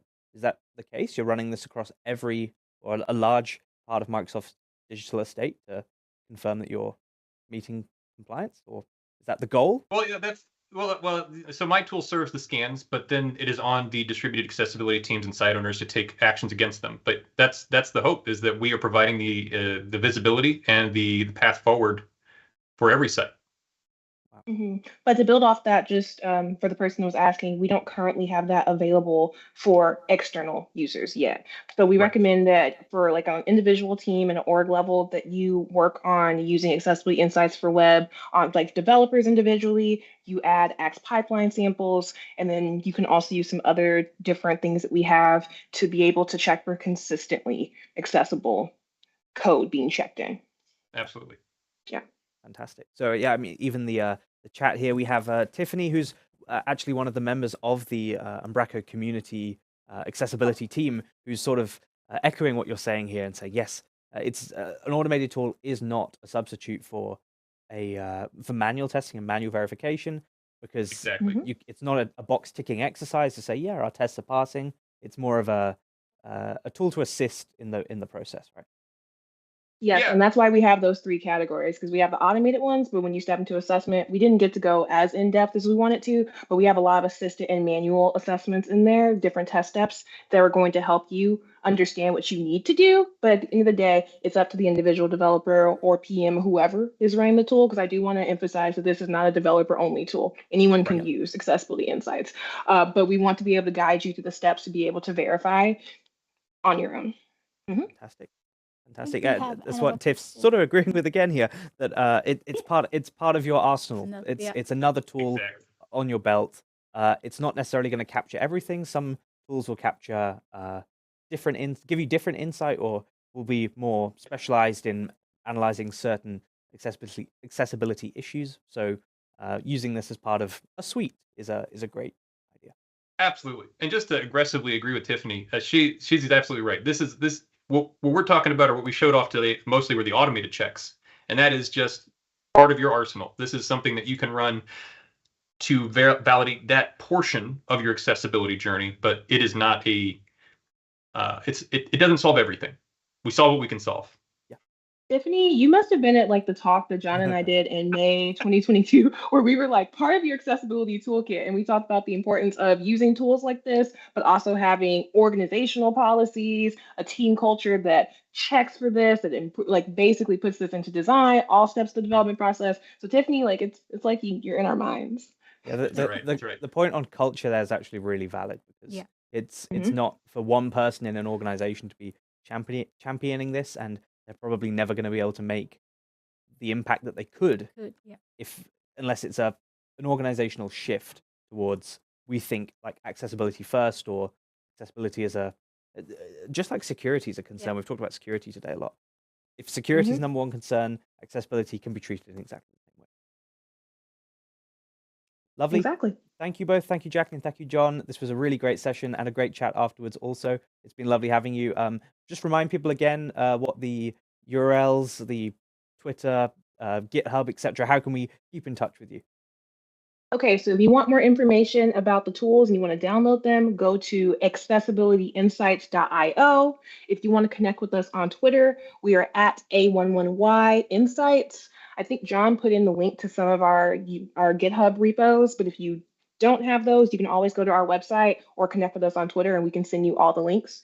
Specifically, you'll probably be interested in our Accessibility Insights for Web repo and Accessibility Insights for Windows. Android is also in the web repo. Whole story, we can tell you about it later. But definitely connect with us. We would love to help your team create more accessible tools for everyone. Fantastic.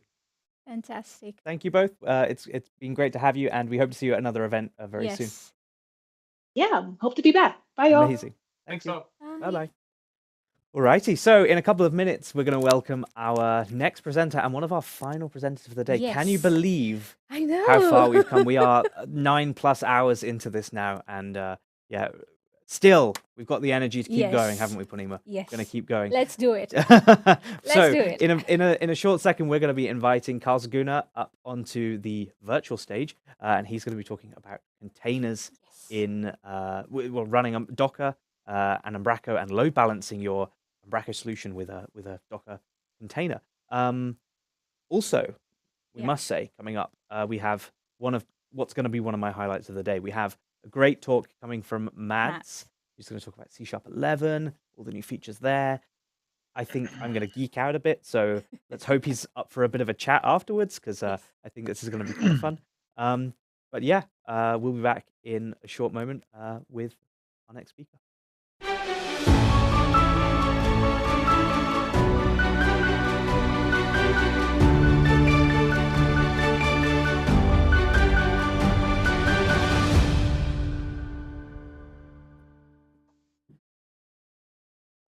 And welcome back.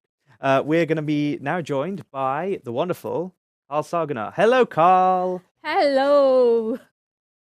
Good evening, afternoon, happy time zone, everyone. Good afternoon, wherever you're watching from. Evening, yeah, Good wherever evening, you are. yes. It's great to see you, and I like your hoodie. Where did you get that?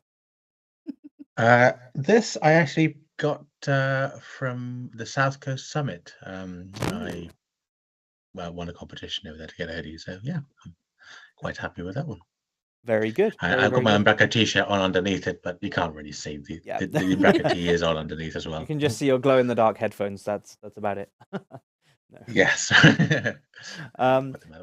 everything is glow in the dark over here. Yeah. It's gotten very dark suddenly. It's winter time. Mid-January, right? Yes, indeed. Excellent. So you're going to be talking. Energy levels all up over there? Yeah. We're still going strong. We're gonna power through. So you're going to talk to us about containers, which I think it would be safe to say you've sort of become the Umbraco community aficionado on, because you've done a workshop, you've done various talks before, articles, blogs, some videos, I think even for 24 days. Yeah, I've done a few. It's a hobby of mine to kind of play around with the new things around the periphery, and containers is just one of those things that are really exciting. And I saw that whilst the rest of the web development world and the architecture world is moving in that direction, until I started kind of picking it up, there wasn't a huge amount of content that crossed over to the Umbraco world. It's great to see, though, that other people are actually also picking this up now. There was a talk earlier about bringing in microservices into applications. So it's not just one or two of us now. There's more people in the community, which is fantastic to see. You know, we need more of this. Umbraco can't be the CMS that's left behind, and it won't be. It's definitely moving in the right direction. So. For sure. Yeah. Awesome. Well, whenever you're ready, Carl, take it away. Looking forward to this. I am ready. Let me just share my screen. I will share that one. Okay. Screen share should be coming through, hopefully. Can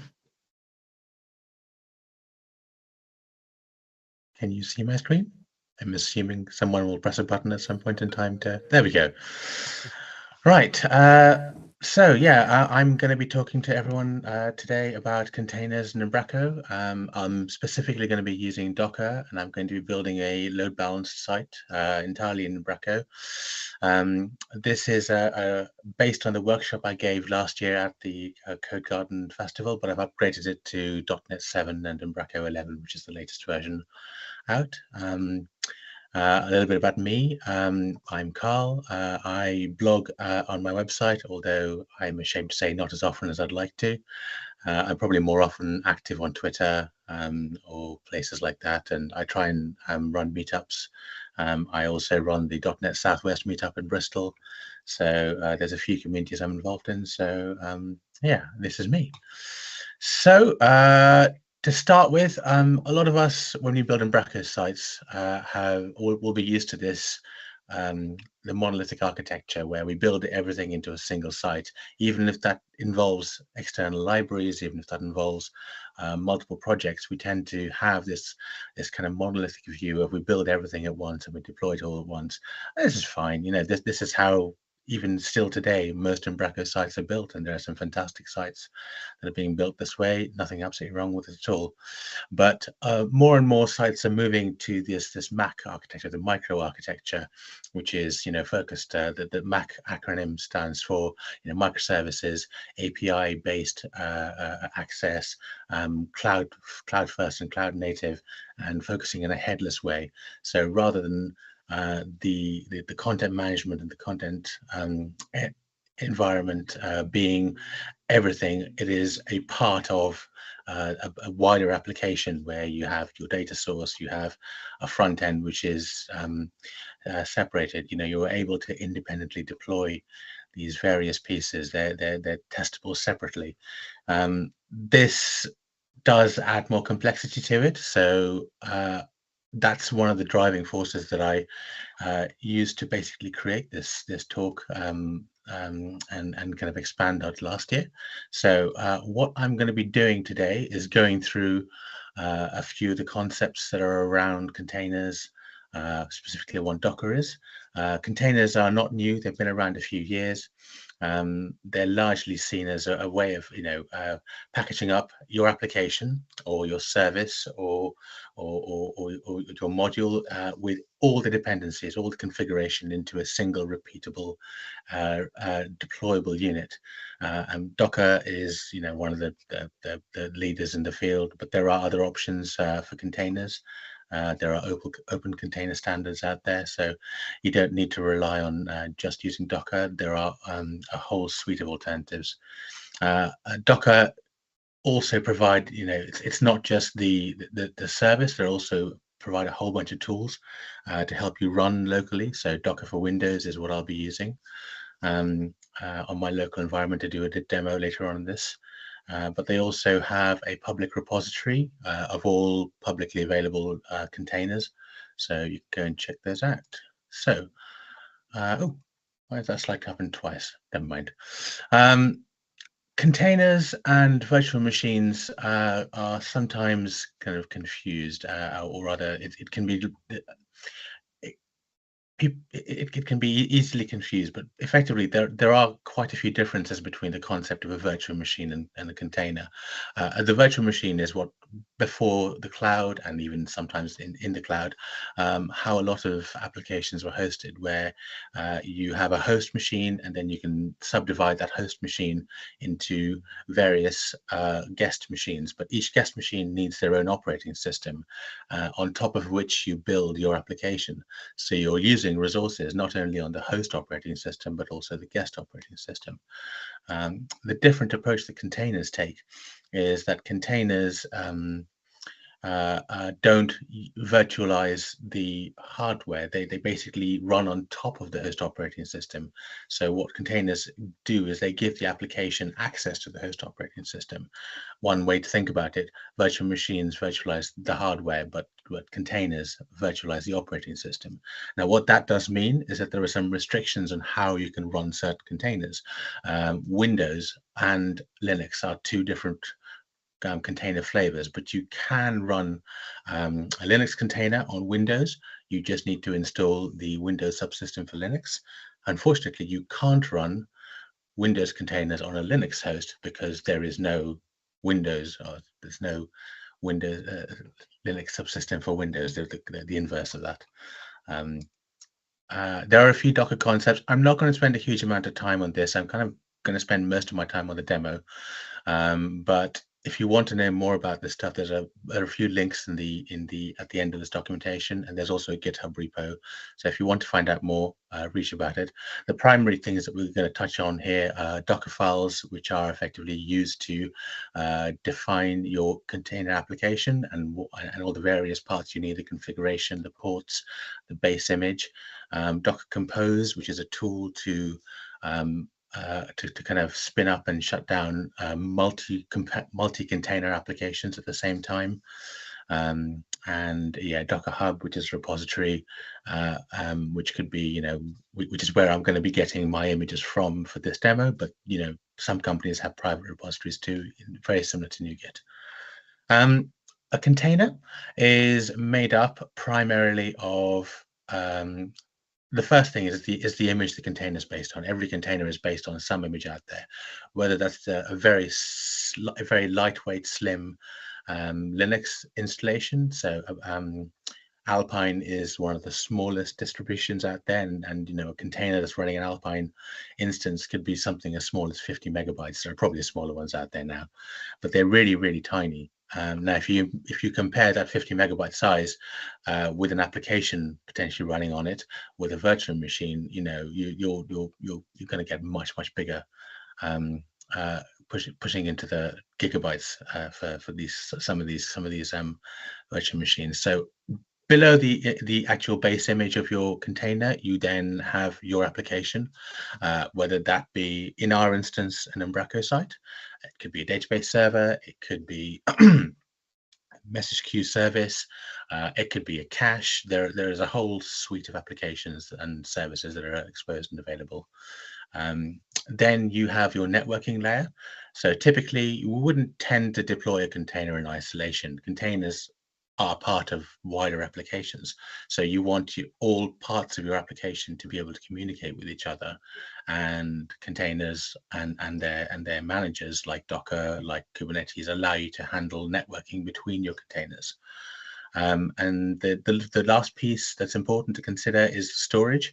So when you create your container, you have a combination of kind of the internal storage of the container, which is part of the container, and obviously you can change files inside there, but you have to bear in mind that if that container stops or is deleted for any reason, that storage is lost. So to get around that storage persistence problem, you can also use something called volume storage, which allows you to use a proportion of the host storage and make that available in a container. The typical example here would be if I had a database server, I wouldn't want my database files to be deleted every time the container stopped. So I would be able to use database storage on the host, and then if the container is deleted, start it again, it'd be fine. Oh, there we go. I've just talked about volumes and storage. So yeah, you've got internal storage and you've got storage on the host. I'm going to skip past this. Networking, I touched on briefly, but if you just have a container in isolation in development or in a production environment, if you don't put it on a network, it'll typically also be visible to any other container that's not on a network. But you can also group containers together. Docker uses something called a bridge network. So you can either have the default bridge network, which is all containers and everything is accessible, or you can have user-defined bridge networks. The difference between a user-defined bridge network and the default one is in the default one, you can't use the container name to access other containers. You can only use IP address, which can be problematic because you have no way of knowing what the container IP address is. But if you create a bridge, you create your own bridge network, and create your own network of the containers in your application, and you'll see an example of that later. You can access each other through DNS container names. So what I would like to demo, if I have time with 20 minutes left, is we're going to start with a basic Umbraco site, and I'm then going to create a database container to run that site with. I'm going to create a second Umbraco site. So we'll kind of split these between a content authoring site and a content delivery site. So where that's going to come from. I'm going to create an API on that site, and I'm going to fire that off to a Blazor WebAssembly in another container. I've got Maui and static web apps as potential other kind of consumers of that content. I'm not going to build that as part of this demo, but it's just kind of there to illustrate that I can create this kind of application where we have a content authoring site, a delivery site, and then consumption in one of multiple. Oh dear, my animations have completely failed over there. Forgive me. Okay, I'm just going to. There we go. Right. So the way we will do it is I'll start on a local machine and I'll build everything on my own machine without containers, and then I'll slowly move them into containers and finally put them into one application and run them all together. Right. 18 minutes left. Let's jump into the demo. I'll send this link out again later, but if you'd like to follow along or if you'd like to go and try it yourself later, all the code that I'm using today, all my slides, everything is available at that GitHub URL. So give it a go. Yeah. Right. I am going to switch. So this is the GitHub page, and the URL is all here. So I've cloned this down already, but we're going to start with this workshop. At the top, there's a list of tools that you can use and some instructions, but effectively I'm going to jump down to here. I'm going to open up this site and I am going to start. So the first thing we're going to do is we're going to create a new Umbraco site. Now I've already run the template install to make sure I've got Umbraco 11. So I'm just going to skip that step. Actually, no, let's do it properly. So I'm going to create a folder called working, and I'm going to set my terminal to go into that folder. And I'm going to make sure this is there, and you can see it's already installed. So that's fine. I'm now going to use the unattended install, and I'm going to create my Umbraco site. I'm specifically using LocalDB for this example because I want the database files to allow me to later put those into the container for the database container. But for right now, it's just running locally with LocalDB. I'm now going to install the clean package, high five to Paul Seal for this one. This is another awesome package which I basically use in every single one of my demos because it's one of the simplest ones out there and it's really cool. Right, now I'm going to run my site, and if everything works well, once .NET spins up, just taking a second. Whilst I'm waiting for this to spin up, I'll just talk through the repository. So in here, I've got kind of pre-created files, so to save me typing it all out again, I'm going to be copying and pasting a lot from there. There's also a workshop complete, which is effectively the entire workshop in its final state. So if you want to just skip to the end, you can go ahead and do that. But obviously, you wouldn't get as much value out of it. Right, hopefully this site is now spinning up. So no errors, and there we go. Right, so the clean starter kit is up, and I can go to Umbraco, and I can log in.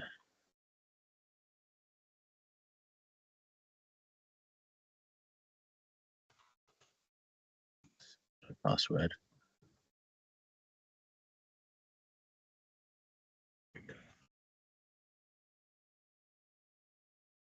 Right, so you can see this is a bulk standard Umbraco installation, and it is using the clean starter kit. Okay, so we've got our template, we've got a site. So now I'm going to create a database container. So the first thing I'm going to do is go back in here. I'm going to stop the site, and in my working folder, I'm going to create a folder called UMB data. That's going to be our database containers folder. Now here we have the Docker file for our container. So this, in a nutshell, is telling Docker this is the image we want to use. We're going to use SQL Azure so that it will work on x86 or ARM chips on M1 and that kind of thing. We're going to create a few environmental variables because that's what's needed to run SQL. I'm going to tell Docker which ports I want to expose, and I'm going to run a couple of scripts, and I'm also going to copy my data files into that container. So I'm going to create this Docker file inside here. Oops.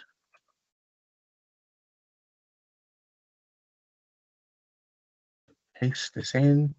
One thing you need to make sure, this is a historic thing with Windows, you need to make sure your line endings are line feed, because this file is going to be running in Linux, not on Windows.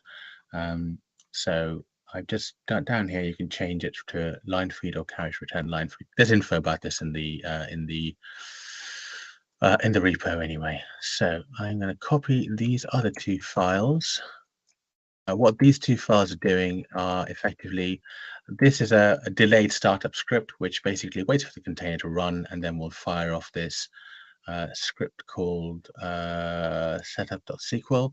And all setup.sql is doing is reattaching our Umbraco database.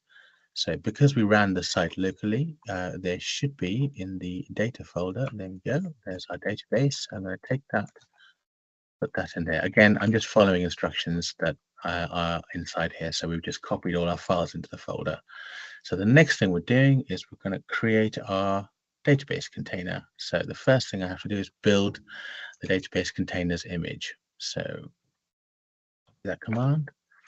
Now this is not going to take so long on my machine because I have already cached the dependency containers. The first time you run this, it takes a bit longer because you need to get those containers down. Now I'm going to just fire up Docker Desktop. So this is the tool on Windows which lets me run containers locally, and you can see I don't have any containers running right now. I have some stopped containers, but those aren't relevant for this demo. So I'm now going to start up this container, and I'm going to tell Docker to run this container and expose it in port 1433. And I'm also going to tell it to use this volume so that its SQL data files are not held on the container itself. So here we go. So that container is now running, and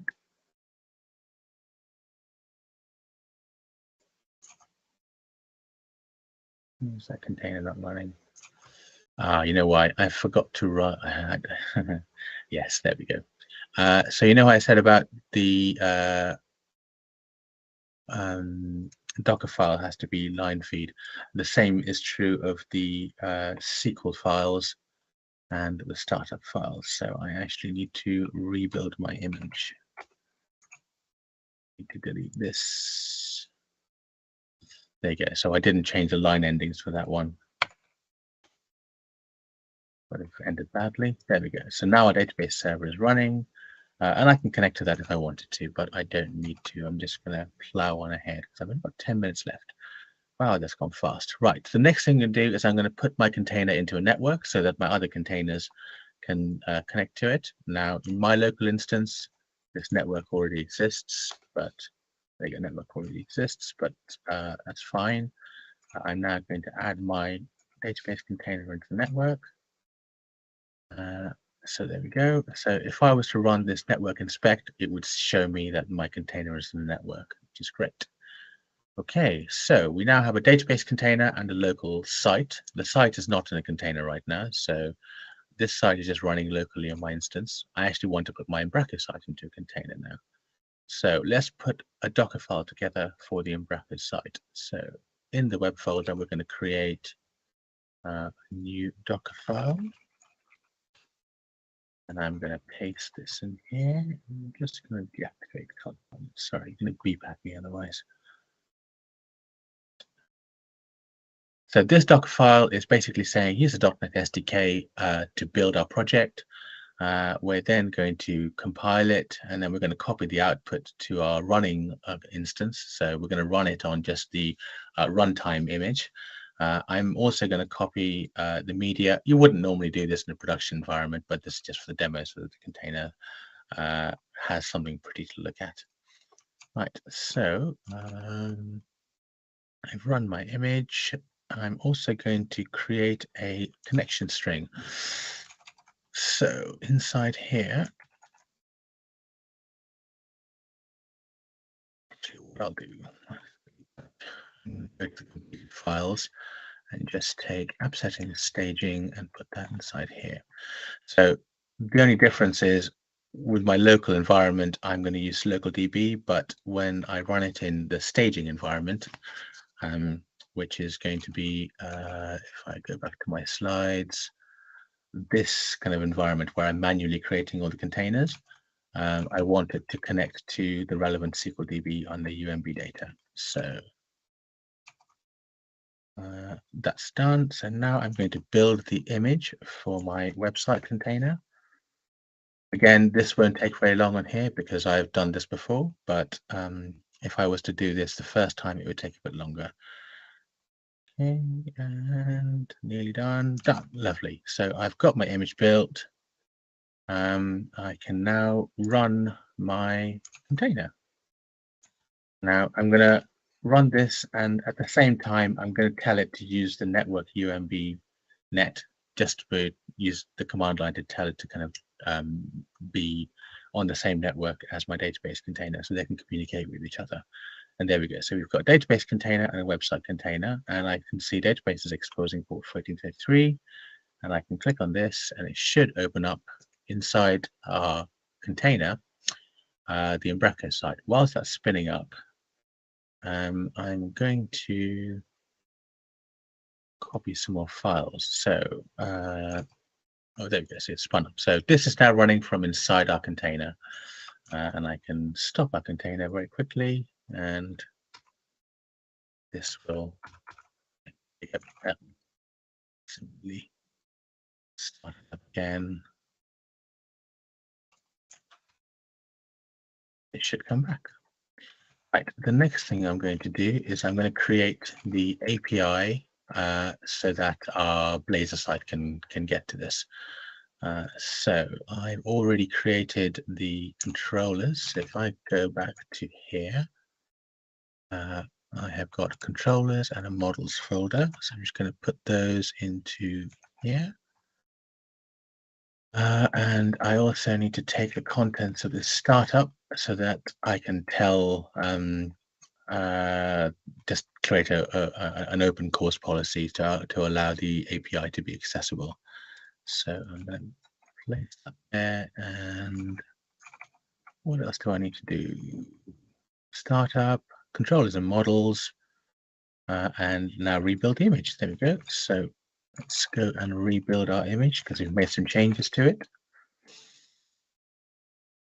When you rebuild an image, it'll only rebuild from the point where things are changed. So in this instance, I'm changing the underlying project. It has to build everything. But if you make a change at this point in time, anything above there will be cached effectively. So that's a really useful kind of feature of Docker. It only rebuilds things it needs to. Right, so our image is built. I'm going to remove the website containers. I'm running that. Now I'm going to run it again. And this time, as well as the website, when it runs, spinning up. Yep, there we go. I should also be able to see a, this is Postman. I'm just going to use this to call the API. There we go. So I can see an API, and I'm just going to quickly log into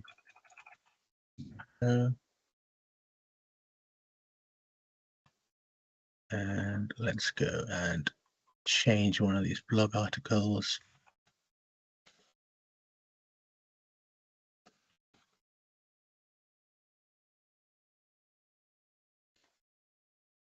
Publish this.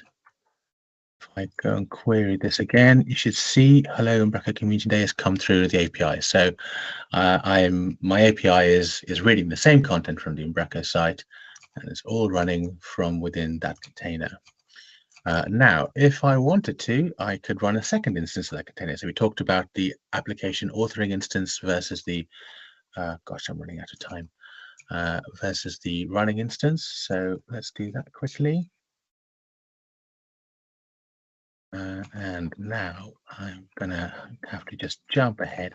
Right, okay, we want to get a Blazor app together to display that content from the API that we're calling. So I run the Blazor site. I'm going to copy some files, models, pages, and app settings. So sorry if I'm jumping around a little bit over here, but these things happen very quickly.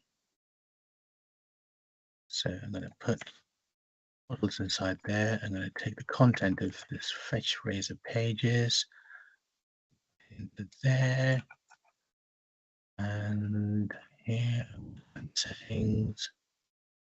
I'm going to put that into here, and then I'm going to run the Blazor project. Whilst that's running, to save time, I'm going to skip ahead and create a Docker container for my Blazor site too. So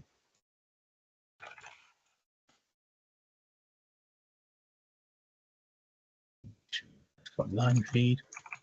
Okay, so our Blazor site should be running.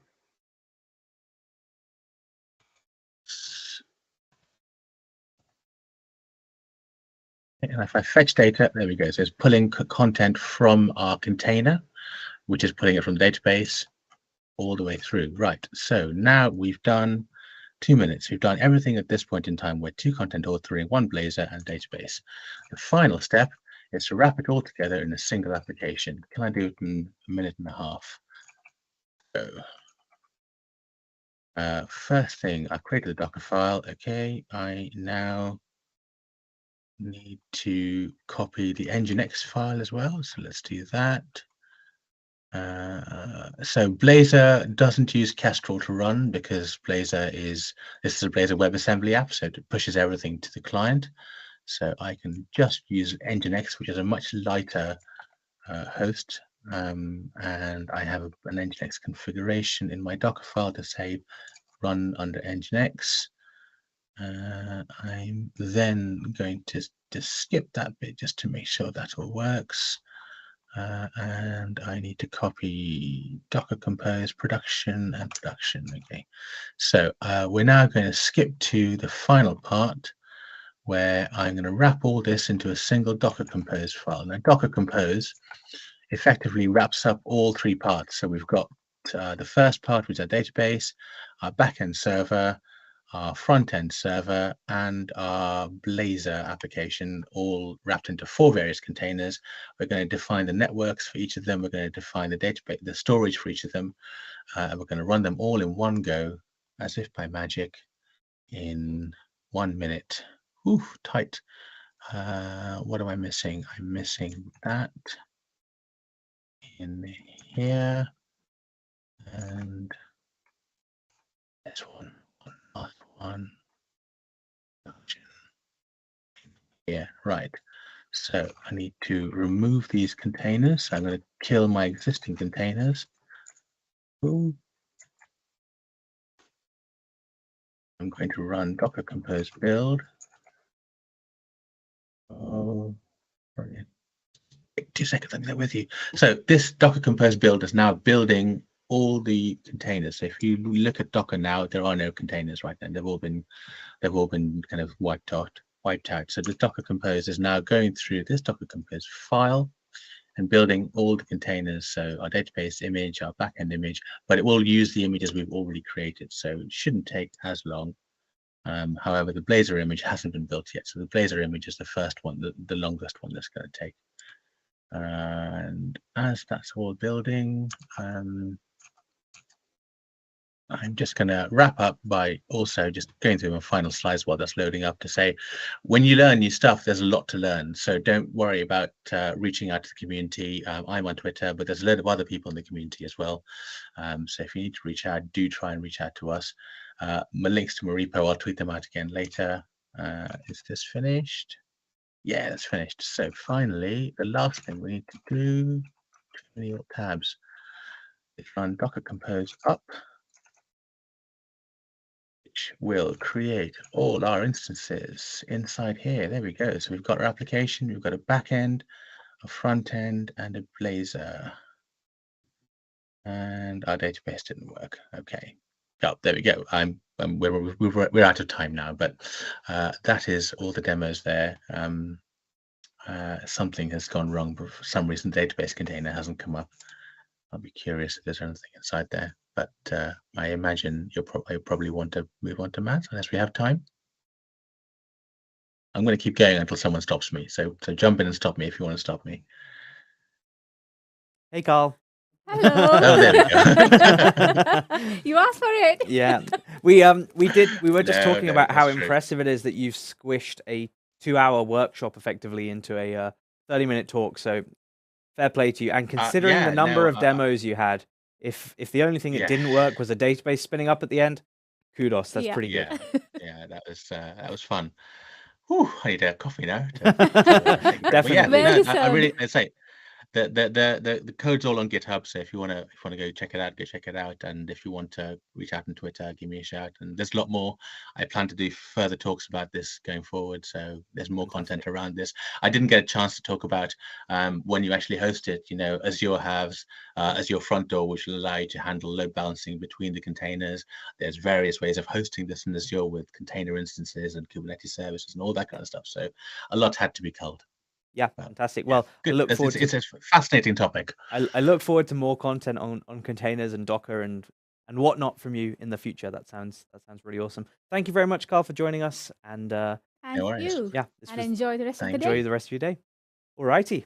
So bye, everyone. In a couple of minutes, we are going to be back with our unfortunately final speaker for the event. However, it's the one I've been looking forward to probably the most. Absolutely. So Callum has told this so many times during the day. I've said it a lot. Yeah. I've said it a lot. We'll be back in a second.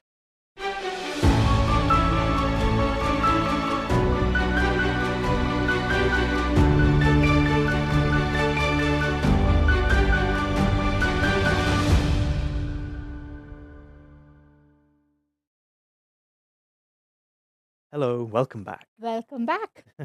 We are in the final leg now of our Umbraco Community Day. I hope you've enjoyed the day so far. I certainly have. Have you? Yes, absolutely. Yeah, it's going to get even better though. Yeah. We now have two fantastic guests all the way from Microsoft. We have Mads Torgersen and we have Dustin Campbell. Hello, both of you. Hello. Hello. Hello. Just needed to find my unmute button there. Yep, me too. Hello. And we've got Dustin. Hey both. How are you? It's a little early in the morning, but hopefully I can find my voice. So, Mads, you're in Redmond, right? Well, almost in Seattle. Yes. Seattle. Okay. And Dustin? I am actually in Redmond. Oh, right. So Cool. Just Fine. a stone throw away from Mads. Awesome. So yeah, it's a bit early. Is it what 8 a.m. for you? Yeah, it's 9:30. I'm just being silly. Just haven't had a coffee yet. He's Okay. just up that late all the time. Fantastic. Well, Mads, we're quite familiar with you in the Umbraco community now. You spoke at Code Garden last year, but Dustin, you're a new face for us. Maybe I'll allow you both to just introduce yourselves quickly, and then we can have a little chat before your talk. Well, new boy, go first.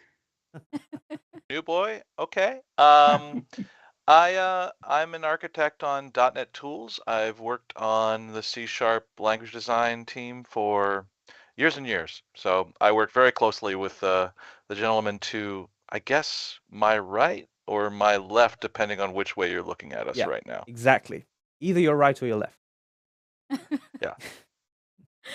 Yeah, and I'm Matt Storgus, and I've worked on the design of C# since I joined Microsoft 17 years ago, and have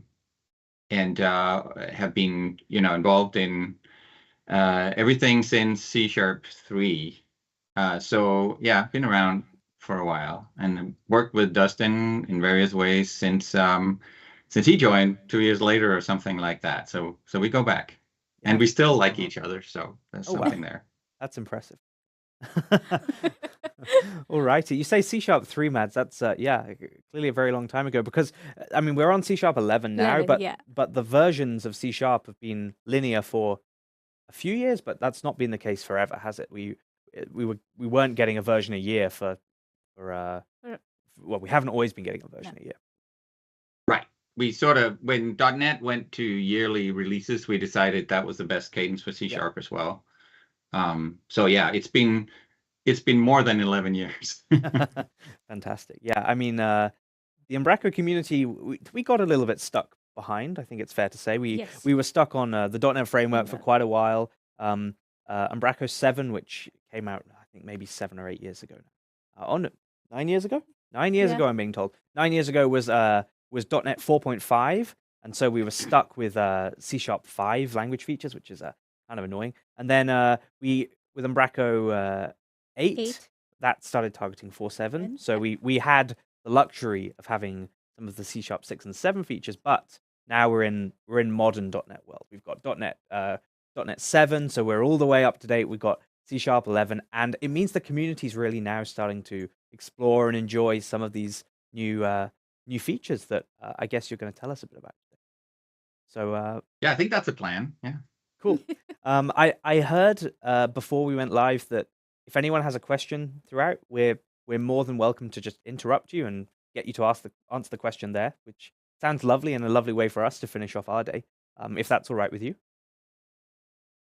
Yeah, that sounds great. Like we're going to go through some different things, and it's awkward if we get to the end and there are questions about the first thing we talked about. So it's easier if we just interleave the questions. I understand that we have like roughly an hour for this, so we'll try to do some timekeeping on our side to get to all the major points we want to try to bring. But within that, please jump in with questions from the audience. It's much more fun for us as well this way.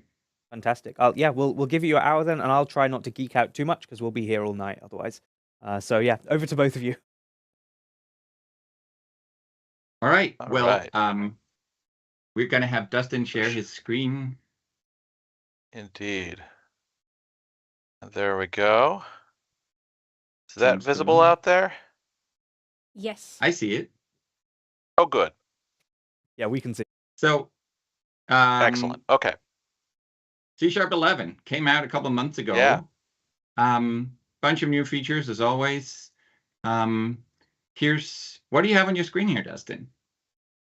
So we have on our screen, we have something that we've been kind of noodling with every time we demo, whatever situation we're in where we need to demo something around the idea of classes that have data in them. And so this is our typical person class. And in here we're using a couple of new features. By new, I mean newish. If you're used to the multi-year C# versioning, where we release every few years, this is, some of these features might feel new because they were only released more recently. But we've got a person class with a first name, a last name, and then a middle name, which is defined as a nullable string because that's not required to be on this. And also these are initter-only properties where they have an init setter.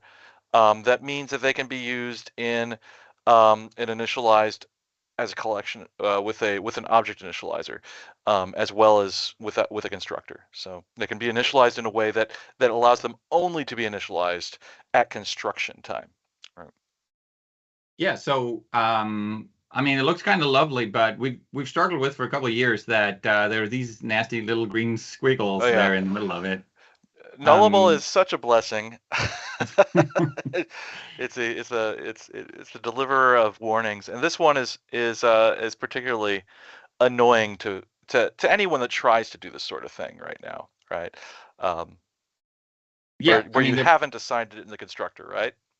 It's very helpful that that the warning tells us that hey, you have something that's not supposed to be null, and it starts out as null, and we can't see you doing anything about that. So how about you fix that up? But up until now, this hasn't had. There haven't been a lot of good options for how do you fix it up. Yeah, you can assign null to it and say, it's all right, I got it, but then you get a warning on that instead. Yeah, and then so we have fix that too. Yeah, we have the I know better operator, the damn it operator also called. And that takes the warning away, but it doesn't take the problem away. Because the warning is right. You aren't really, I mean, we aren't ensuring initialization here. Same, of course, for last name. So, so this is inconvenient, and it's causing you to go through. If you want to kind of shut these warnings up, you have to do something unnatural, right? Yeah. And so we decided let's do something natural instead. The key of the issue here really is that people using an object initializer aren't required to provide these members. All members are optional in object initializers, and we want to change it so that you can make a member required. And how do you make a member required?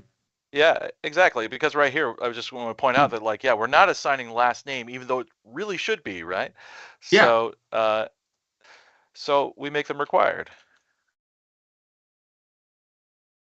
So that's interesting. Right. So now this squiggle goes away because we have required the caller of the constructor to do their own initialization of these members, of these properties.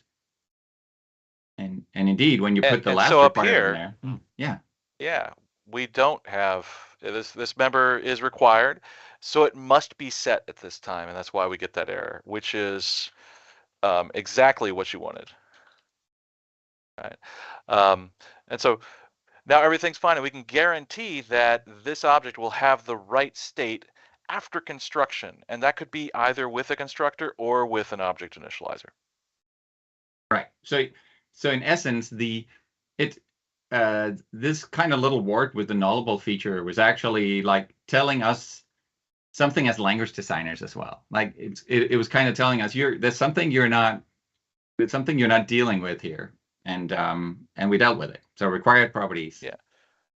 Now I want to actually point out something else that I noticed on this squiggle, on this error.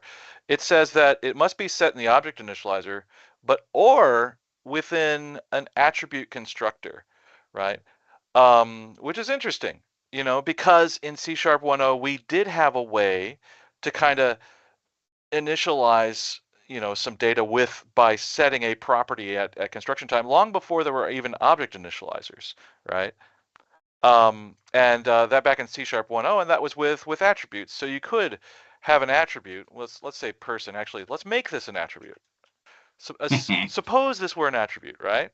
Yeah. And then in here, you could say first name equals, the same thing, and we will get the same error that we did before. And so it's kind of this example of where when we do these features, we're not trying to, I guess, ignore the past, right? We want to take them and we want to, thread them all the way through the history of the language and find all the places where this would make sense. And so required properties are, in fact, they are enforced when you're in attributes as well, and another place where you could decide a property at construction time. Yeah, and indeed attributes are, these are going to come in quite handy in attributes if you ever make them. So absolutely, yeah. And so, required properties. Cool. And no one's jumping in with questions at this point. So I don't see any. No, we don't have any questions just yet. We're just saying here in the studio how cool this is. Okay. Well, I like to hear that as well. We must have explained this super clearly. And it's the sort of thing that also, these things take a lot of time for us to get design, and so we did take all the time. And some of the things that we're not showing that are that you wouldn't see in this kind of typical very small example, that we did take into consideration. Things like making sure that it worked all through inheritance hierarchies and scenarios like that. So this is a fully baked feature for C# 11. Yeah. And there's a little, we're not going to show it, but there's a little escape hatch as well. So if you have multiple constructors and you want one of them to not require these properties when you're calling that constructor, like say you have a copy constructor that already initializes everything, then you can, there's an escape hatch. You can say, don't do it for this one. Don't give the errors with this when people call this constructor. So they're like, they're details, but yeah, let's not get into the weeds until we have more features under our belt. All right. What do you want to move ahead then? Let's do it. Let's take a look at the next one. All right. There we go. What do we have here, Mads? So here we have a very advanced numeric algorithm. It's numeric because it does some math. It uses plus. There's also a 0 in there. So of course, it's a simple example, but it's a real thing. There are a lot of numeric algorithms, both kind of like in our core libraries for standard things like averaging and so on, and also advanced stuff that people build libraries for in the ecosystem that does really advanced math for various purposes. And that is kind of showing a real weakness of C# all the way through the ages, and that it shares with many programming languages, which is that we can't really abstract over math. We can't talk about things that can do plus, So this algorithm is written in terms of int arrays. But if we wanted to also do float arrays and double arrays and matrix arrays or whatever, we have to write it again and again and again and again with exactly the same source code. I'm very familiar. Yeah, it's called copy and paste, right? And then I changed these to floats or doubles. Yeah, I'm very familiar with that. And if you go and look at system.math, you have like dozens of overloads of some of these methods so that they apply to all our primitive numeric types. In fact, it has, exactly. Yeah. So we're like, enough of this. Let's find a way, So the ideal we would like is to be able to make a generic numeric algorithms to make add all, take a type parameter, let's call it t, and do everything in terms of t. Like we'll return a t, we'll take an array of t's, and so on in the body as well. So replace all the ints with t's. T. Yeah. Yeah. I think that got all the ints. And of course it doesn't work. But the way what's that? I said, so that'll just work, and you said no. Yeah, almost. Well, you can't just do things to type parameters, right? You usually, if you want to do specific things, you need a constraint. So, but what if we had a constraint that was like number or iNumber? Here's an interface representing that something is a number, and ideally that should work. That's how we do if we're trying to access instance members on T. You should probably put T there. iNumber of T. Oh, iNumber of T. Yes, thank you. Sorry. So essentially, this almost works. I cleared this up. Yeah, this works now, which is amazing. And I can see that now that when I hover over that plus equals, I see that it comes from another interface, iAddition operators, right? Yes, that's brought in by iNumber. And indeed, the T there, it's iNumber of T because it takes the sort of the final type that implements the interface so that the operator can be in terms of the specific type. In this case, we're calling it with int, so that will be int. But the specific, it will be in terms of T rather than in terms of iNumber itself. So now, and this bit here, I know from the language that this literal 0 will be system.int32, right? It'll be determined to be an int, but there is no conversion from 0 to a t, right? There's nothing here that says int, so this doesn't work. But because we have constrained t to be I number, anything that's static on t, and there's a lot of things on I number, anything static on I number, we can access. And so I can use this. There's a property 0 there. Yeah.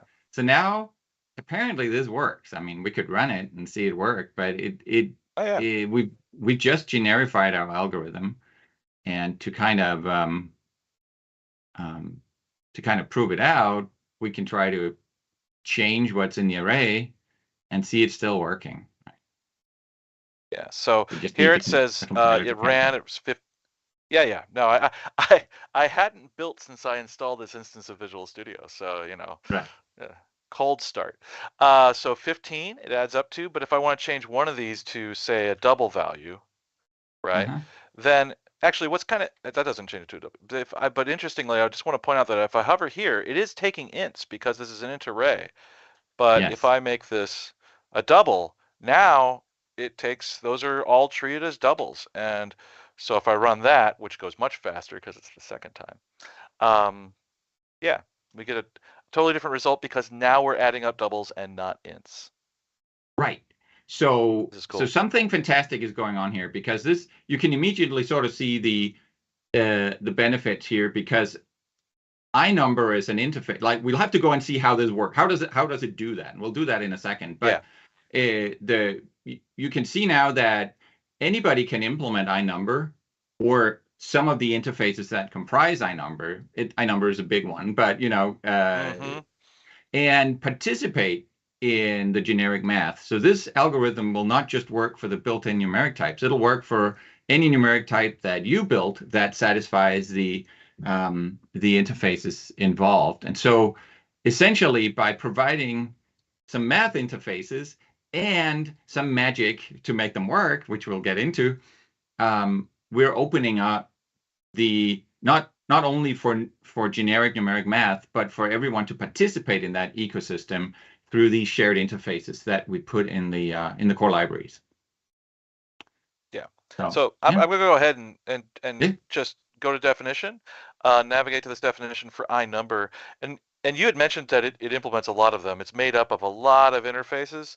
I would say that's pretty true. That's a lot.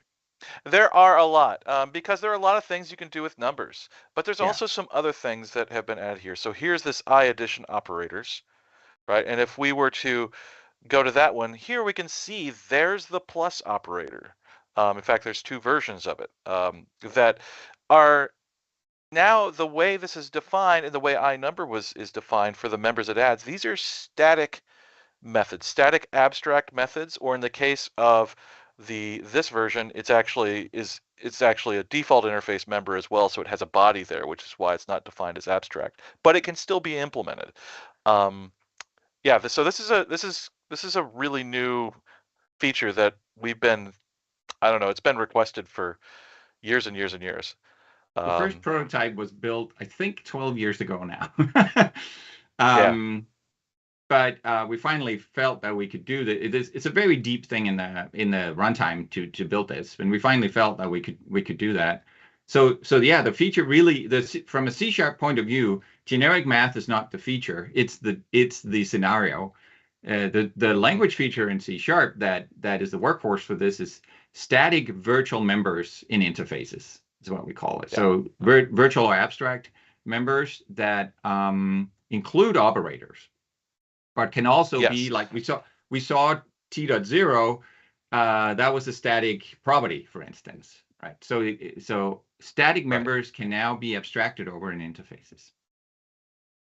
And then and this is kind of the big deal. I think we were talking about this yesterday, Mads, that this is the first time we've introduced a new way of kind of performing abstraction in C# and in .NET really since generics. Pretty much, yeah. It's kind of a big deal, and we make a lot out of, like you were saying, we make a lot out of the generic math because it's a wonderful application of this functionality, but when we get down to it, it's really just a general feature that can be used to, you know, to think differently or to use different ways of abstracting kind of your architecture, your hierarchies in your application to express yourself. That's true. Often when we build, especially a big language feature like this, it's so important that we have a real scenario, strong scenario that we use to drive the design, even as we're thinking about other scenarios, that is delivered at the same time. Because otherwise we don't keep ourselves honest and we screw it up. And so in this case, we really wanted to deliver fully on generic math, even as we introduce this much more general feature. And you can see little language features that are specifically about the math also show up. Like the second operator there, you can see the checked keyword, and you're like, wait, I do operator overloading. I never knew that I could make a checked overload of operator plus, and that's because you couldn't. That's a new thing as well. You can now have, if you want, you can introduce a separate overload for checked plus, and then that's the one that'll be called if you're in a checked context. So if you want to introduce that distinction, you can. That used to be reserved for just built-in types, and now you can plug into that with your own operators as well. So that's like, we added these little extra nibbles around the edge to make sure that the math scenario is fully there. But the key feature here from a language point of view is much more general. Yeah. And you can see that if we go back to some of the other, sorry, I've been moving around a lot here. Let me see if I can get back. Oh, here, I'll just go back to iNumber. And we can see that there are other interfaces on here that actually have nothing to do with math, right? And some of them are new that also have generic interfaces.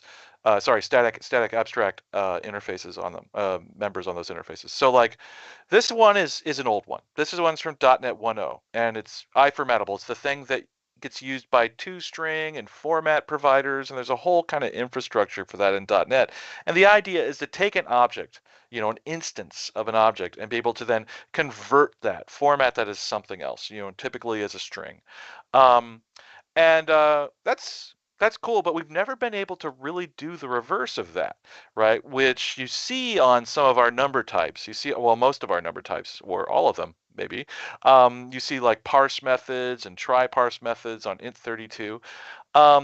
And there was no abstraction for that. Now there is, because those methods have to be static, right? Because they're going to take a string and return another thing, but you don't have an instance to call them from. So we call this iParsable. And here we have, in fact, you know, so then we have static abstract methods for parse and try parse. And what's cool about this is that it's kind of, Mads, you had a great way of describing this as a factory pattern, right? Yeah, if you look at the parse method there, it is like the iParsable interface is going to be implemented by lots of types that you want, but those are the types that we want to have as results of the parse method, but we don't have them when you call it, so it has to be static. So it is really like a static. So if you think about the individual parse methods on int.32 or int32, for instance, the parse method there is really a factory for int. So it's a static factory. But now that we can abstract over them, it's also an abstract factory, right? So there are these design patterns, static factory and abstract factory, and you kind of, in the past, you've had to decide whether to use one or the other. When you use an abstract factory, you need to like have a separate hierarchy of factories to produce instances of a hierarchy over here. But now we can have static abstract factories. This parse is a static abstract factory method. It's abstracted up to a base type, but it's static. It's called on the type, not on the instance. So this is a very powerful, it's like expressiveness that is kind of like fundamentally new if you think about it. Very few languages can sort of just let you do that. And it opens up these new possibilities, as Dustin said, for ways that you can abstract. I think this is, I mean, what I like about this particular example is that, I mean, this is This is your serialization interfaces, right? To serialize or deserialize, and now being able to have interfaces that can abstract over the entire concept. You could always have serialization, right? Because you have an instance of an object that you're going to turn into some other form. But now you can have the static version that deserializes, given something some t, be able to, and given some other form, be able to turn it into an instance of your t, right? This is pretty powerful stuff, and this is already in the BCL, in the base class library. We use it in not just numbers, right? But there are other structures that aren't really numbers exactly.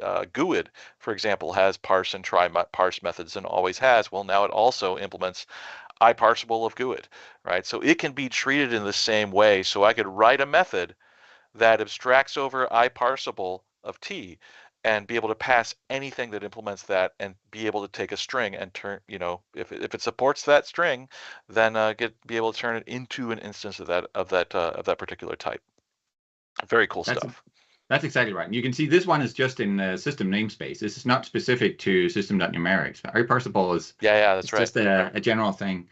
And I think we're just scratching the surface here. Like, we haven't even gone through systematically and looked at all the original design patterns or other things out there to see, like, can some of them be improved in the same way as the factories? We did, I think, in a certain an implementation detail somewhere in the BCL, we used this for like strategies as well. And we can imagine now a class with static members can be a strategy instead of having to have an instance object that represents a strategy. And you can just sort of keep going. And honestly, we're like super curious to see what the community comes up with in terms of using this new abstraction mechanism. There's going to be like so much we haven't thought of that's going to be possible with this. So tell us if you've come up with something cool with this. Yeah, shoot us an email. That'll be really fun to see. There is Carl, actually. Carl is asking a question on YouTube there, but with in the chat about asking if there's a demo app that's been released, kind of with, that shows how to use all these new things. I don't know that we have kind of a giant app of kind of the like the motivating kind of examples of why would use those, or any kind of real sample app. There's some snippets in blogs and things like that, but really the power is in all of the interfaces which are included in .NET 7. They're just they're there and ready to be used as is. But there isn't. I don't know that we have a great demo app. Do you know of anything, Mads? I don't. We should probably track down a little more of what's being done in the community. And I think the BCL team, the core libraries team, has been a little more in contact with some of the existing math frameworks out there. So yeah, I'm not aware. There might be something. It'll more likely that it's built elsewhere in the ecosystem. I mean, I want to point out a concrete example of why do you want to abstract. Think about a matrix type, for instance. If you want a matrix in the sort of mathematical sense, has operators. Matrices have operators on them to like multiply and add and so on.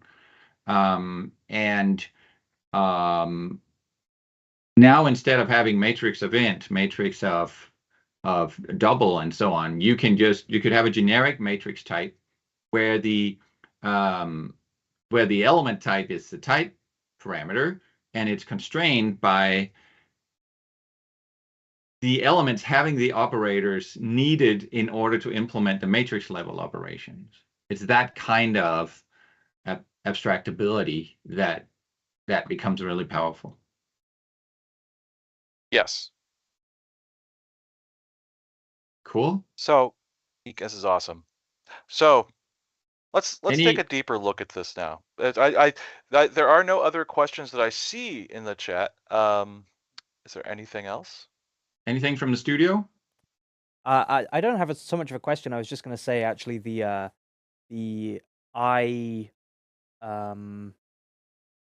iParsable, for example, is really valuable and could be used in Umbraco, because we have some custom types. We call them UDIs. They're kind of a reference, if you will, to different parts of the system. And then we have GUID-based UDIs and we have string-based UDIs, and so we have different classes for passing those. And then, well, how you pass or try and pass between them is a mess. So actually being able to implement on the base UDI type to say these are all iPassable is great. It's a generic, I guess, we were missing before that maybe felt overkill to put directly into the core product, but it's in the language now, so we could. Yeah, that's an awesome example. That's fantastic. Yeah. If you go through with that, I'd love to kind of like see the outcome of that. So yeah. Awesome. Cool. Dustin, now should we move on to the next one? I think so, but we're going to stick with this code, right? I think we took a look at this and we decided that this is not, I don't know, the coolest way to write this method. It might be the best, but it's not the coolest. It's not the grooviest. It's not the grooviest, indeed. Yes. Yeah. And so we'd like to re-implement this using something that we have been working on since C#7 and continue to iterate on over multiple releases, right? In C#7, we introduced pattern matching, and pattern matching is kind of a really great example of how we think about C# language design now than we did in the C#3 days. In the C#3 days, or the C#5 or 4, we would sit and think for a long time and design and build and prototype and finally come out in 2 to 3 years with a new language, and that would have link in its totality, or it'd have async in its totality. And as we've accelerated the release of the language, we have instead introduced features and then continue to refine those or add functionality to them over release, right? And pattern matching is a great example of that. So we're gonna do this in a pattern match style. So I'm going to turn this into an expression bodied member here. Did I do that wrong? I didn't do that wrong, did I? Well, you just didn't do this. You didn't write the switch yet. Oh, yeah, sorry, I have to write the switch. So yeah, so I want to say values, and we're going to switch on that, and given our body here. And so we're going to rewrite this using pattern matching and a switch expression, which was introduced, I think, in C#8, 9? 8, I want to say. It's hard to keep track now. It's getting harder to keep track. And right now we have a warning on here because this is the value of a switch expression where it does the analysis to let us know whether we've handled all the possible inputs that are going to come into this, all the possible values or inputs that could be an array of T. And as it says, for example, the underscore or the discard pattern is not covered, right? So we could just cover this by putting the discard pattern, but that would not be very useful. Right. So instead, we should start, handling some of the cases. And this is where the new the new pattern of this version of C# comes in. So we've added list patterns to C#, which are for examining and deconstructing collection-like structures, list-like structures. So and this is a concept that's very familiar from functional languages where pattern matching in general comes from, but functional languages may not be familiar to many of you. But list patterns are typically one of the workhorses there. And we found what we think is the right way of doing them in C#. So I guess we should start small. The first one to handle, though, is the empty case, right? Where we know there's nothing in there. So it's going to return, not 0, sorry, T. We're abstracted now. Yes, we are in full abstraction mode. But of course, we don't handle everything, right? And this time it gives us a helpful hint on the switch. It says, for example, the pattern of length 1 is not covered, right? So we could go ahead and cover that as well. So again, I'll use a list pattern, but this time I'll use another pattern just to indicate this is a list of one item. And in this case, we just return that. return that item because that is all of them added up. Of course, now it says length of 2 is not covered. Well, yeah. So we could continue doing this we could do this for quite a while, yeah. for quite a while, yeah, and that would, and of course we haven't covered length of 3. So, but there's got to be a better way at this point, right? Yeah, we need to somehow be able to grab some elements and then whatever's left, like have a variable, match a variable size list, and get a hold of whatever we didn't specifically match out in, whichever elements we didn't explicitly match out. And to do that is with ... We introduced range expressions and that also contained ... as as sort of a way to define, fill in the space here, right? And so that's what we're asking it to do. We're asking it to take the first item and then fill in this, and then take the rest of it. In fact, we'll just call this rest at this point. Okay, and if I hover over that, I see that it's actually a T array, and it will be a T array that contains everything after the first element. And the first element will be in its own variable, and then the rest will contain that. So we can't just add them together, right? But we can call this recursively. Of course. Like so. And now we have no warning because we've handled everything. There's always a case where there's and everything else, even if it's a list of one element, actually, right? So if we were to move this up, we would see that actually this will handle the case below, and that this is actually unreachable now, right? Yeah. Another value of using switch expressions. So we can generalize it to just that. That is elegant. Yeah, I love this it. Is a yeah. I assume it performs really well. Well, now might be a good time to talk about how this is all implemented. The way that the compiler determines, what can be list pattern matched against and how to extract the data actually goes back to another C#8 feature, which is, you mentioned a little bit, index and range, where, we need to be able to, so essentially we need to be able to ask the collection, the incoming value, how big are you? We need to be able to index and get specific elements at specific positions, including from the end. And the last thing, if we want to use the ...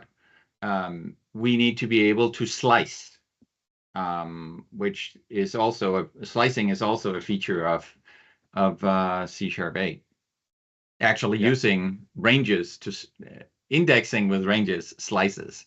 So we just fall back on those same concepts, those same patterns of code, if you will, or surface area of the incoming object. But Mads, when I slice on an array, that gives me a brand new array, right? Yeah. It's a new object, so it has to copy everything that's remaining into this new array. So we replaced for each, which was, a really efficient way to do that. It used special IL instructions for accessing the array and all that. It was very, very efficient. And we have now turned this into kind of an allocation, hungry algorithm. It's quadratic, yeah. In both it was not quadratic space before, and time. Back then we decided that the way slicing should work is just so that it would be more understandable. It should, and this is not like a language thing, this is a BCL convention. Everything that offers up a slicing method returns the same type as your call it on. So that's easy to reason about. So if you slice an array, you get a smaller array. If you slice a string, you get a smaller string.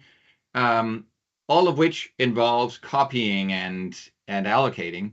If you slice a span, then a span is just a start pointer and a length to some memory then that's really cheap because you just get a smaller span on, pointing to the same memory. So that involves no like copying or allocation. So once you're doing slicing, whether you're doing it directly or you're doing it with the list patterns here, it's really important to think about what's the efficiency of your slicing and how often are you going to do it?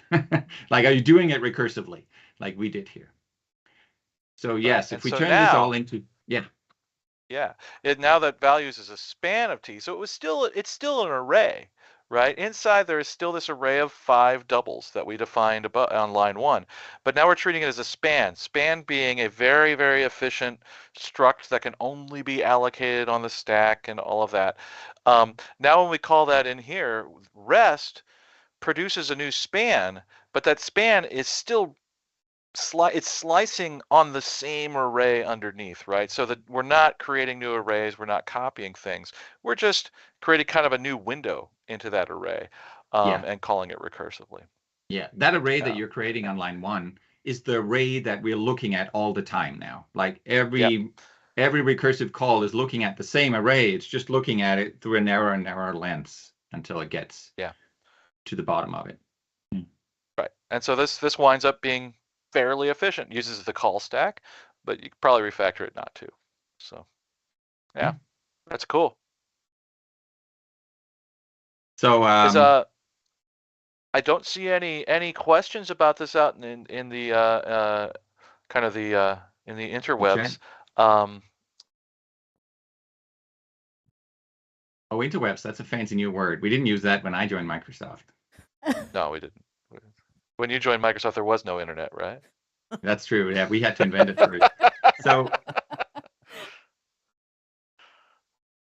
So anything from the studio?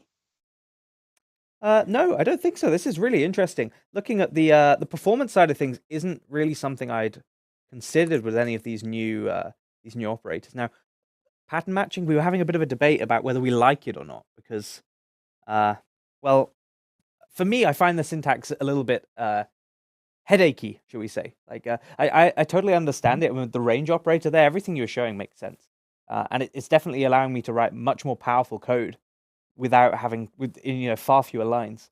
But then it requires a little bit more thought maybe than the alternative.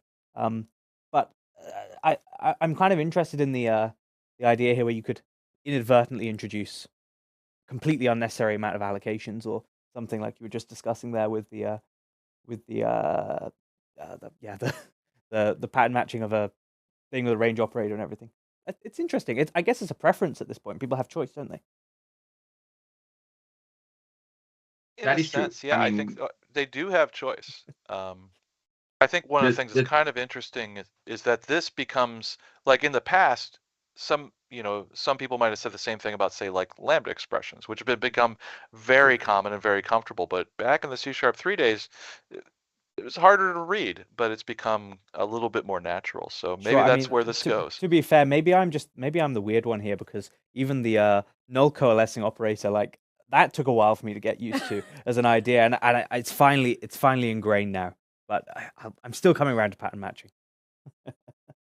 In fact, and I think it's discussing about pattern matching, isn't it? How we can write an entire blog post just about pattern matching, because that's something we are seeing more of with every C# version that's being released. Yeah, we are leaning hard into pattern matching because we think it cleans up code extremely nicely, and for more and more scenarios, right? The original scenario for pattern matching that we added it for, fully expecting to expand, but the key scenario back then was these situations where you wanted to type switch. That was the core scenario. Is it this? Is it that? Is it those? That was very awkward code in C#. You had to first do the type test, and then you had to cast again to the same type or other patterns using as and checking for null and that kind of stuff. It was ugly, and then we started introducing recursive or nested patterns of many kinds. The list pattern is an example of that, where there are other patterns inside, the var patterns inside there. And of course, that can easily be overused so that you get very, very long, complex patterns. But but generally, if you use it just a little bit, it can help get rid of a lot of if then else imperative code that makes it extremely hard to reason about, well, when am I in this branch? And is there a branch? And is there like data that can have me fall through and I don't go into any branch? Or what is the state of things when I get there? With a switch expression, we find that once you get into the habit of designing them well and writing them well, you get some extremely readable code in the sense that you can see it's this, or this in that order. And it also gives us the freedom as compiler implementers to implement this as efficiently as we can. We do a lot of common sub-expression stuff. We eliminate evaluation up until the point where you need it, and then we reuse the result of it, and so on. So we can very efficiently, using like the latest in decision trees and so on, implement this. So pattern matching and switch expressions are in fact very efficient. The fact that in this case the list pattern relies on slicing, and slicing on specific types is not necessarily efficient. That's not really that's a little like language lawyery, but that's not really a feature of the language. It's a result of a choice we made on how slicing should work on the platform. But pattern matching itself can often like be more efficient than the equivalent if then else code, as well as much nicer to read. So yeah, I think job in that. Yeah, that was a nice sell job. I think when I get down to it, and I tend to agree with both of you in a way, but what it comes down to is just because we put it in the language doesn't mean you can't use it tastefully, right? And there comes a point where readability and performance and all those things have to be balanced, right? And so making something sensible and readable is kind of first and foremost. If I had this, this particular switch, case with pattern matching in it, I much prefer that now to, if O is string, then do this. If O is int, then do this. I much prefer this as a way of expressing myself, and I find it more readable. But it could be taken pretty far. Yeah, I can see definitely in a more extreme case that would be far messier. Yeah, and actually the pattern matching equivalent would be far cleaner. I think it's in the more complex cases, you say lists and in switches and stuff that it's where I've been more resistant to it. Maybe because when we're doing a switch, it's generally more complex stuff. But no, I think both of your arguments are very valid there. Well, Mads, before we run out of time, though, we should run over to our last demo. We have one more thing to talk about. Yeah. Yes.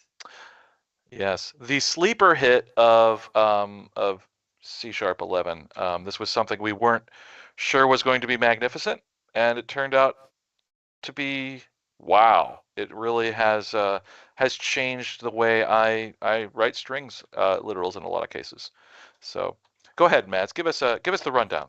Yeah. Okay. So like oftentimes you want to quote code into string literals in your C#, and code is broadly defined as things that have lots of symbols in them.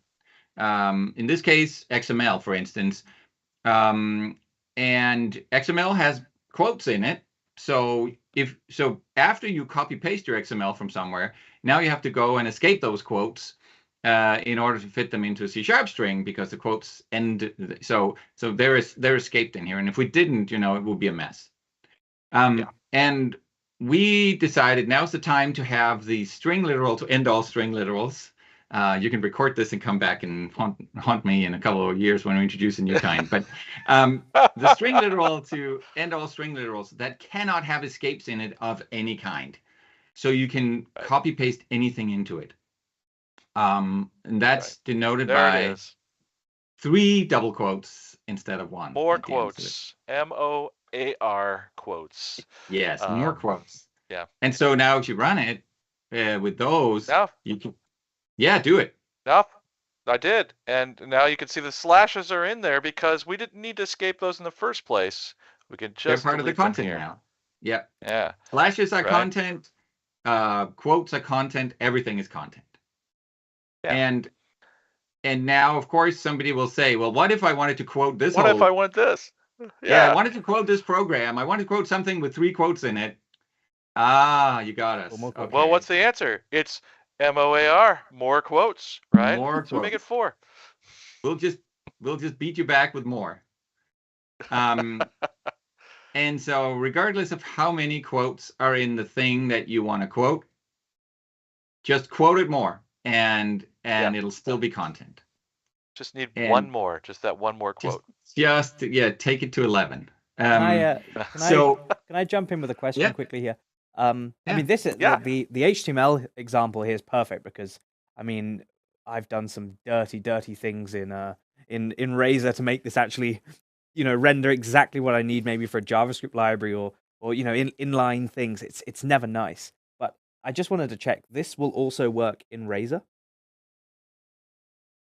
Yeah. Not yet. Not yet. Sadly, we're working on it. Actually, I'm working on Razor right now, and we're actually working on getting these raw string literals working within Razor pages right now. Fantastic. So at some point in future, my Razor code can be nice and clean, and I don't have to worry about this. That's going to be every Umbraco dev's dream come true. That is going to be a bumper feature. Yeah, when you're building content managed dynamic websites with lots of, when you need to be able to interpolate markup, kind of as you've been showing here, having that feature would be so valuable, so valuable. Well, that explains the applause I got last year. Yeah. On this one. Yeah. But they do get better, right? Because like a verbatim string, they can be multi-line, right? And so I could have my content on multiple lines as well. Oh, you totally had me there. Right. And now if I run that, what's interesting about this is you see how it's left flushed, right? All the way flushed to the left. And that's because the way that we determine that is wherever this final delimiter is. You see how if you look closely, there's this faint gray line there. Well, if I were to take this and move it back, you can see it's drawing that faint gray line further to the left. And that's how we determine how much of the left kind of chunk, the white space on the left will get taken off of the final string literal. So this is extremely useful in general because it means you don't have to contort your code that's defining string literals in a way that is unnatural. Just makes it look bad just to get those string literals to actually format correctly in the end. Yeah, you can both have them placed the right. You can have the literals at the right place in your code, as well as indented to the right place when used as, in the outcome of what string they produce. Yeah. But they have to be 3 quotes because quote means something. It means start a string literal. And double 2 quotes means, empty string. So it has to be at least 3. Yeah. And of course, you also want to interpolate these, right? Yeah. You want to be able to put a $sign at the front, just like any old string literal from C#6, and be able to put an interpolation in here that will be computed in the string literal.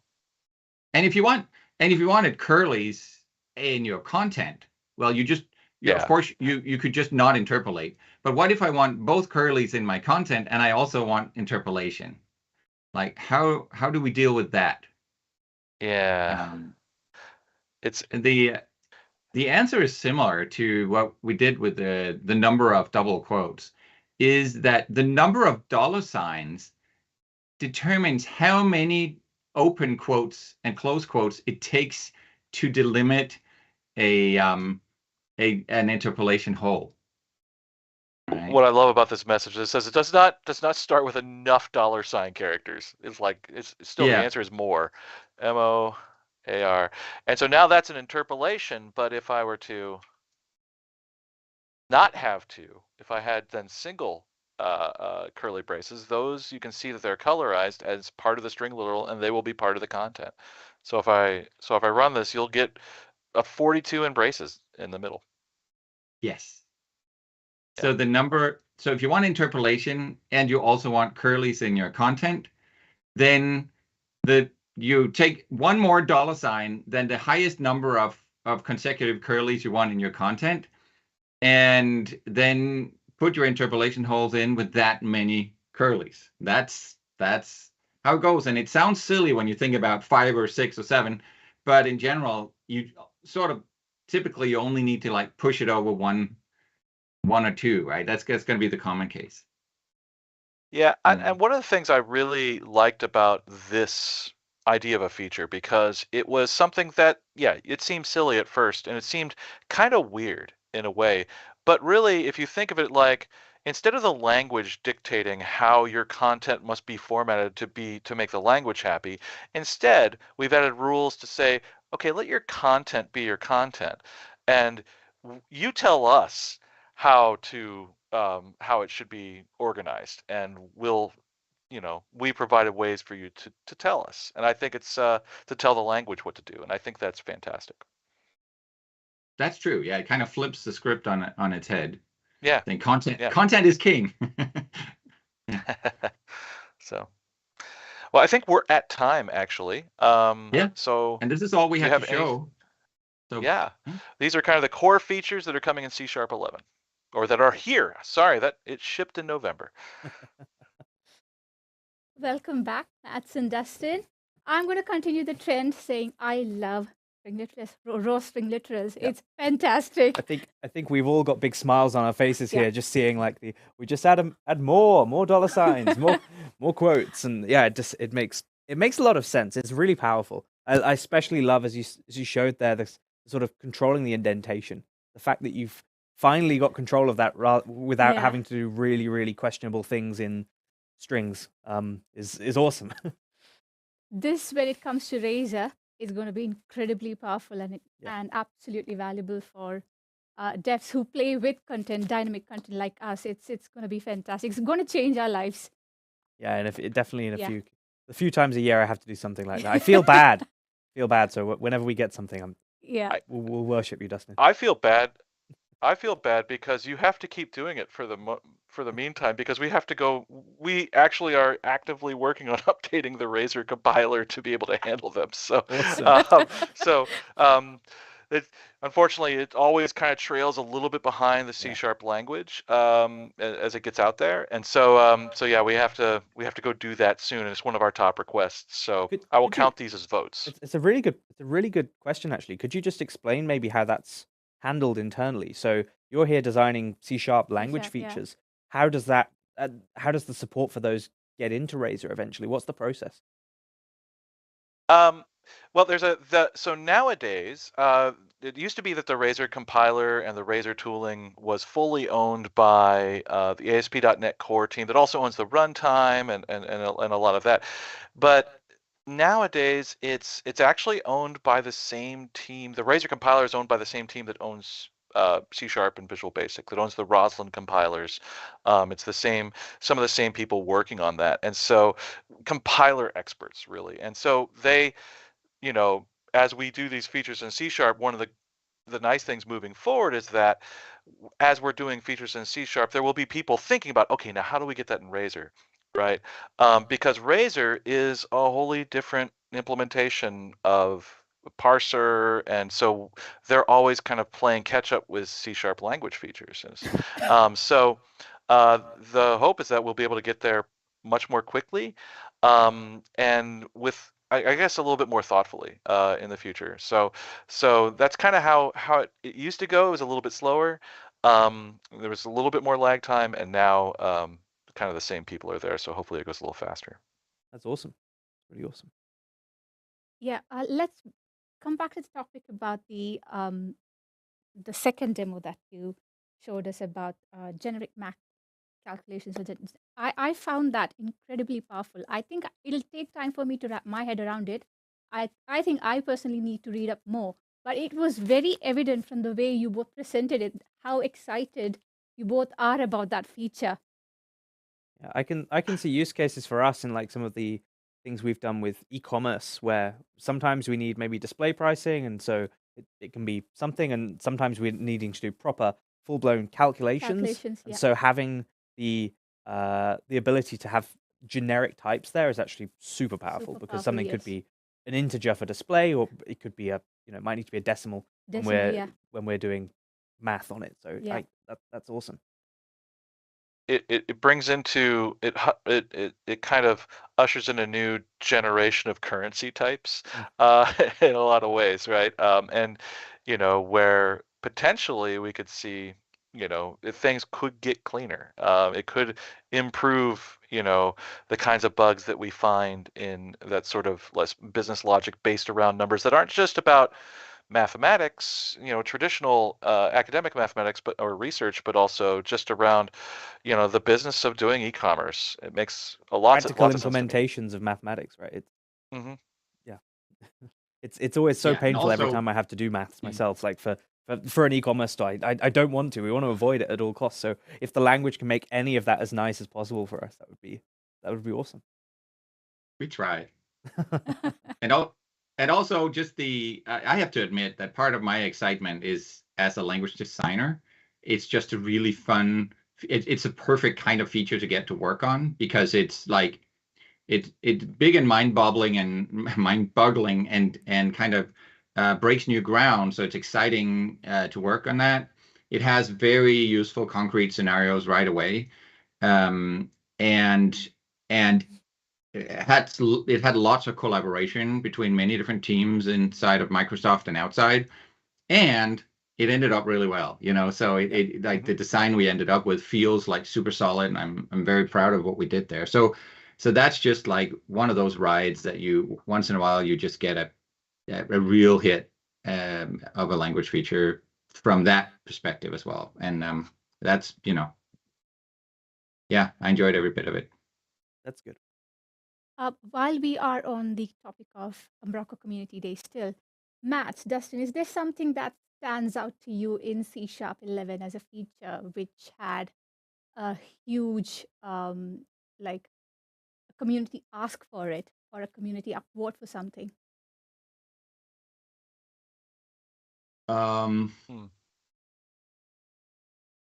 Well, several of these were quite popular in different ways. There were, let me see.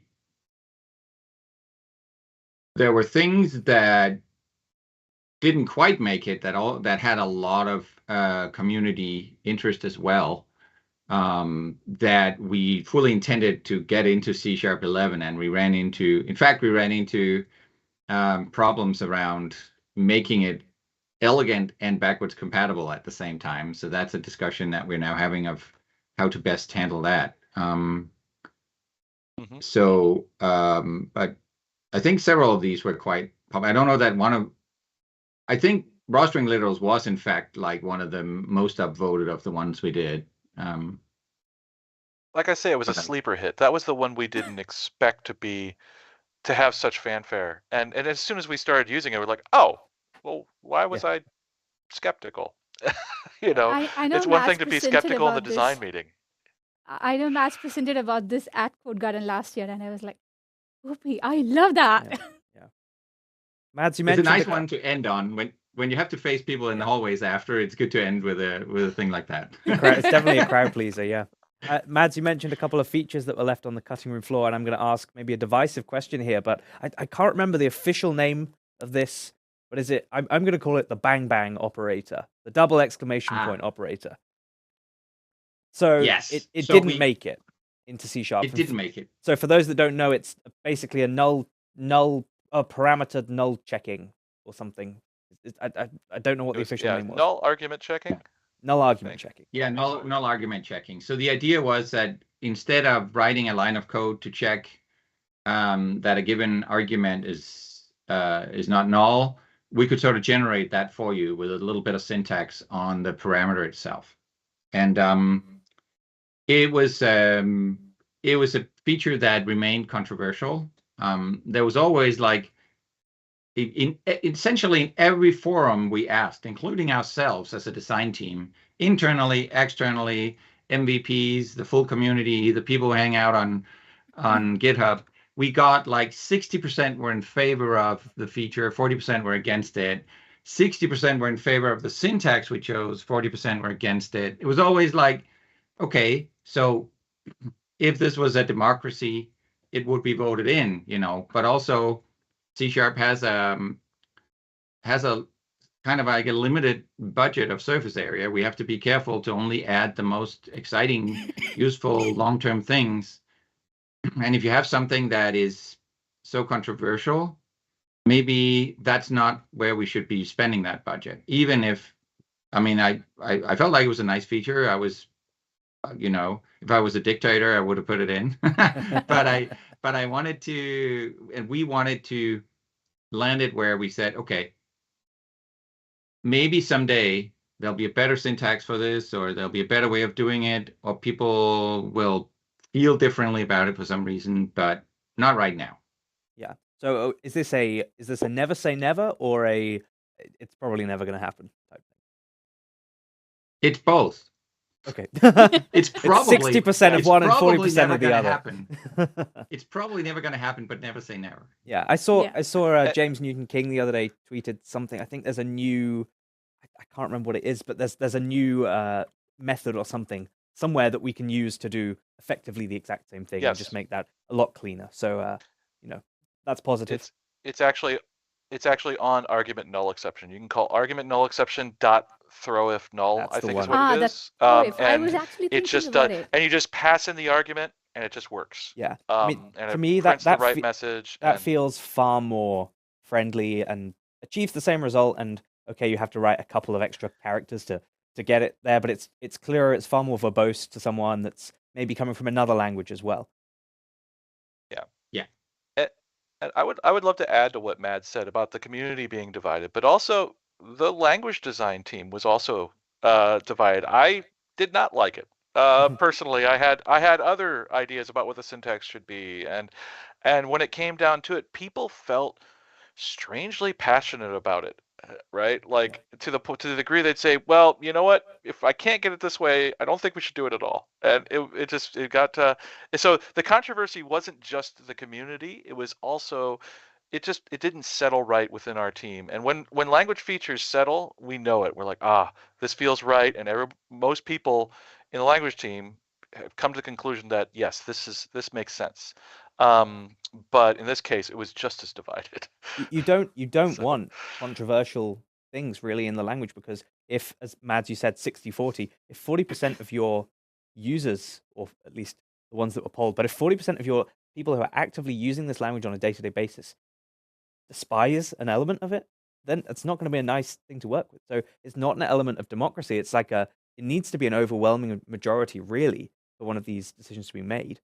I feel. I don't know how you think about that. No, I think that is generally true. It kind of depends where the resistance comes from, because we also have to be bold and go forward. So sometimes it's pattern matching, where it takes a while before people are comfortable with it, but we sort of say we believe in this. We take the leap of faith for you, and you can grow into it because we believe eventually you'll be happy. So it's more that we did more of the thinking more ahead of time, and it takes a while for people to fully sort of inhabit the new thought patterns that come along with it. So I think that for that kind of features, it can be a little dangerous to ask people like, how many people like it? There'll be a lot of like, I'm not sure. I don't think I like it because it feels strange to me right now. So sometimes we just have to trust ourselves to go forward with those things, but that requires that we as a design team jointly feel that is the cause of the resistance. And in this case, it wasn't the cause of the resistance. It's not that people couldn't wrap their minds around what it did. Nobody had a problem wrapping their minds around generating one line of code. It was a different kind of resistance. It was like, this is icky, I don't like it. Yeah. And when that's the kind of reaction, then okay, that's a different game. Yeah, I guess my biggest takeaway from this whole talk has been that you're giving people choice with everything you do. You're giving people as much choice as possible, so people can use these new features. They don't have to. You don't want to use the implement the new interfaces on any type you create for if you're doing math stuff, that's absolutely fine. You don't have to. But if you do, then you'll also get some benefits from it. So there's options. People have choice. That's true to some degree. Again, I'm going to counter you a little bit because it's not just about giving people choice, because you also have to be careful about not offering every language feature on the planet or every different way of doing the same thing. We add features when we feel that by and large, or in a large number of scenarios, they are a better way of doing the thing than what you could do up until now. Like we don't want to just have different, we want to have better.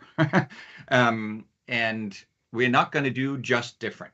And this is in fact like one of the features that has the most upvotes and the most people clamoring in C# is discriminated unions, which is essentially a different way of describing your data shapes, right? An alternative to inheritance, if you will. That is very popular in functional programming languages. And we are interested in that interest. We want to find out, and what is it about discriminated unions that make you happy? Can we extract sort of the essence of that and add it with minimal overhead to what's already in C# and make the existing ways better somehow, but just adding like an alternative next to what's already there and say, if this is your taste, do that. If this is your taste, do that. That is something that we're very wary of, because now we're just bloating the language. We want to give you the benefits that you're asking for without giving you choice just for the sake of choice. That's a very good answer. Very, very good answer. Both of you, this has been lovely, really lovely. Thank you so much. I think we could sit here for hours and probably and geek out and ask you loads of questions. But yeah, this has truly been a pleasure. Hopefully, we get to see you at some other Umbraco events or .NET events, etc. In person, maybe soon as well. Would be awesome. Thank you so much, both. And yeah, thank you so much. We'll see you around. We're going to go to a very quick interlude, and then we'll be back in a second.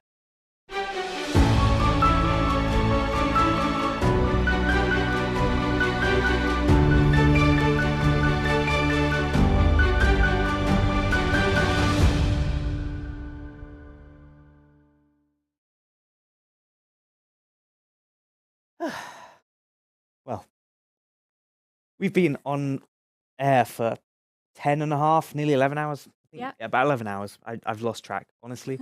I'm quite tired. Are you tired, Ponima? I'm tired. I've had 2 cans of Coca-Cola, 3 coffees, some sugar, the pink cookie, lunch. So Ponima is hyper now. Yes. Ponima is on it. Yeah, no, I'm definitely feeling it. This has been a long day, but I think it was good fun. I hope the people at home and watching, if you're still in the live chat, please let us know if you enjoyed this as well. I certainly did. There was a lot of great talks. So much from we had, I think, 2 or 3 accessibility focused talks. We had 2 talks on DXP. We had match architecture. We've had some great fun from Lars and like blasts from the past. We've had great chats with people from Microsoft learning about tooling and language features we didn't necessarily know were there. Great highlights about Umbraco features, upgrades, packages, so much. So much covered. And some of the talks, we had a nice thread running through as well about responsibilities of a developer, accessibility, all the greatness and niceness in Umbraco. Yes. Finally, with C#. I think that was incredible. Yes. Yeah. I could sit here and I could have sat here and asked for questions, Mads and Justin. Yeah. For sure. Well, before we go, we have a couple of people we need to thank. Firstly, everybody who's sat here today and watched. Dirk, you're giving us a nice wave. Thank you for staying with us. You were one of the first people here this morning. Yeah. So high five, you rock. And anyone else that's made it through this far, really big well done. We have learned that there's a little community of Umbraco developers in Switzerland everywhere. Today. Yeah, Switzerland. Yeah. Switzerland. So that's awesome. Who else do we need to thank? I know that currently there's a viewing party going on in London. So hey London, hey Lottie and Ravi and everyone that's organised that. I think there's a few new faces there as well, which is lovely because it's great that we've been able to attract some new people to a meetup group and some regulars as well. I know that Mike's there, Andy's there, Craig's there. So that's awesome. So hello all of you and thank you for tuning in. Post a picture on Twitter. Yeah, please. From the viewing party. Yeah, we'd love to see it. A picture. Hey, Laura. Laura, Laura's obviously hi. tuned in from the Netherlands. But Yeah, Laura was there in the morning as well. She was Was one of she? the first ones to sign up. Fantastic. Well, thank you so much for sticking with us. We've had hundreds of people actually with us throughout the day. And getting all hundreds of you here wouldn't have actually been possible without the help of the Scrift team, who honestly have done such a great job helping us promote this. We, as in the organizing team, Hank's behind the scenes nodding away. You can't see him. Maybe he can come on the stage if he wants. But yeah, it's been just the three of us. We've worked alone. We've not had the help really of anyone else to promote. The Scrift team did a great job. They made a nice banner. They've promoted it in all of their newsletters and things since November or something. There was a moment when I literally went and knocked on his door in last minute, and she was like, "Do you have any content? I'll just drop it in." Yeah, cool. No, the Scrift team are really awesome, and they've done a great job of helping us here today. All of you who helped us promote by retweeting, submitting your talk ideas. We did have to reject a few, unfortunately, because it was just such a packed day of content. People who've been active on the socials throughout, sharing your pictures. That's really awesome. We have to thank Microsoft, of course. We've had 5 or 6 awesome Microsoft speakers today. Yeah. Really, really awesome talks. Really good talks. And opportunities for us as a community to sort of branch out a little bit. Yeah. Look at some other things. Yes. And a lot of new faces today. For sure. Which is fantastic. I think we went around the globe today, isn't it? Truly, we've truly been around the globe. Is there anyone else left to thank? I don't want to forget anyone. I think we've. Yes. Hank. For being there. Yeah, I mean, Hank, of course. Hey, this studio, you can't see the full extent of this studio. I'll put a picture up on Twitter now, actually, of what we're seeing from here, because it's quite extraordinary.